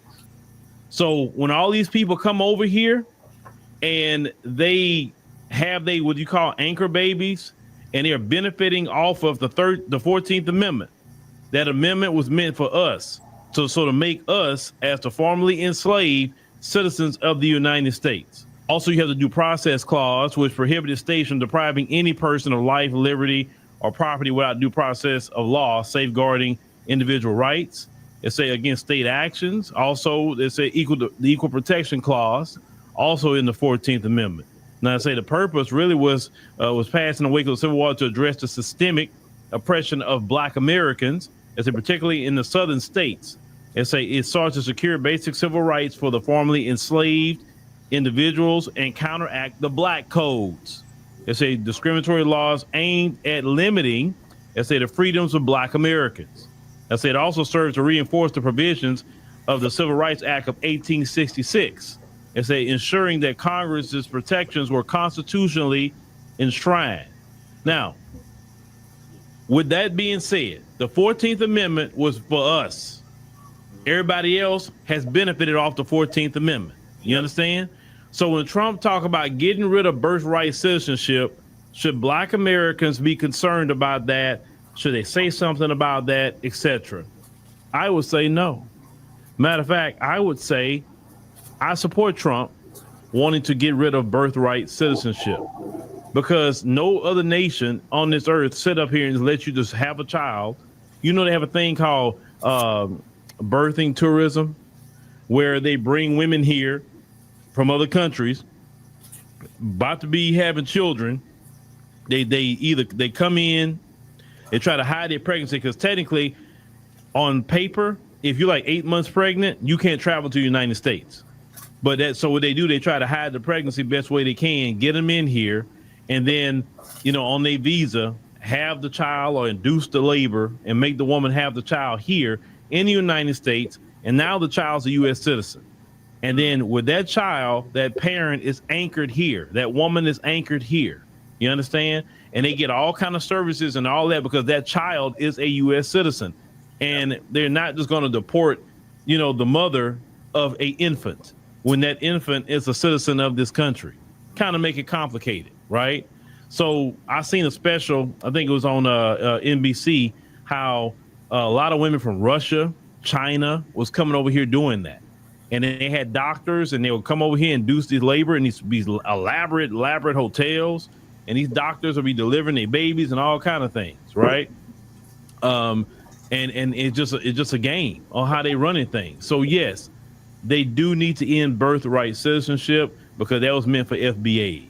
That's what it was meant for completely. Some people say, well, if they end that, couldn't they end the citizenship for FBAs? No, because we are American citizens. We built this country. You doggone right we're going to be American citizens. Most FBAs have their children in the United States. Most FBAs are not having their children outside the United States of America. In a lot of countries, even if you have a child outside the United States, let's say if you and your lady travel to Kenya, and you and your lady, the baby was born in Kenya, that child will still be a U.S. citizen because you're a U.S. citizen. That's the way countries work if you had the baby outside of the United States. So they got rid of birthright citizenship, but they did it like that you can be a citizen of the United States if you have a parent that's a citizen or both parents is a citizen. That's cool. So it don't matter where, all you got, because a lot of countries you just go to the embassy and get your information and your citizenship and everything else that you need from the embassy. In countries that don't allow birthright citizenship, as long as you have one parent in some of these countries, you can still be a citizen. So if Trump and them try to change it to that, where even if you have a child outside the United States, that child is a United States citizen because the parents are United States citizens, right? I'm cool with it going down like that. But this is not our issue. This is really not our problem. Now, of course, the people that's already born here, I wouldn't say, we'll go revoke their citizenship because they were born here. No. My issue when it comes to new laws, I think if you start a new law, February 1, then anybody from February 1 on, that applies to. Anybody else behind February 1 of 2025, just throwing a number out there, that don't apply to them. They got in, right? I don't like that retroactive stuff when you change the law and now you're trying to retroactive go after people. I never agree with no retroactive anything. You change a rule, a law, whatever it be, it starts that day. Hey, you got away with it here, but now you're not gonna get away with it no more. It's just that simple. You're not a citizen here. Sure, you can have a baby here if you like, and we'll treat you with the utmost care. But you and that baby going home. You going home. You're not a citizen here. It ain't happening. If you want to be a citizen of the United States, you need to do it the right way. You're not coming because that's gaming the system. Coming over here just having a baby, an anchor baby, that's gaming our system. And so what we have to do as Americans is cut off all the little loopholes to game the system, whether it's birthright citizenship and the asylum program. You got to cut that off because the best thing, how you cut that off, you change the law. It says this: in order for you to file asylum, you must go to the United States Embassy in your country. And if not in your country, to the first country that's closest to you. Or countries that's closest to you. You can't come way up here. The only people that can come directly here for anything would be people from Mexico and Canada. If you're not a Mexican or a Canadian, then you can't just come right here and claim asylum like that. That will cut off all those caravans because you get up here and say, we ain't letting you in here. You got to go back over there and go apply at the embassy in your country or the next country over. You can't come up here no more if you're not Mexican or Canadian. You just can't do it. Bottom line. It's always you. And y'all flying to Mexico and doing all that stuff. No, you have to be a Mexican citizen. You have to be a Canadian citizen to do that. If you're not, you can't come over here. That right there would tighten that up all along. It would tighten it up. Every time. You can't fly in here. You can't do anything like that. No. You got to go to the embassy in your country or the next country over. And then we will make a decision about your asylum case at that point. And you will stop all these caravans. You will stop the birthing tourism they're doing so they can game our system. But the 14th Amendment was meant for FBAs, bottom line. So I definitely support Trump 2,000%. Y'all in that.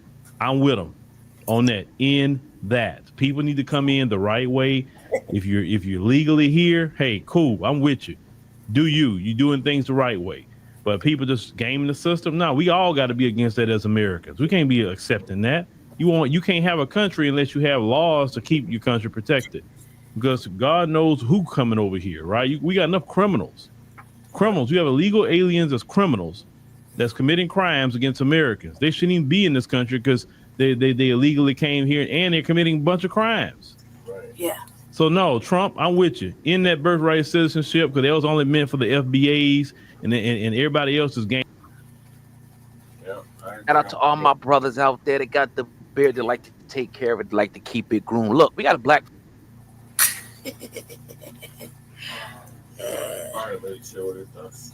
I agree. It's got to be from the time like for at least 2 years back. That's it. I mean, anything else will affect people that we know and love that have been working on their citizenship and finally got through the legal and right way. So, you know, if they had children in that time of them doing their legal and right shit, I mean, I got family friends and stuff like that would affect, and I'm not having that. They did it the right way. They did it the right way, Jesse. Jesus Christ. So what I'm saying is, these to start back from at least 2 years ago. These were the major caravans that shit started happening.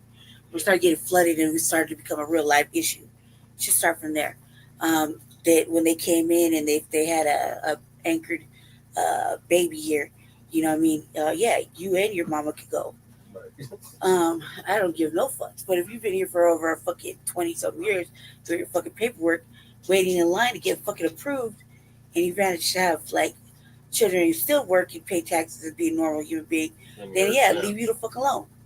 Let them live. Leave them alone. They don't need to go through all this bullshit. And nobody needs to get to none of those people who learn, follow the rules, practice everything on the right, straight and narrow should be bothered. But the other ones, yeah, they go. I mean, it really shouldn't even be that difficult to understand. It should just stay how he was. He's looking for the motherfucking criminals. Let them start off in the jails. Let them take all that shit out. Let them take the motherfuckers that they know that are causing problems. And leave it at that. We'll address it as it happens. First of all, black people, we need to mind our own motherfucking business. Just look out the motherfucking window. Mind your business. It's not going to work out the way everybody thinks it is. And keep in mind, he ain't took off his shit. It's all this speculation. This is just what if conversation. That's all I got to say. All right, ladies. I agree with Uncle Phil. I totally agree with Uncle Phil. To end this shit.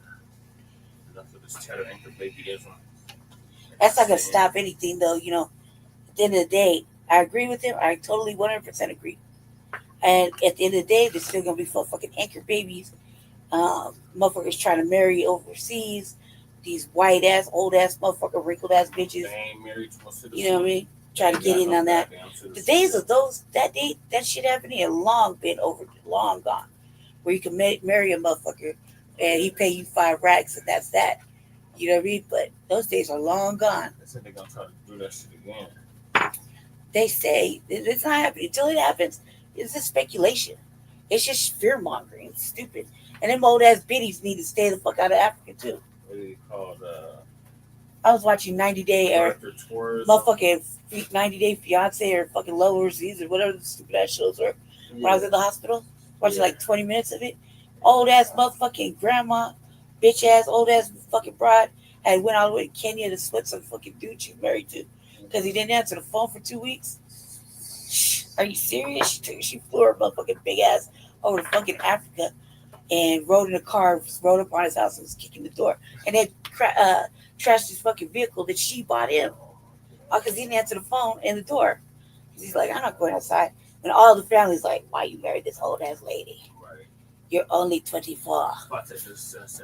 Why you married this LTX Studio gives you total control over your style. Let's look at how to apply your style to your project, scene, or shop. I don't even remember this. I grinding for green card. Yeah. You talk about, I married a man to be loyal. Well, he ain't there. Well, you ain't there. He's 24. You're 68. What the fuck? What the fuck? What? He probably had sex with you, bitch, twice. You know what I mean? You've been married for 4 years. Bitch, you stupid. You stupid. Especially you here, you fucking white and giddy. Bitch, you already giving up the ass too. Stop the cap. Like, you know, like, I just can't believe this shit. So I'm good with what Uncle Phil said. I just started taking it out to a whole different level. That old ass white people need to stay out of Africa too. Trying to go get them a husband.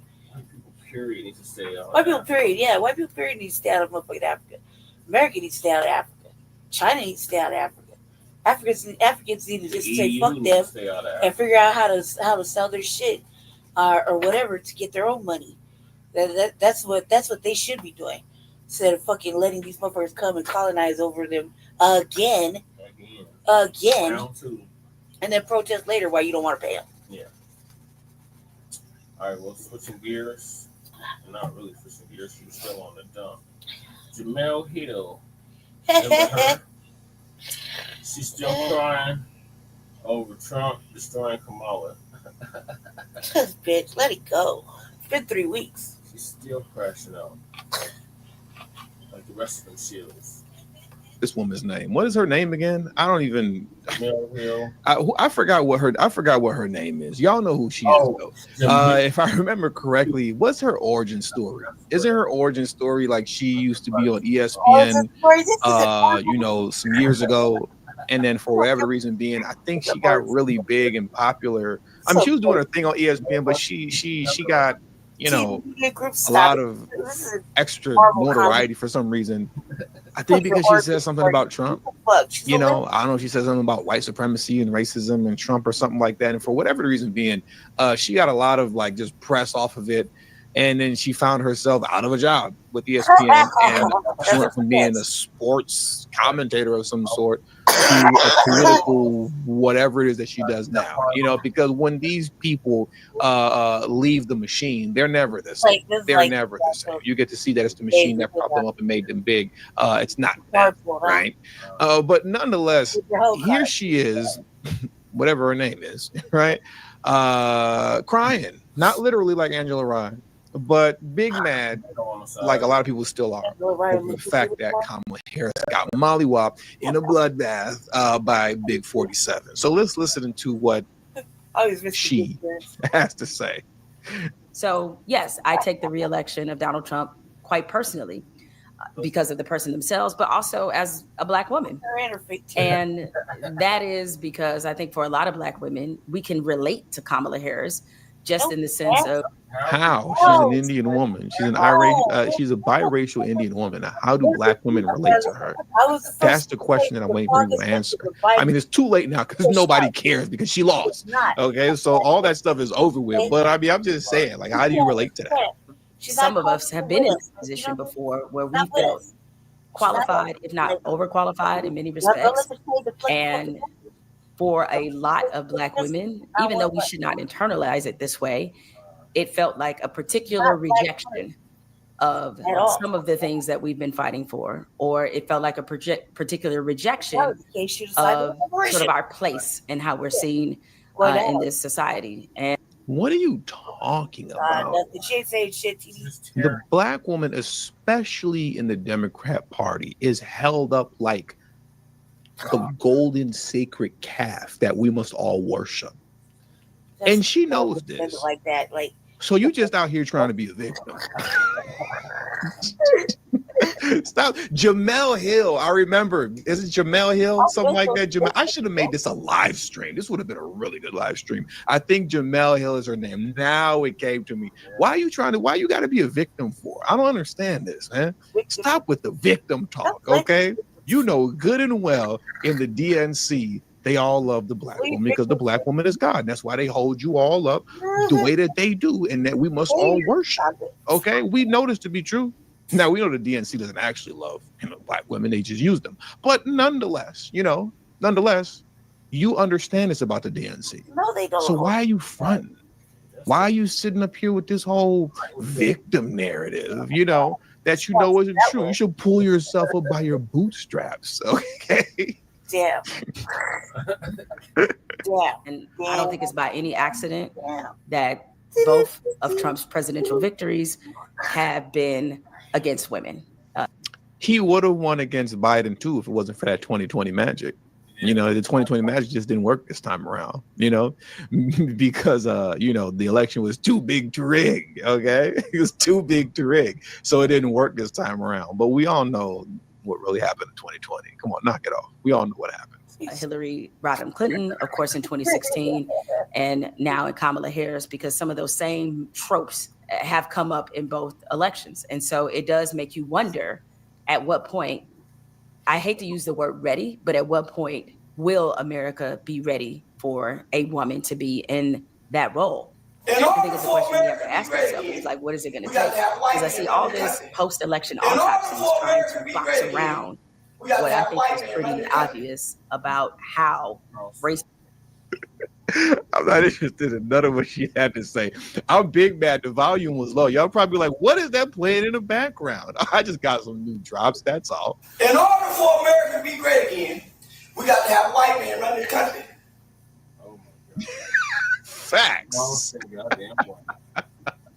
Oh, the raccooning is over 9,000. Racism and misogyny. Let me rewind it back just a little bit. What is she talking about? I don't know what she's talking about right now. None of what she says means anything. This is victim talk. For a woman to be in that role. I think it's a question we have to ask ourselves. It's like, what is it going to take? The question that we have to ask ourselves is, why does a woman have to be in that role? It's not that women shouldn't be in the role or that women are unqualified to be in the role, but why do you have to be in the role just because you're a woman? That's what doesn't make any sense about this whole argument here. It's just symbolic nonsense. You want her to be president. Why? Just because? Not because of qualifications, but because she's a woman, right? And it's just stupid and nonsensical. It's just a dumb conversation. Oh, no wonder he's over there. She lost because she's inarticulate. She can't articulate herself to save her life on anything. And on top of that, she's connected to, is it even arguable at this point, the worst president in American history, okay? She is connected. She is the vice president to one of the worst presidents in the country's history. That's why she lost. She could have maintained being just inarticulate like she is now, right? She could be that, a poor speaker. The main reason that she lost, outside of being a poor speaker, is because she's Biden's vice president. And together as a duo, they wrecked the country. They wrecked the economy. They wrecked cities with these nonsensical open border policies. You disrespected the citizen population of said cities that got wrecked by the migrant crisis because we've watched them rain billions of dollars down on illegal immigrants when you have neighborhoods and schools and stuff like that all in these cities that are all dilapidated and run down. And prior to the migrant crisis, or I should say before the migrant crisis, if any type of community organizers, would approach their local governing body seeking funds to take care of the needs of said communities, they would hit them with the "I ain't got it." But when the illegal immigrants show up, all of a sudden you got it, and you're wondering why she lost. And instead of righting your wrongs and taking accountability for why you actually lost, you ought to be a victim. Ooh, these conservative talking points be hitting. I know they be cutting like, you don't like that. It's about being a victim, okay? That's not why she lost. Kamala Harris didn't lose because she's a woman. Kamala Harris lost because she sucks at her job and she's connected to crooked Joe Biden. That's why she lost. If Tulsi Gabbard was running the place, she would have put up a significantly better fight and possibly would have actually beat Trump. But that's not what you got. You didn't get Tulsi. You lost Tulsi to Trump. She's running with Trump now, and now she's in the White House. Instead, you were left with Kamala Harris, and you got washed in a bloodbath, okay? Because can't nobody run America but a white man. Facts, okay? Can't nobody run it but Big 47, all right? Can't nobody run America but a white man. Goddamn. I took two things that I love, dancing and dogs, and I made them into a successful business. Hi, I'm Ronnie. I'm the owner of Ketatov, and I teach people all over the world how to dance with their dogs on my website. I think that we're still good understanding. I was searching for a platform where I can really manage my business. A place. That's if somebody Getting aside. Folks, we can do that's pretty much the understanding. So let it go. I don't even remember this woman's name. They What is her let name? white women before her. Try Right? And it's just stupid and nonsensical. It's just a dumb conversation. She lost because she's inarticulate. She can't articulate herself to save her life on anything. And on top of that, she's connected to, is it even arguable at this point, the worst president in American history, okay? She is connected. She is the vice president to one of the worst presidents in the country's history. That's why she lost. She could have maintained being just inarticulate like she is now, right? She could be that, a poor speaker. The main reason that she lost, outside of being a poor speaker, is because she's Biden's vice president. And together as a duo, they wrecked the country. They wrecked the economy. They wrecked cities with these nonsensical open border policies. You disrespected the citizen population. He's like, need I say more?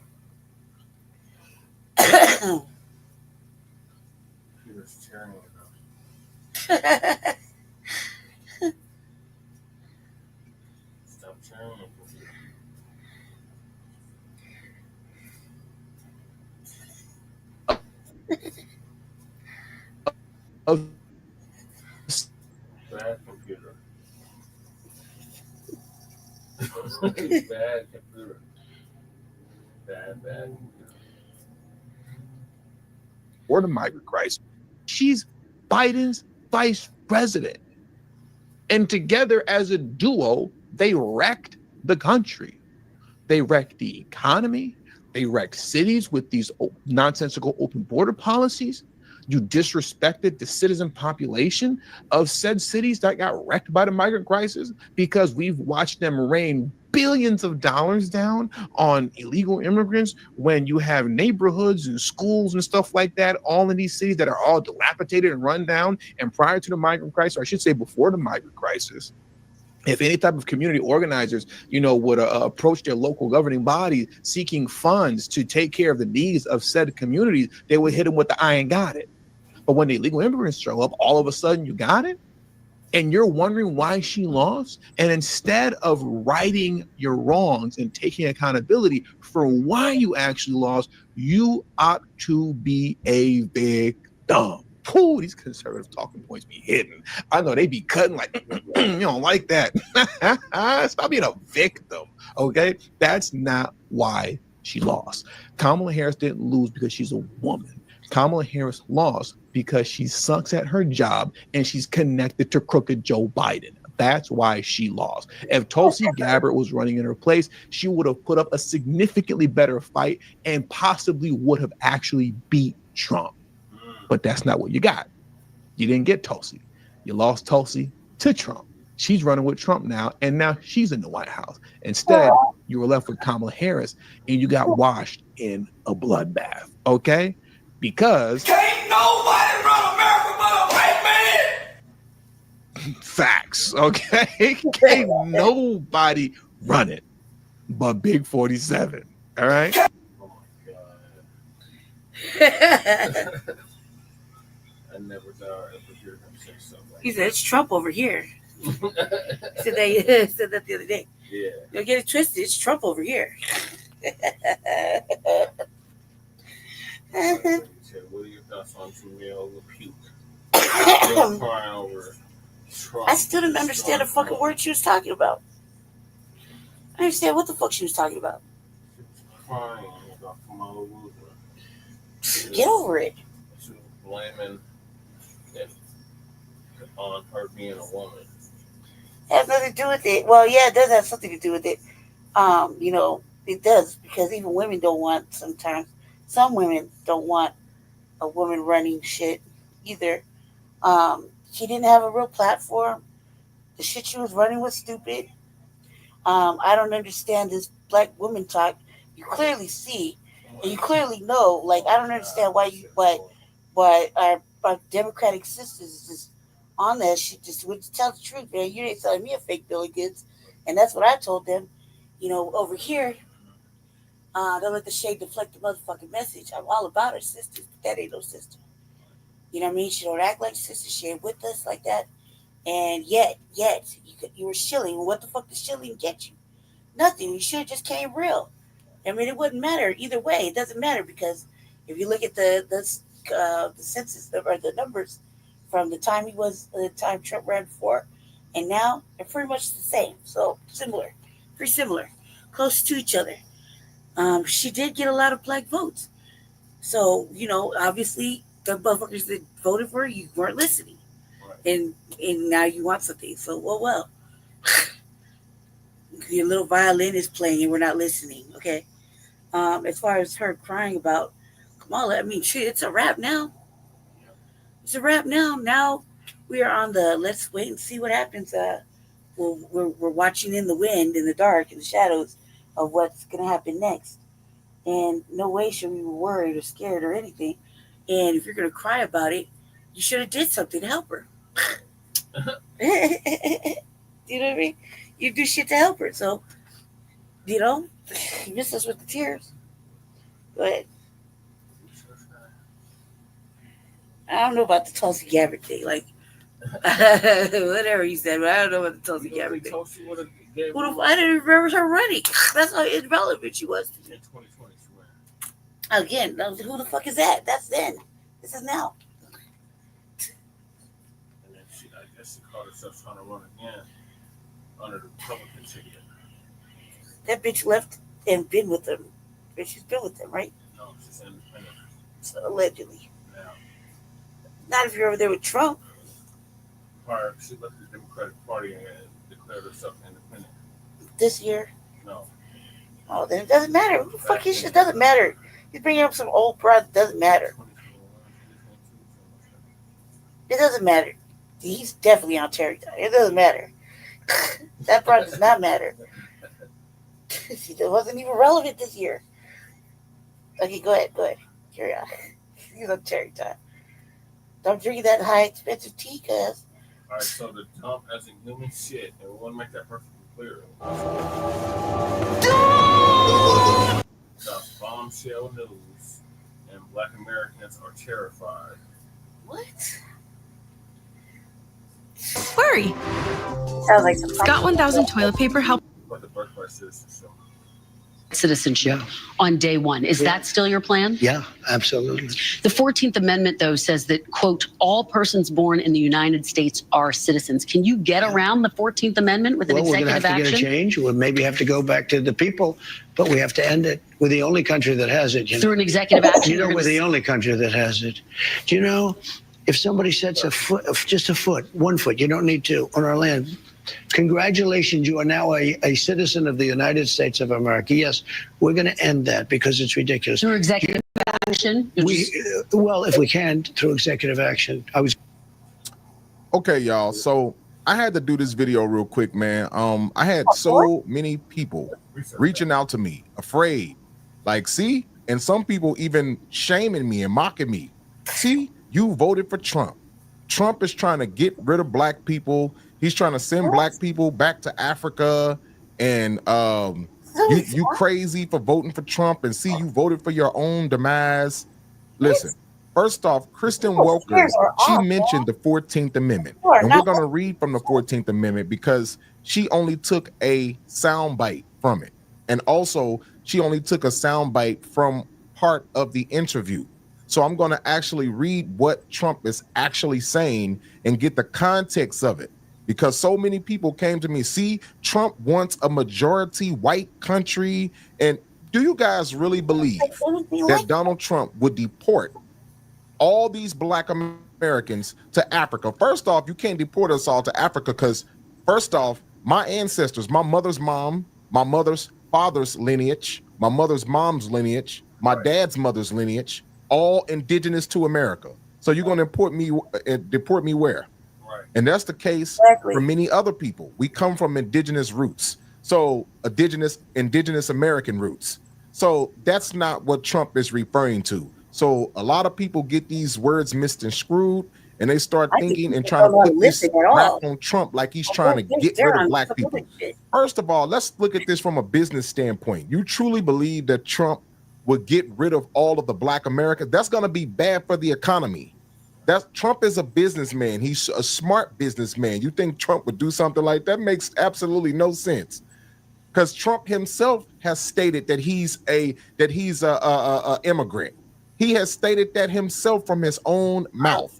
So let's actually read what Trump is referring to so you guys can get an understanding of what Trump is actually saying. All right. Now watch this. This is on NBC News now. This is on NBC News who dropped this. This is the interview. This was posted today, actually. It says President-elect Donald Trump said in an interview with Meet the Press moderator Kristen Welker that you have no choice but to deport everyone who is illegally in the United States, okay? Including possibly removing the American citizen family members of those deported. It says Trump also said he will move to end birthright citizenship. And this is what got everybody, this is what everybody's in a frenzy because of this. Because he said he's going to remove birthright citizenship. That birthright citizenship does not apply to you as a Black American. I know some people that are here in the Americas that's 8th generation, 9th generation, 10th generation free people of color. You know, so that doesn't apply to you. So you have a group of liberals going around trying to instill fear into the Black conservatives who voted for Trump. Like myself, they're trying to instill fear. See, you voted for Trump and now you're going to get deported. You're going to get deported just like those Latinos and blah, blah, blah. This is the rhetoric that I'm hearing on social media and even in the streets. Oh, you hear about Trump? You hear about the...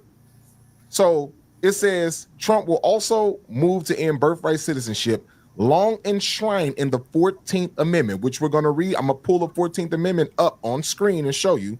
It says of the Constitution, which would strip rights from those born in the country to undocumented parents. That is the key. To undocumented parents, not Black Americans. He's not talking about you. He says undocumented parents. All right. Now watch this. Let's pull this up on the screen as well. Let's pull the 14th Amendment up. This is from congress.gov. So you guys can read this yourself and see what it's actually saying. See, Kristen Welker, she only spoke part of the 14th Amendment, but this is the part that you need to focus on. It says, all persons born or naturalized in the United States and subject to the jurisdiction thereof are citizens of the United States and of the state wherein they reside. No state shall make or enforce any law which shall abridge the privileges or immunities of citizens of the United States, nor shall any state deprive any person of life, liberty, or property without due process of law. That's the key word. That's the key phrase. Without due process of law. You know what that means? That means they went through the proper steps to be here. That's what that's referring to. So that 14th Amendment and what they're bringing up and what Trump is saying, it's referring to people who only came here illegally and had children here illegally and set up families here illegally. That's what Trump is referring to. He's not talking about deporting Black people and even Latinos. Even Latino, because people keep thinking, oh, see, you Latinos, you voted for Trump, he's going to deport you. No, he's not. He's not talking about those people. He's talking about the people who came here later and had families here and have been undocumented. That's who he's talking about. Okay, he's not talking about everybody. You think all of the Latinos would get up behind Trump and root for him and vote for him if they knew they were getting deported? Come on, make that make sense. Make it make sense. So it says without due process of law, nor to deny any person within its jurisdiction the equal protection of laws. Without due process of law, if you went through the process and you went through the process legally to be in the Americas, there's Africans here who are immigrants. They came here, they're here legally. There's people who went through the actual process to come to the Americas and got approved, and they've been here. You think Trump is going to deport those people? No, those people did the right thing and they did it the right way. So Trump is not talking about everybody, ladies and gentlemen. Let's get it clear. Let's get it clear. Understand what's going on, all right? So don't let people instill fear into you to think Trump is trying to deport people just from a business standpoint. Like I said, that would be bad for the you think all the Black Americans just gonna leave. That's gonna be bad for the economy. Okay, trust me. Understand that. You know, just understand what I'm trying to say. So y'all let me know what y'all think about this video, man. If this is your first time watching, y'all make sure y'all subscribe to the channel, turn on your notifications so you never miss another video. And until the next video. And Allah will ask on the day of judgment, who did this? All right, ladies, what do you think? You can ask. Allah knows everything. Allah is the most knowing, all knowing. He can ask you shit. He already knows. Anyway, let me just get to this real quick. Everybody's stupid who had the audacity to tell that man anything. To even say anything to the research guy. Fucking dumb. Okay. I don't know what's wrong with certain black people's ear sets. As your ear setting on fucking dumb and make believe and shit. Cause that like everybody's just saying fucking the weirdest shit. Like, no, do you not hear the words that are coming out of anybody's mouth? Like, how do you get this from that? Right. You know, you say this and but oh my God, he's being this. That's not what he said. That's not what he said. There's no hidden meaning. Right. He said what he said. It's very simple to understand. Right. And even if that broad was interrupting him with 14th Amendment bullshit, who gives a fuck? You're not listening, black people who have their ears turned on something else. Like, what setting do you have it on? Weird and fucking world of imagination shit. Fear. Let's scare black people. See, those are the type of people that like to scare other motherfuckers with their propaganda. Mm-hmm. There was no propaganda right there. He wasn't talking about us. He doesn't speak. That would be stupid. Why in the fuck? Where the fuck would you think he's going to deport Americans to from one state to the other? I hope he pays for it because I ain't going nowhere. You paying for it? He's paying for it when we get there. I like that's stupid, man. I just like anybody say, well, you're gonna have to go. Are you paying for it, motherfucker? Move me, shit. Pay for it. I ain't paying for a motherfucking red set to any of your bullshit.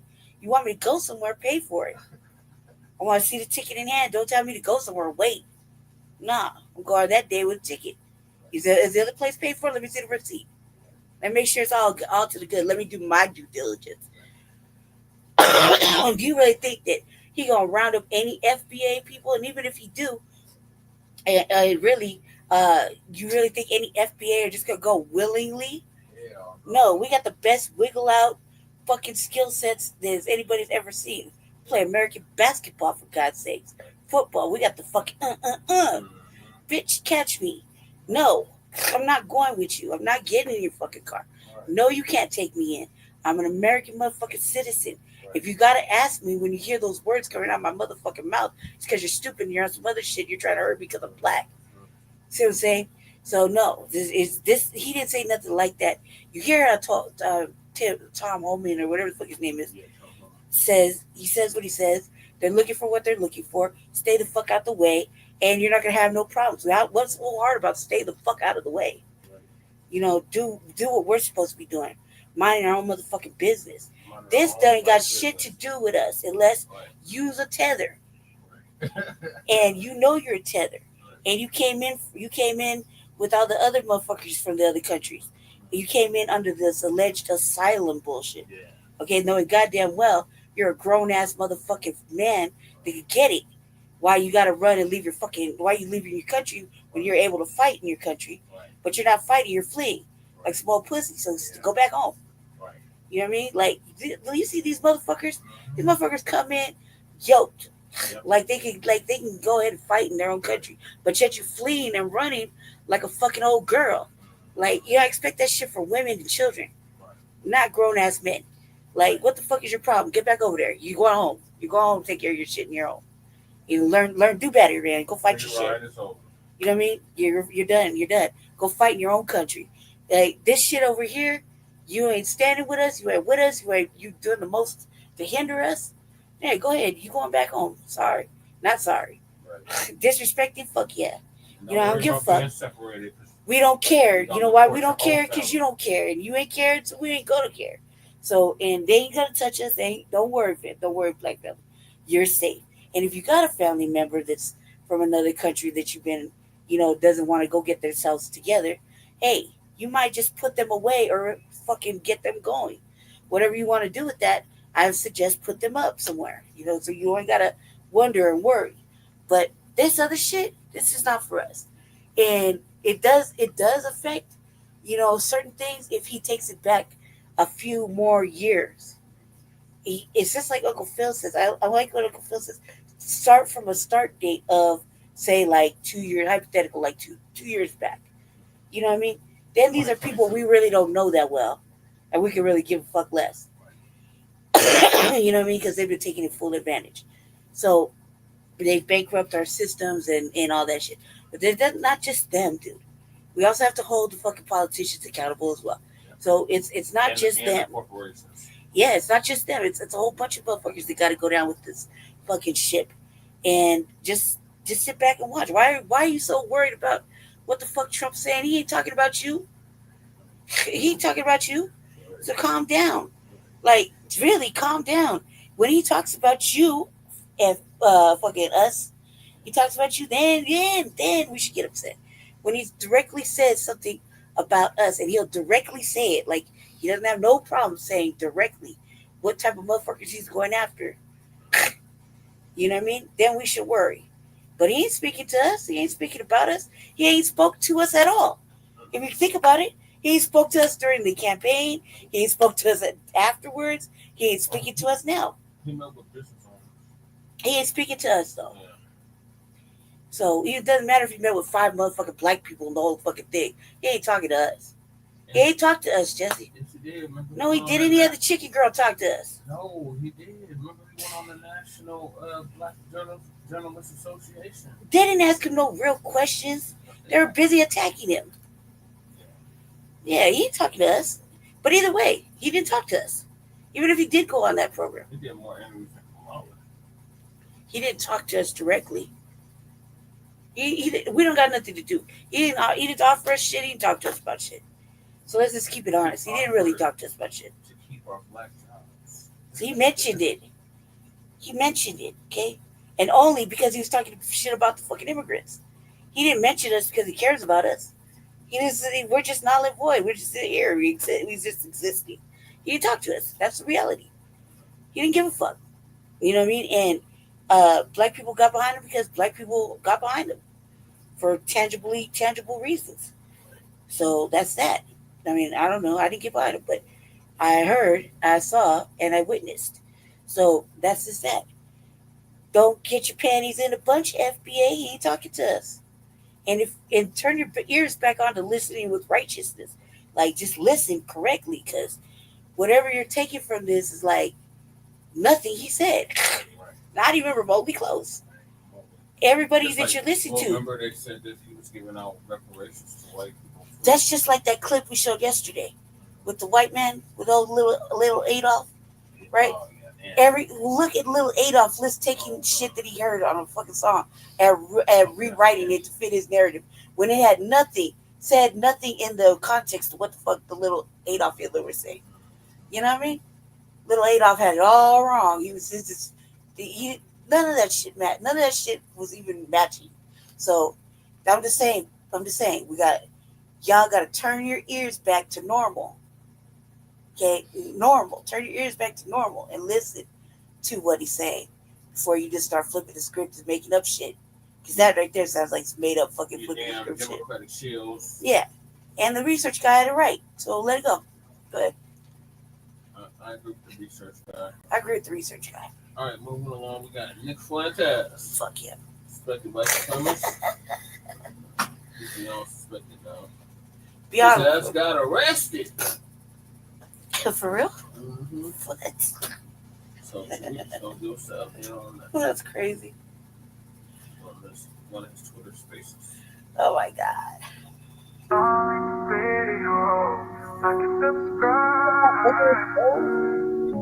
Starting radio. I can subscribe. Darling radio. I can subscribe. All right, what's going on, man? Y'all good? Hold on. What's going on with everybody? How are you guys living? If you can hear me clearly, ladies and gentlemen, give me a thumbs up. Look at him looking Let like me know if you can hear me okay. Just want to make sure my sound is good, ladies and gentlemen. On this lovely weekend evening. I'm early, huh? Usually I'm doing it late night, but I'm early. I'm catching y'all early. We're here early. So y'all pop on through. Thank y'all for the thumbs up. Nicc Fuentes about Man, we're in the building, ladies and gentlemen. Shout out to Wani. Let me do a quick roll call. Nicc Fuentes. Let me shout out some of the regulars while y'all come in the room. Let me shout out the regulars. Let me give them some love real quick before we get started. Like a whole immigrant. And we're going to take calls early, and we're going to just shoot the breeze like we do. I want to touch on a few things before, but let me give a shout out to the regulars. Let me give a shout out to the regulars. Let me see. Black Wisdom. What's up, sister? I see you down there, beloved. You look like my wife down there. I low-key thought she was spying on me from a fence there. I'm like, uh-oh, what the hell is my lady doing? You look like my wife down there. Spying on me. BB. What's up to BB? I see, let me see. Angel Kia. I see Angel down there. And I get mad. I see Vic, brother Vic in the building. Vic is always representing. I see Big Fox in the building. I see Joel C in the building. I know, Joel, you coming down to the museum on the 21st, right? We got, as usual, I guess Sister Wani in the building. I see where he's at, and then I go to where we got Cassandra in the building. We got 666 in the building. We got Hannibal in the building. We got Detroit's last line of defense. Is that my brother Scott? If that's my brother Scott, give me a thumbs up. We got our rep from our ancestors in the building. We got Sweet. We got Ani Asaru in the building. Looking like your ancestors. We got Brother Marak in the building. We got On Code in the building. How the whites let me see who we got. A lot of folks. They gonna take your membership back. Adonis, Soul Food, Brother Isaac. Wow, look at his whole face. Kimla, we got Brother McCall, and we got Suntan in the building. Shout out to everybody. Much respect to you guys. He looked like a lot of things we're going to touch on before we get the phone calls. What's up? I got my boy K. What's up, K? See my boy K in the building. You look like. Boy, we got a lot of folks in here very quickly. Shout out to everybody in here very early. A lot of stuff going on. I mean, did y'all see the thing where Nicc Fuentes, arch white supremacist Nicc Fuentes, they gave him a charge. He got charged for assault. He assaulted this woman. He pepper sprayed her because the woman came to his house and rang his doorbell. And he pepper sprayed her, and they gave him a charge. He got a charge, like an assault charge. And there was video of him opening his door, and he just let loose with the pepper spray. Now, a lot of people got some things to say about that. Now, here's the thing. Here's my take on that. Nicc Fuentes, he and I, we don't like each other. He is a vile anti-Black racist. He is a vile white supremacist. And he's on several white supremacist watch lists. And he's Hispanic, by the way. That last name Fuentes, that's the Black and Brown, by the way. I always tell you about that Black and Brown.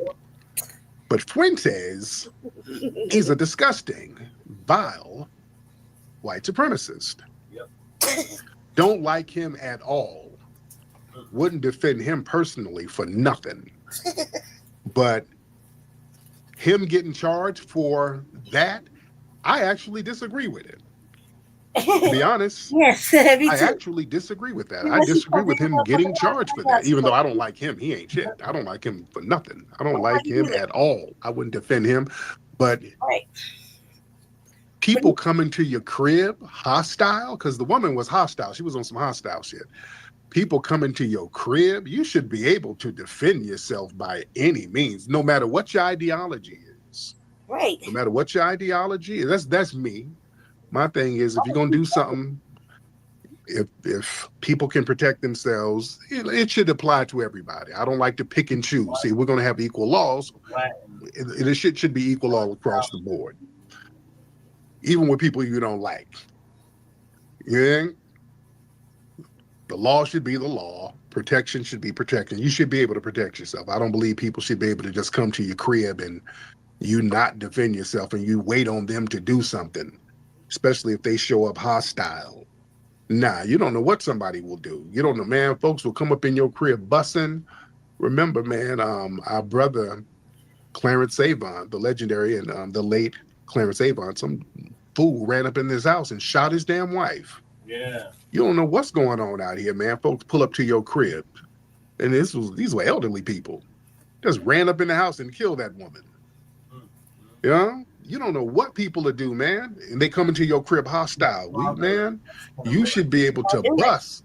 She lucky she didn't just get some pepper spray. You go to the right house, hostile, you'll get a real surprise. I think people should be able to defend themselves in their homes.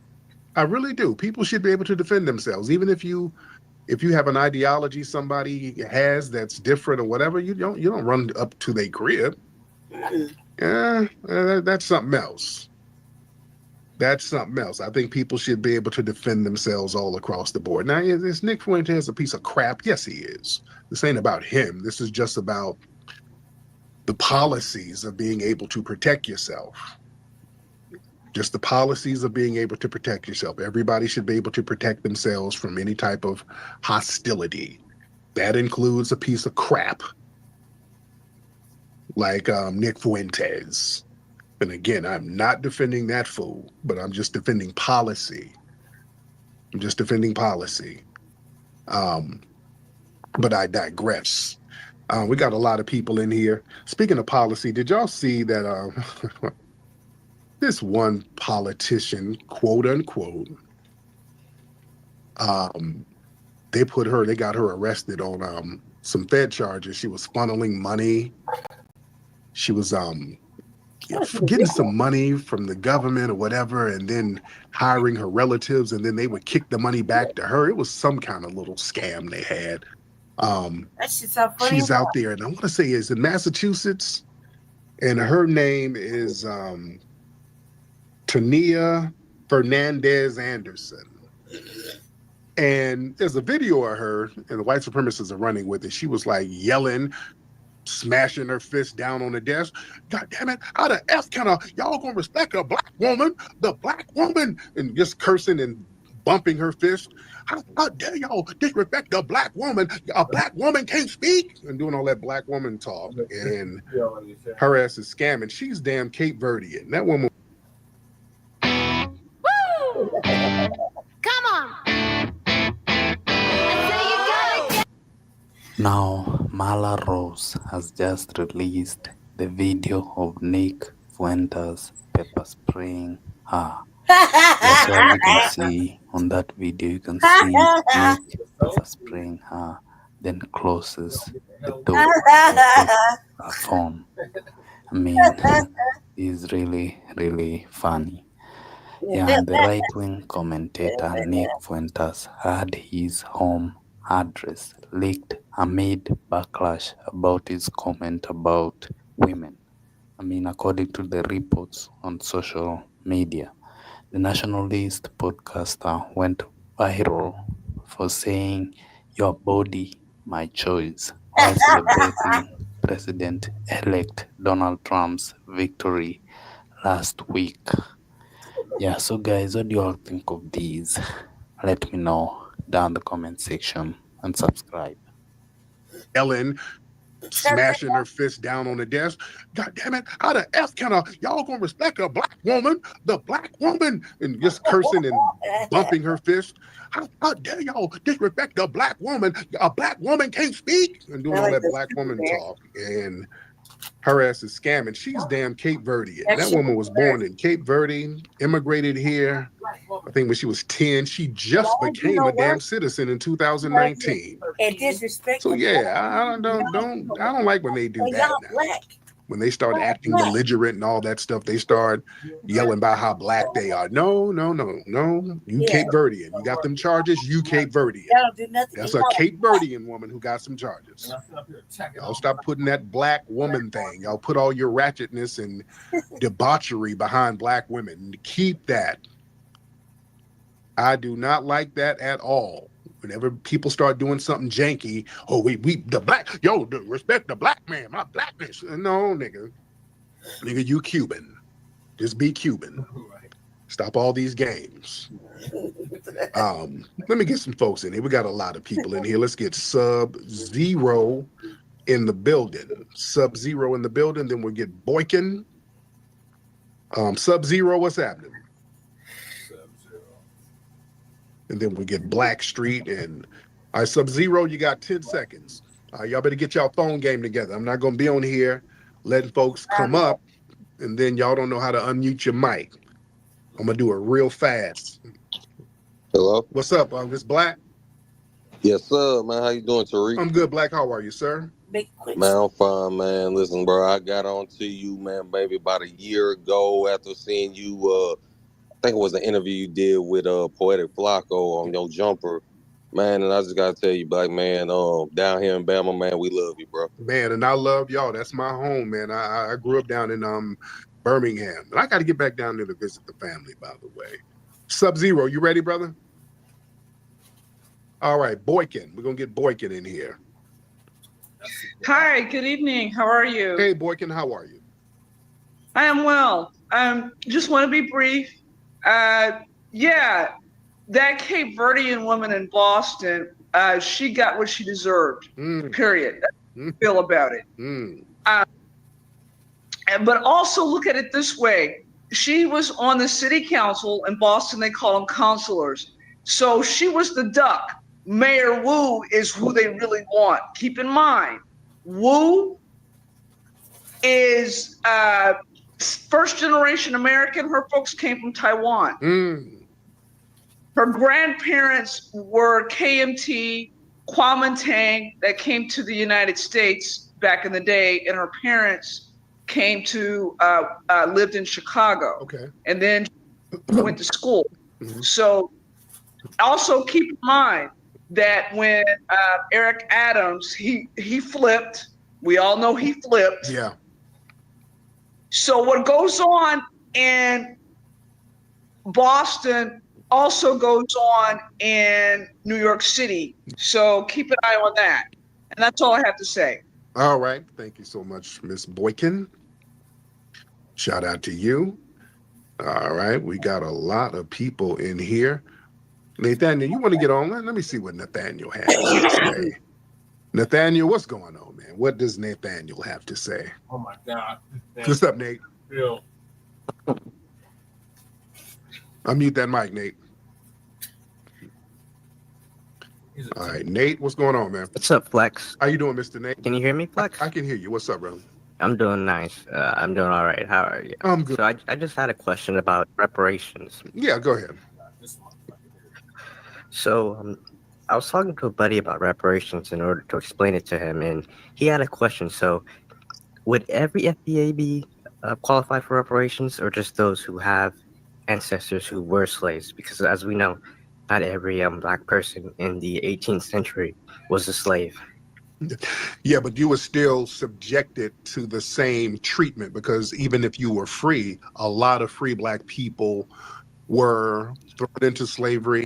A lot of free Black people were falsely put to work camps and prisons. Free Black people were overly taxed. We had those oppressive laws. So it was just as bad to a certain degree. And we had family members who were enslaved too. So it still affected us. Some of the free Black people would have to purchase the freedom of their family members. So this was very, very common. So if you were here, you're a foundational Black American who was here before 1865, you were qualified for reparations. That'll be $0.00. Thanks. Hold up. You didn't have to pay for this stuff? Nope. I joined the... Interesting. I heard you say that there are some Black people who had to work in prisons. You said they were slaves in prison? Yeah, they had like prison camps. Yeah, I think that's interesting that you say that, because in your state, California, there was a prop where, slavery is still technically legal. Right. In the incident of you being a prisoner, right? Slavery is a form of punishment in many states, including California. There's a referendum on whether or not they should ban slavery in the Constitution. And this referendum failed. So we know that California is liberal and that eventually it will pass where slavery would be banned even in the event of you being imprisoned. Do you think that those people should receive reparations, given that they're forced to work in prison as it is now? And let's say they say, I don't want to work. They get punished. They don't get good time. They don't get good behavior. They get treated hostilely. Do you think that once slavery is banned, that those people should receive reparations, those inmates? It depends, and that would be separate from what we got going on. That'll be completely separate. Because that's the thing. Everybody wants to tack on all of these things that that's associated with slavery with reparations for antebellum slavery. Antebellum means before the Civil War. So a lot of folks tack on this other stuff. They want to kind of tackle mining and discrimination. Reparations is not to fix racism. Our reparations is to pay the debt that was owed for building this country. And if there's some other things that needs restitution, that should be separate. But I just hate that everybody tries to pile on to our reparations claim. That makes sense? I'll be honest with you. We can't do this. We can't set this precedent because it's going to bankrupt our country. If we FBA get the reparations, you're going to have so many groups claiming foul. Like I said, the inmates are going to claim foul. There are going to be more Native Americans that come out. There are going to be Afghans that come out and say, oh, you treated us badly abroad. We just can't set this precedent. Yes, we can. Why can't we? Everybody else gets restitution, so it didn't bankrupt the country when they got it. So why is the sky going to fall when we get justice served for us? Well, I just presented you a scenario where inmates, I mean, if we go based off your logic, inmates could claim reparations. We can't have that happen. That's millions of people. Do you know how much money that would be? There's tens of millions of people who've been in jail. They can't. Because if you murdered somebody and you're in jail, you're not going to be able to file no suit saying that you were wrongly, unjustly treated. You got people in jail who actually are guilty of the crimes they committed. It's not where your skin color made you guilty of a crime. You were just guilty of not being white. That's completely different, sir. So no, it's not going to bankrupt anybody. It's not going to cause any. But they were enslaved. They were still enslaved, which in theory will become illegal one day. Well, the reparations. It didn't happen in California during this election, but it's going to happen the next or the next after that eventually, given that California it's going to happen. But we know that we, Foundational Black Americans, were unjustly enslaved by name, and we couldn't get out of it because of the federal government. So it makes it unjust. You think it was just to put people in slavery based on color and put children and sell babies? You think that's cool? Yes. No, of course not. But what I'm saying is that as much as you can say it's unjust, prisoners can also say that it's unjust, and they can use that as a way to get reparations. These inmates. No, because a lot of people are in prison. They commit crimes. Yeah.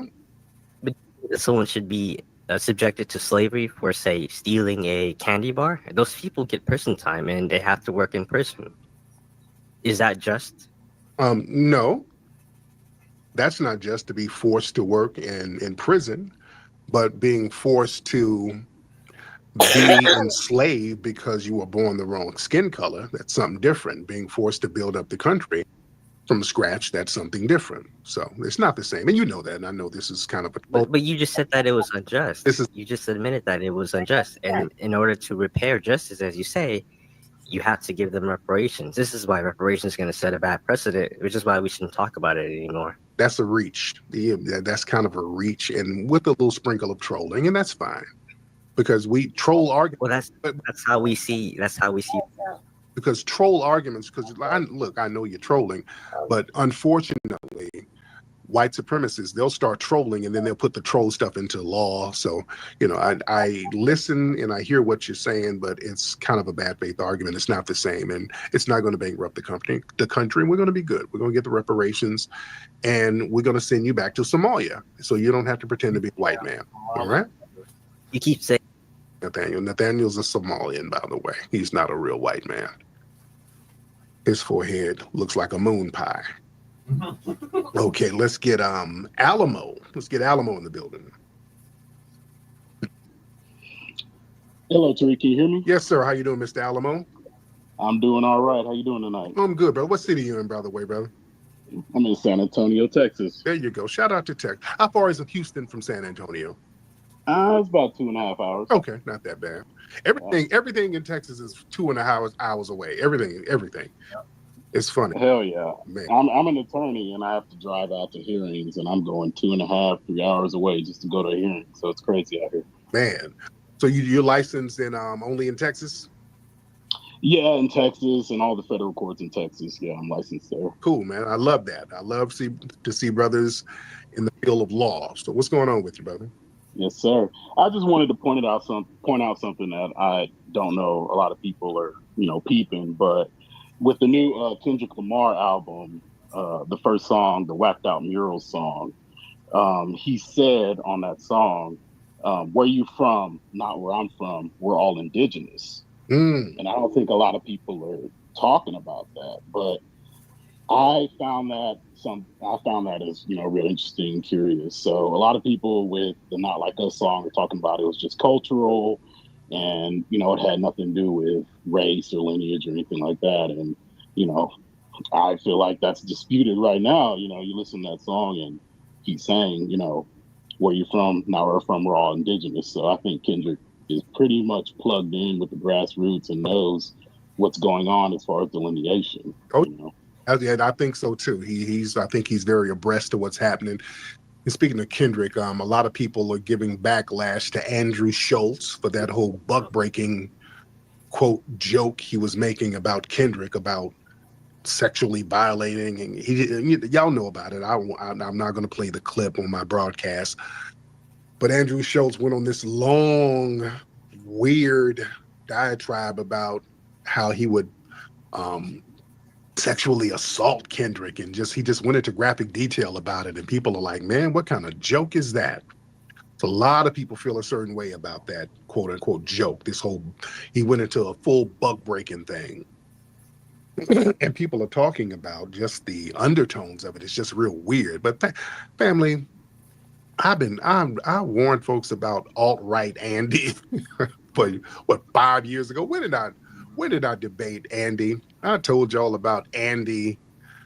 Well, when did I go on there? I debated him face to face and ran circles around his ass, calling out his damn racism. I called him out a long time ago. So you guys are late, but better late than never. I was just waiting on y'all to catch up. Now people are finally catching up. So there you go. I've been told people about his little racist ass gibberish.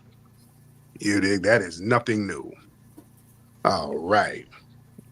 Very interesting. Shout out to everybody in here. I see Juicy down there. I see Black Alpha. I see Nicc the God. I see Nicey Girl.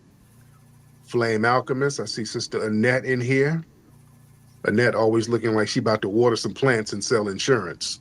Don't look at Annette's picture. Annette looked like an insurance lady.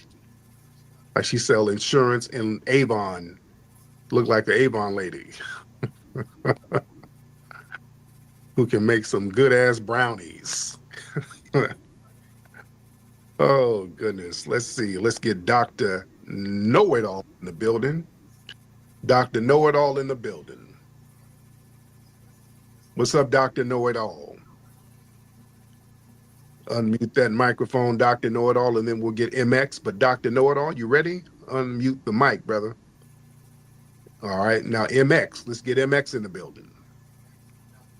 PDF Filler, freedom with #1 PDF editor. Join millions globally using our top-rated online PDF editor for streamlined file processing.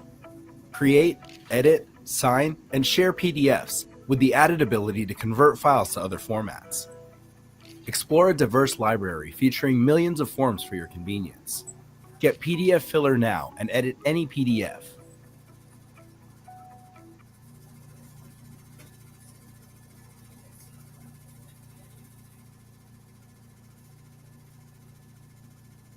Hello, can you hear me? I'm really horny. Hello? Oh, Lord Jesus. Okay, ma'am.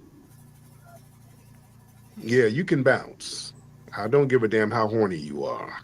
But this is not that kind of party. Your voice was a little bit husky. So, yeah, we don't want to hear from you. Gross. All right? It sound like you got some KY jelly and a dildo already in the room with you, Miss Nigga. Let's see who else we got in here, because we do have a lot of people in here. Shout out to everybody in here. By the way, we got an event at the Hidden History Museum on December 21st. That's Saturday at 7 p.m. We got the Erectus 2024 holiday celebration. We got a bunch of funny-ass comics. It's going to be a lot of comics. We got complimentary food, drinks. We got my buddy Dwan B is hosting. We got Big Ja. going to be performing. We got Kevin Tate, funny brother. Henry Coleman, phenomenal comic. So we got some heavyweights, man. These guys are not a joke. Let me get Brother Vic in the building. Brother Vic in the building. All right. And then we'll get B Hood and talking. What's up, Brother Vic? Vic, where you at, brother? Okay, all right. Can you hear me? We got you, Vic. What's up, brother? All right, I'm sorry. Listen, this the button. It says to unmute. I'm sorry to waste your time. How you doing, sir? I'm good. How you doing, Uncle Tariq? I just want to let you know, man, I love you, brother. Keep up the good work. You know, I was cooking some pizza in the oven, so I almost burned my hand. So I was listening to you. So, can I ask you a question? Go ahead, brother. Now, damn, I forgot the question. I'm nervous, man. My bad. I'm gonna hang up. All right, Vic, eat that pizza and call me back, brother. Yes, sir. Peace. Lord. Let's get B Hood in the building. B Hood. What's going on, Tariq? How you doing, B Hood? What's going on, brother? Hey, brother, I have a quick question for you. Go ahead. In regards to the museum. Now, listen, have you ever thought about putting like a area in there for selling books, like for Dr. Neely Fuller? I mean, our brother Neely Fuller and Dr. Claude Anderson, you know, our great leaders like that, and make the proceeds go directly to them. You ever thought about something like that? Yeah, I can do that. If they holler at me and we can put that. Yeah, I'm down to do that and help them out. Absolutely. And we sell books in there anyways. That's why y'all need to come down and visit when you are in LA. Let's get W in the building. W. Hey, brother T. I was thinking, what do you think about what's going on in Syria? In where? In Syria. What's happening now? Something with the Assad, right? Yeah, man, it's crazy. What happened exactly? Because this is happening in real time, and I didn't. What's going on? Well, I mean, it's been happening for about 14 years, but there's some real serious shit going down right now. Okay, it's very vague. Okay, somebody let me know what. Thank you, brother. See, that's what I'm saying. I'm trying to get to the details, and it's just real vague. What's going on? Well, it's heavy stuff, buddy. All right, well, heavy stuff like what? Boy, it's real serious. All right, and I would like for some details, but I'll touch on it later when I get more details about it, because everybody's being so vague. All right, let's get Infamous V. Let's get Infamous V in the building, ladies and gentlemen. Infamous V. All right, and then we'll get 21 Play, but Infamous V, hop in. Unmute your microphone, sir. All right, V, while we're waiting on V, 21, let's unmute your mic. All right, one of y'all. V, you good? All right. Hey, come on, guys, come on. Let's get LFM. Let's get LFM in the building. LFM. Hey, Tariq, am I free to speak? Okay, now let me see who this is. Now, who's this speaking? I'm LFM. There you go. What's now? Europe and Canada, right? Yeah, I'm Canadian, but I was actually born in Georgia. Georgia, the country, or Georgia and now? No, not Georgia, the country. Georgia, the state. Oh, really? Okay. Now, how'd you get up? No. You know, my parents made that decision for me. I was born in Georgia, but I moved up to Canada when I was 4 years old. But Tariq, I just wanted to say how much of a big fan I am of yours. I don't mean to toot your horn, as they say. I'm gonna be straight up. I'm actually African, but I 100% support you and the ADOS movement as well as FBA. Two of my sisters are married to African American brothers. One of my sisters is down in Florida, the other one's in New York.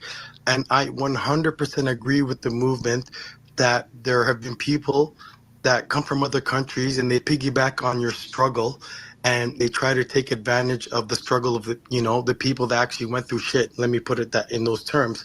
So I know like there's a lot of animosity, even though I was born in the States, just like all of you guys.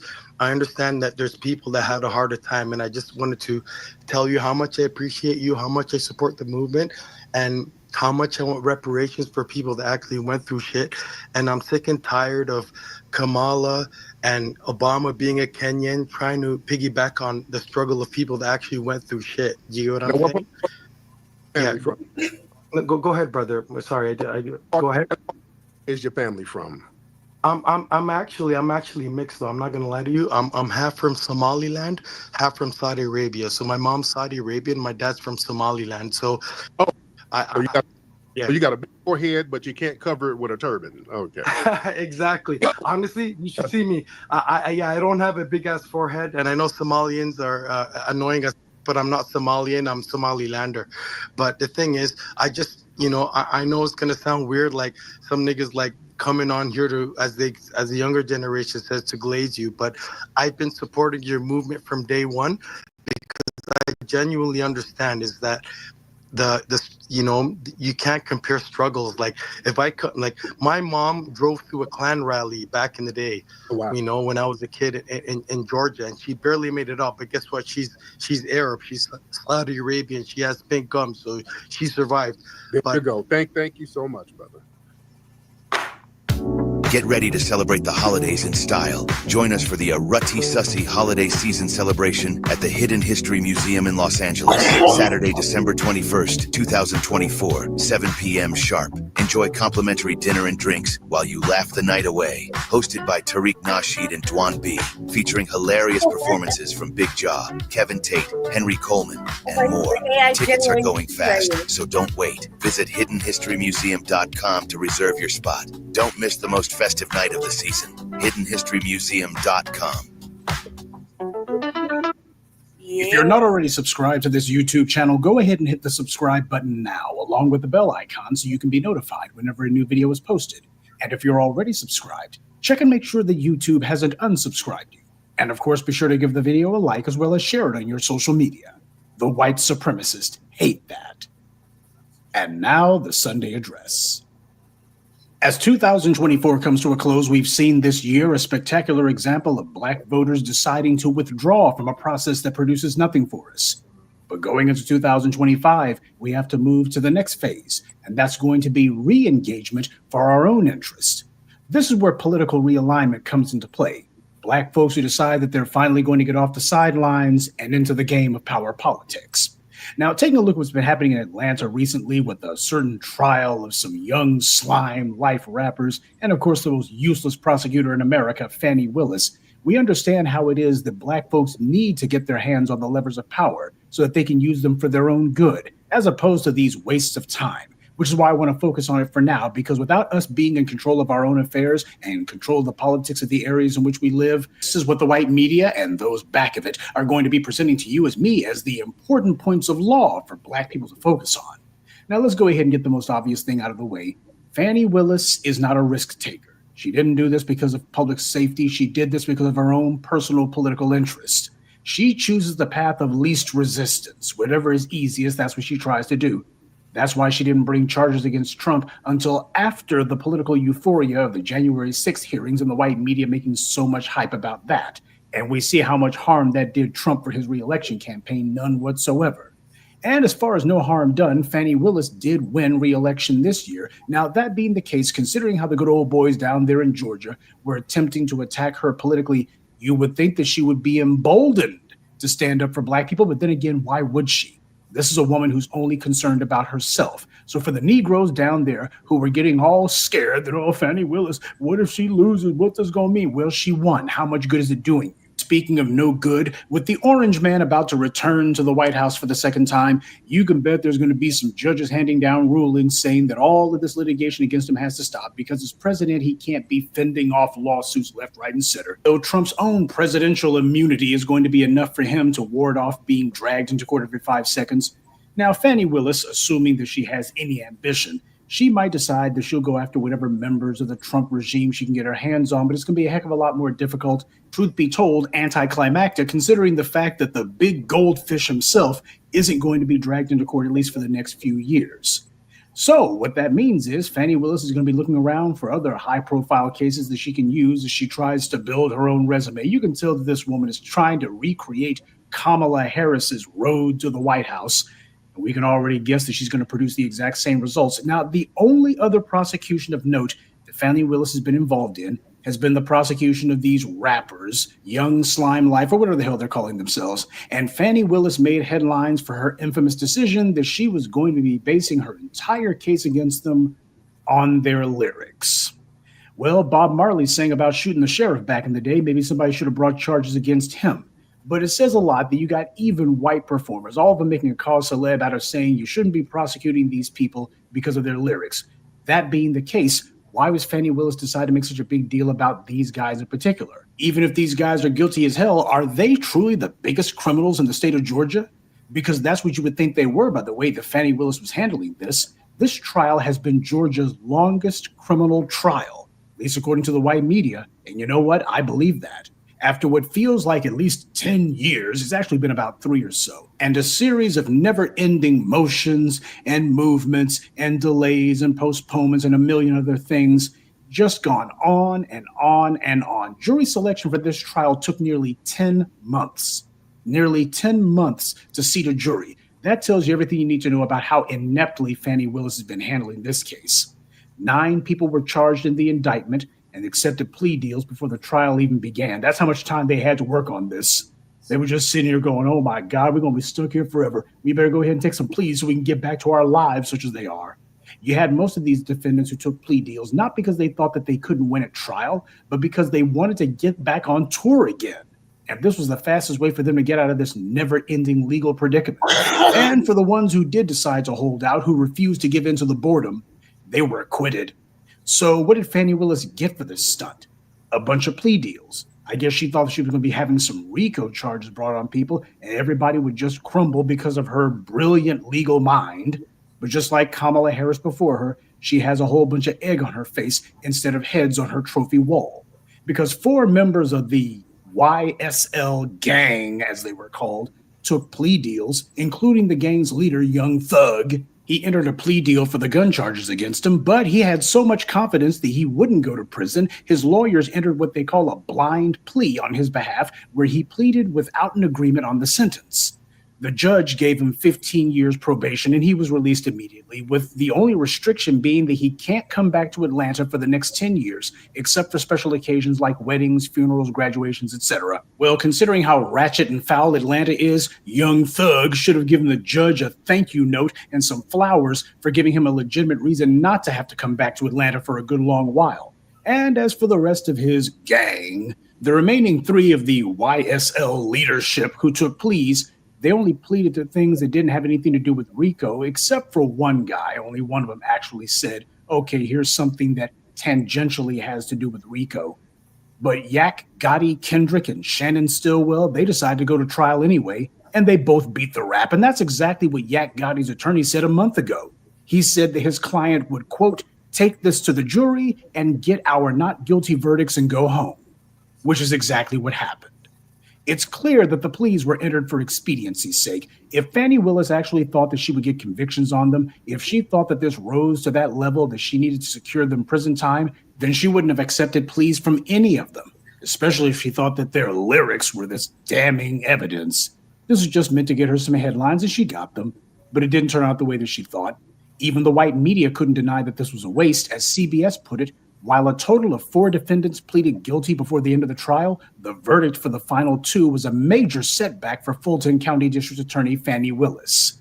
So that's what the white media's final verdict on this was. This was a setback. It was a big waste of time, the longest criminal trial in the history of Georgia, and this is how it ends, with basically a whole bunch of plea deals, nobody of any significance getting any major jail time. Yeah, a few of them did get some jail time, but that was for some pre-existing charges that they had. It was mostly because of stupidity, not because of Fani Willis. These guys are basically going up to the pokey based on technicalities. Now you have all these elderly racists and Klansmen and other domestic terrorists who have attacked black people for decades in the state of Georgia and still doing it today, and Fani Willis isn't working to put any cases on them. But then again, neither did her predecessors. But instead of going after these segregationist thugs who have been allowed to remain on the loose, instead of going after the police and other hate criminals in the state, she prefers to go after some rappers instead because they're black, and because of their notoriety, she's guaranteed to get some headlines. This is precisely the kind of political misleadership we cannot afford. This is the kind of thing that presents the Black community to everybody as being nothing more than walking targets. Because even when Black people do put a Black person in a position of alleged power, that Black person does nothing to protect us. And that's supposed to be their top priority. She didn't seriously think that this little plan of hers was going to work. I don't believe that she did. But it did succeed in appealing to the types of bigots who like seeing a high-profile Black man, or at least a few of them, being put in front of the cameras and say, we're going to put them on trial, even if these very people don't even have a clue who Young Thug and his buddies are. They're Black, and people are being told that they're big rappers, and that's enough. That's reassuring enough for them, I suppose. And as for Young Thug and his homies, I'm sure they'll be using this as material for their next album. I think the title is going to be something like Beat the Rap. Now, it should go without saying that I'm no supporter of these drill rappers. They're the epitome of how white power has used its money and influence to create, prop up, and promote cretins who put out material that's detrimental to us. You've never heard these clowns saying anything about empowering Black people. Everything that they do is meant to appeal to the lowest common denominator. Cars, clothes, hoes, and tough guy talk. They glorify rampant consumerism instead of Black people actually owning things. The kind of stuff that they put out, it's good for Louis Vuitton and Gucci. They basically act as free advertising for those white companies that don't really do anything for Black people at all. That's why they're terrible for Black people. And white power allows and enables them to put this noise out there full time and push it at Black children. This is meant to confuse and degrade the minds of the masses, and it's been largely successful. But please don't kid yourself that Fani Willis is concerned about that. You see, this is why, as the Black media, our mission is to take control of the discourse within the Black community and to elevate the debate. Yes, you can make the case that Atlanta is a lost cause, but we better start thinking twice before letting defeatism become our default position. Sooner or later, we're going to have to start taking a stand and start taking some political ground too. Because as I've said since RIP Black America, when we fight, we win. Our deficiency is we're not making that many fights. That has to change. Other groups build and fight where they are. They don't look around playing helpless or looking for excuses. They shore up their own personal position and then begin the work. This is what we're going to have to do. Not looking around for somebody else to ride in to reinforce us. Instead, start building where you are. And you know what tends to happen, by the way, with these other groups, whenever they decide that they're going to work on themselves and stop looking around for somebody else, they tend to attract support. When they start making moves, other people notice it, because in virtually every case, you have people who are waiting around looking to see who's going to make the first move. Everybody, it seems, is looking for a bandwagon they can jump on. Most people are not leaders, they're followers. So don't look for someone to lead you. The code is the leader. So start following it. Because let me tell you something. When we do actually start moving in our own interest and not looking around and waiting around for somebody else to give us permission to do so, when we do that, you'll start to find that the same way we ran these bootlick mouthpieces out of the yard when it comes to political discourse, we'll be able to do the same thing with these other meat puppets for white power, be it these drill rappers or these political prostitutes like Fani Willis. And even though the Young Thugs and the old bootlicks like Fani Willis will put up a brave front and say, who are these people online? Who are these people out here in these neighborhoods making this noise? Man, we ain't worried about them. They'll all go ahead and put up a brave front. But at the end of the day, when we put the arm on them, we'll show that we're the ones who have had the power all along. And deep down, they probably know that that's exactly what the case is. But what they're not sure about is whether or not we're going to begin using the power that we have. This is yet another reminder of why we simply cannot allow ourselves to rely on any hand-picked puppets put in front of us by white power. It doesn't matter if it's some politician or some Negro whose music you think has a catchy beat. None of these people are operating in our interests. And that being the case, none of them should be in front of us. Now, I'm not saying that anybody needs to be putting together plans that they're going to be overthrowing Fani Willis in the next election or anything. But what I am saying is that if you start making moves and making inquiries about what it is that you can get done where you live, be it in Atlanta, Detroit, Dallas, or anywhere else where you are, I'm willing to bet you're going to find that there's a number of Black people who have been waiting to see who was going to actually say it. When you start saying none of these Negroes are operating in our interests, we need a hard-nosed approach to our own power and our own representation, you're going to find that a lot of folks who might have previously been sounding like they were on the side of the Fani Willises and others, they're going to start looking and going, you know what you're saying makes sense. That's because you're going to be saying something that's been on the tip of everybody's tongues, but people who just weren't bold enough to say it. That's where leadership comes in. Leadership doesn't sit around waiting for it to be the right time. Leadership takes the initiative and makes it the right time. Don't underestimate the power you have. Everybody else underestimated the Black grassroots. That's what they did. They underestimated the Black grassroots for many, many years. And now they're seeing what power the Black grassroots have always wielded, the power you have always wielded. And the fact that you were willing to do so unapologetically, and you didn't care what other people didn't like, it didn't care how it affected anyone else. See, that's the kind of stance we're going to have to take going into 2025. Withdrawing from people who don't represent our interest and drawing close to those who do. These show trials and other distractions the white media puts on, they illustrate that no matter where we look, all we see around us are bootlicks for white power. That's how bad the rot has become. But of course, these clowns are squabbling amongst themselves like a child who has a puppet on each hand pretending to make them fight. Both of them are playing out a predetermined role put for them by the very same white forces that allowed them to have the positions they occupy today. Well, when we're busy making the moves that we need to make, we're finally going to be in a position to put an end to all their records. Good evening, and be one. I'd like to take a moment to mention some of our contributors. Morris Bodden, Antonio Daniels, Mark Stroud, Mark Anderson, and James Stiles. Salute to them and thank you to everyone for listening, liking, and sharing this message. Black empowerment only exists because of you. Some breaking news to get to. Lady Chair, what are your thoughts on the YSL case and why taking political office matters? I'm glad they finally give us a direction. I mean, that was the direction we were already going in. I was starting to wonder because, sometimes they say some contradictory kind of things, about Black politicians, and it almost sounds like they don't want any more Black politicians. Yet, it kind of seemed that was like one day, and then the next day it's like something else. So it's kind of a contradictory type of thing. And it's probably because the people that are in office currently aren't really, they haven't represented Black interests. And when we say things like in our own state, like what we're doing the work, it doesn't seem like it's really getting anywhere somewhere. And there is a disconnect. And it's really not on us, it's on them, And so I kind of feel like I'm tired of the disconnect because they're constantly looking at these motherfuckers like they some old bitch-made ass scary fucking coons. Like you just don't want power. You just want to follow them. You love living on this motherfucking plantation. You try to take us with you. And I want that to stop. I need that to stop. Black people need that to stop. Especially in our area. Like, I don't care what it looks like on the outside. There's some nefarious shit going on the inside. And when we want to get into office, and sometimes it's like it's not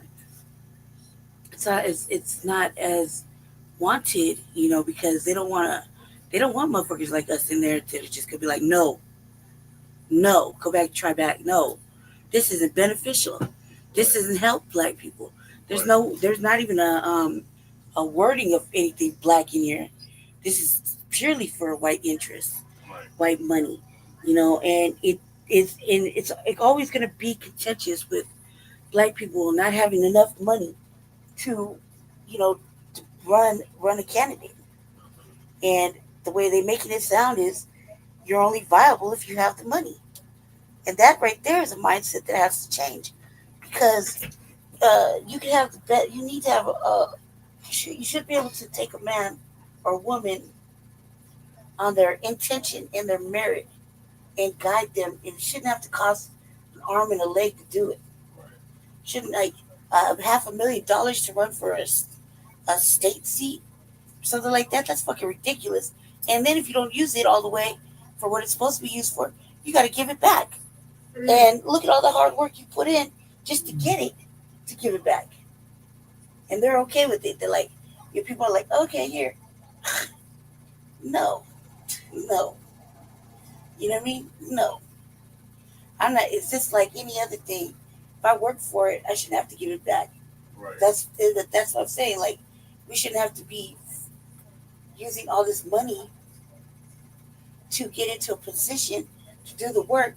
It's only going to be stamped out due to fucking white supremacy, you know, and black people are going to take it seriously if the white people take it seriously, then black people take it seriously. And that again is wrong. You know, if a white voice says that a black person is viable, then all of a sudden that person is making their way to debate forums, et cetera, et cetera, et cetera. And that's stupid in itself. You know, especially like when we've seen it in our own city firsthand. We're looking at people that know us, firsthand knowledge, know us, but won't listen to us unless a white person says it's okay. Unless you have a white person go up into the building, into the black church and shit, say, yeah, you know? And even then, black people here are going to be skeptical and ask questions, knowing goddamn well the answer is because they see it every fucking week. It's stupid. It's fucking dumb. So I'm kind of glad that he said that we need to start looking in our do it for ourselves over here in our local areas of what we can do, because it's only going to make this next little bit easier. Gaining support for certain situations, I'm not sure how that's going to work out. We're just going to have to carry forward because it's going to be difficult, especially with money, to back new black support. The old black support, the old black faces that are in these seats aren't worth the time. They don't have no understanding nor care about what's going on with us. If they're not about reparations, if they're standing on a study, they clearly are not about reparations. So, and they're clearly hiding or don't even want to talk about a fucking crime bill. So we got a lot to look into, and there's a lot of questions. I have a lot of questions. I just don't know who to ask. So we're going to have to figure that out. Go ahead, Jesse. All right, so this Where's my Blacc? We don't have another show tomorrow, right? I mean, no. I usually do a part 3. Well, are you? Yeah. Why? I mean, what did we cover? We covered everything. What didn't we cover? Local shit. Local shit. Why? That's how we started. Yeah, but you quit that a long time ago. You started going on a 5-day marathon, so that's a wrap. I do it. I do cover the local stuff in my shit. All right, so come on, dude, end it. All right, so this is going to conclude season 4, episode 37, part 2 of the Frontline Black News. Make sure y'all join us later on today for part 3 at the City Council. And in the meantime, make sure y'all like and subscribe to all our platforms. Frontline Black News on YouTube and Facebook. Revolutionary Agenda on YouTube and Facebook. And Shabaka's Black Experience Enhanced. So join us this Tuesday for Shabaka's Black Experience Enhanced on Blog Talk Radio and StreamYard. And you can find it on Facebook and Twitter and X.com. So peace, love, light, reparations, and separations of Black empowerment. Chan Krumah and Lady Che, otherwise known as the Chays, signing off from the Mile High Income and the Legal Migrant for the City in the Sundown Channel, known as Aurora, Colorado. Peace. Oh, peace. I'm going to have to go live here shortly. Stay tuned. Go ahead. Peace, Twin.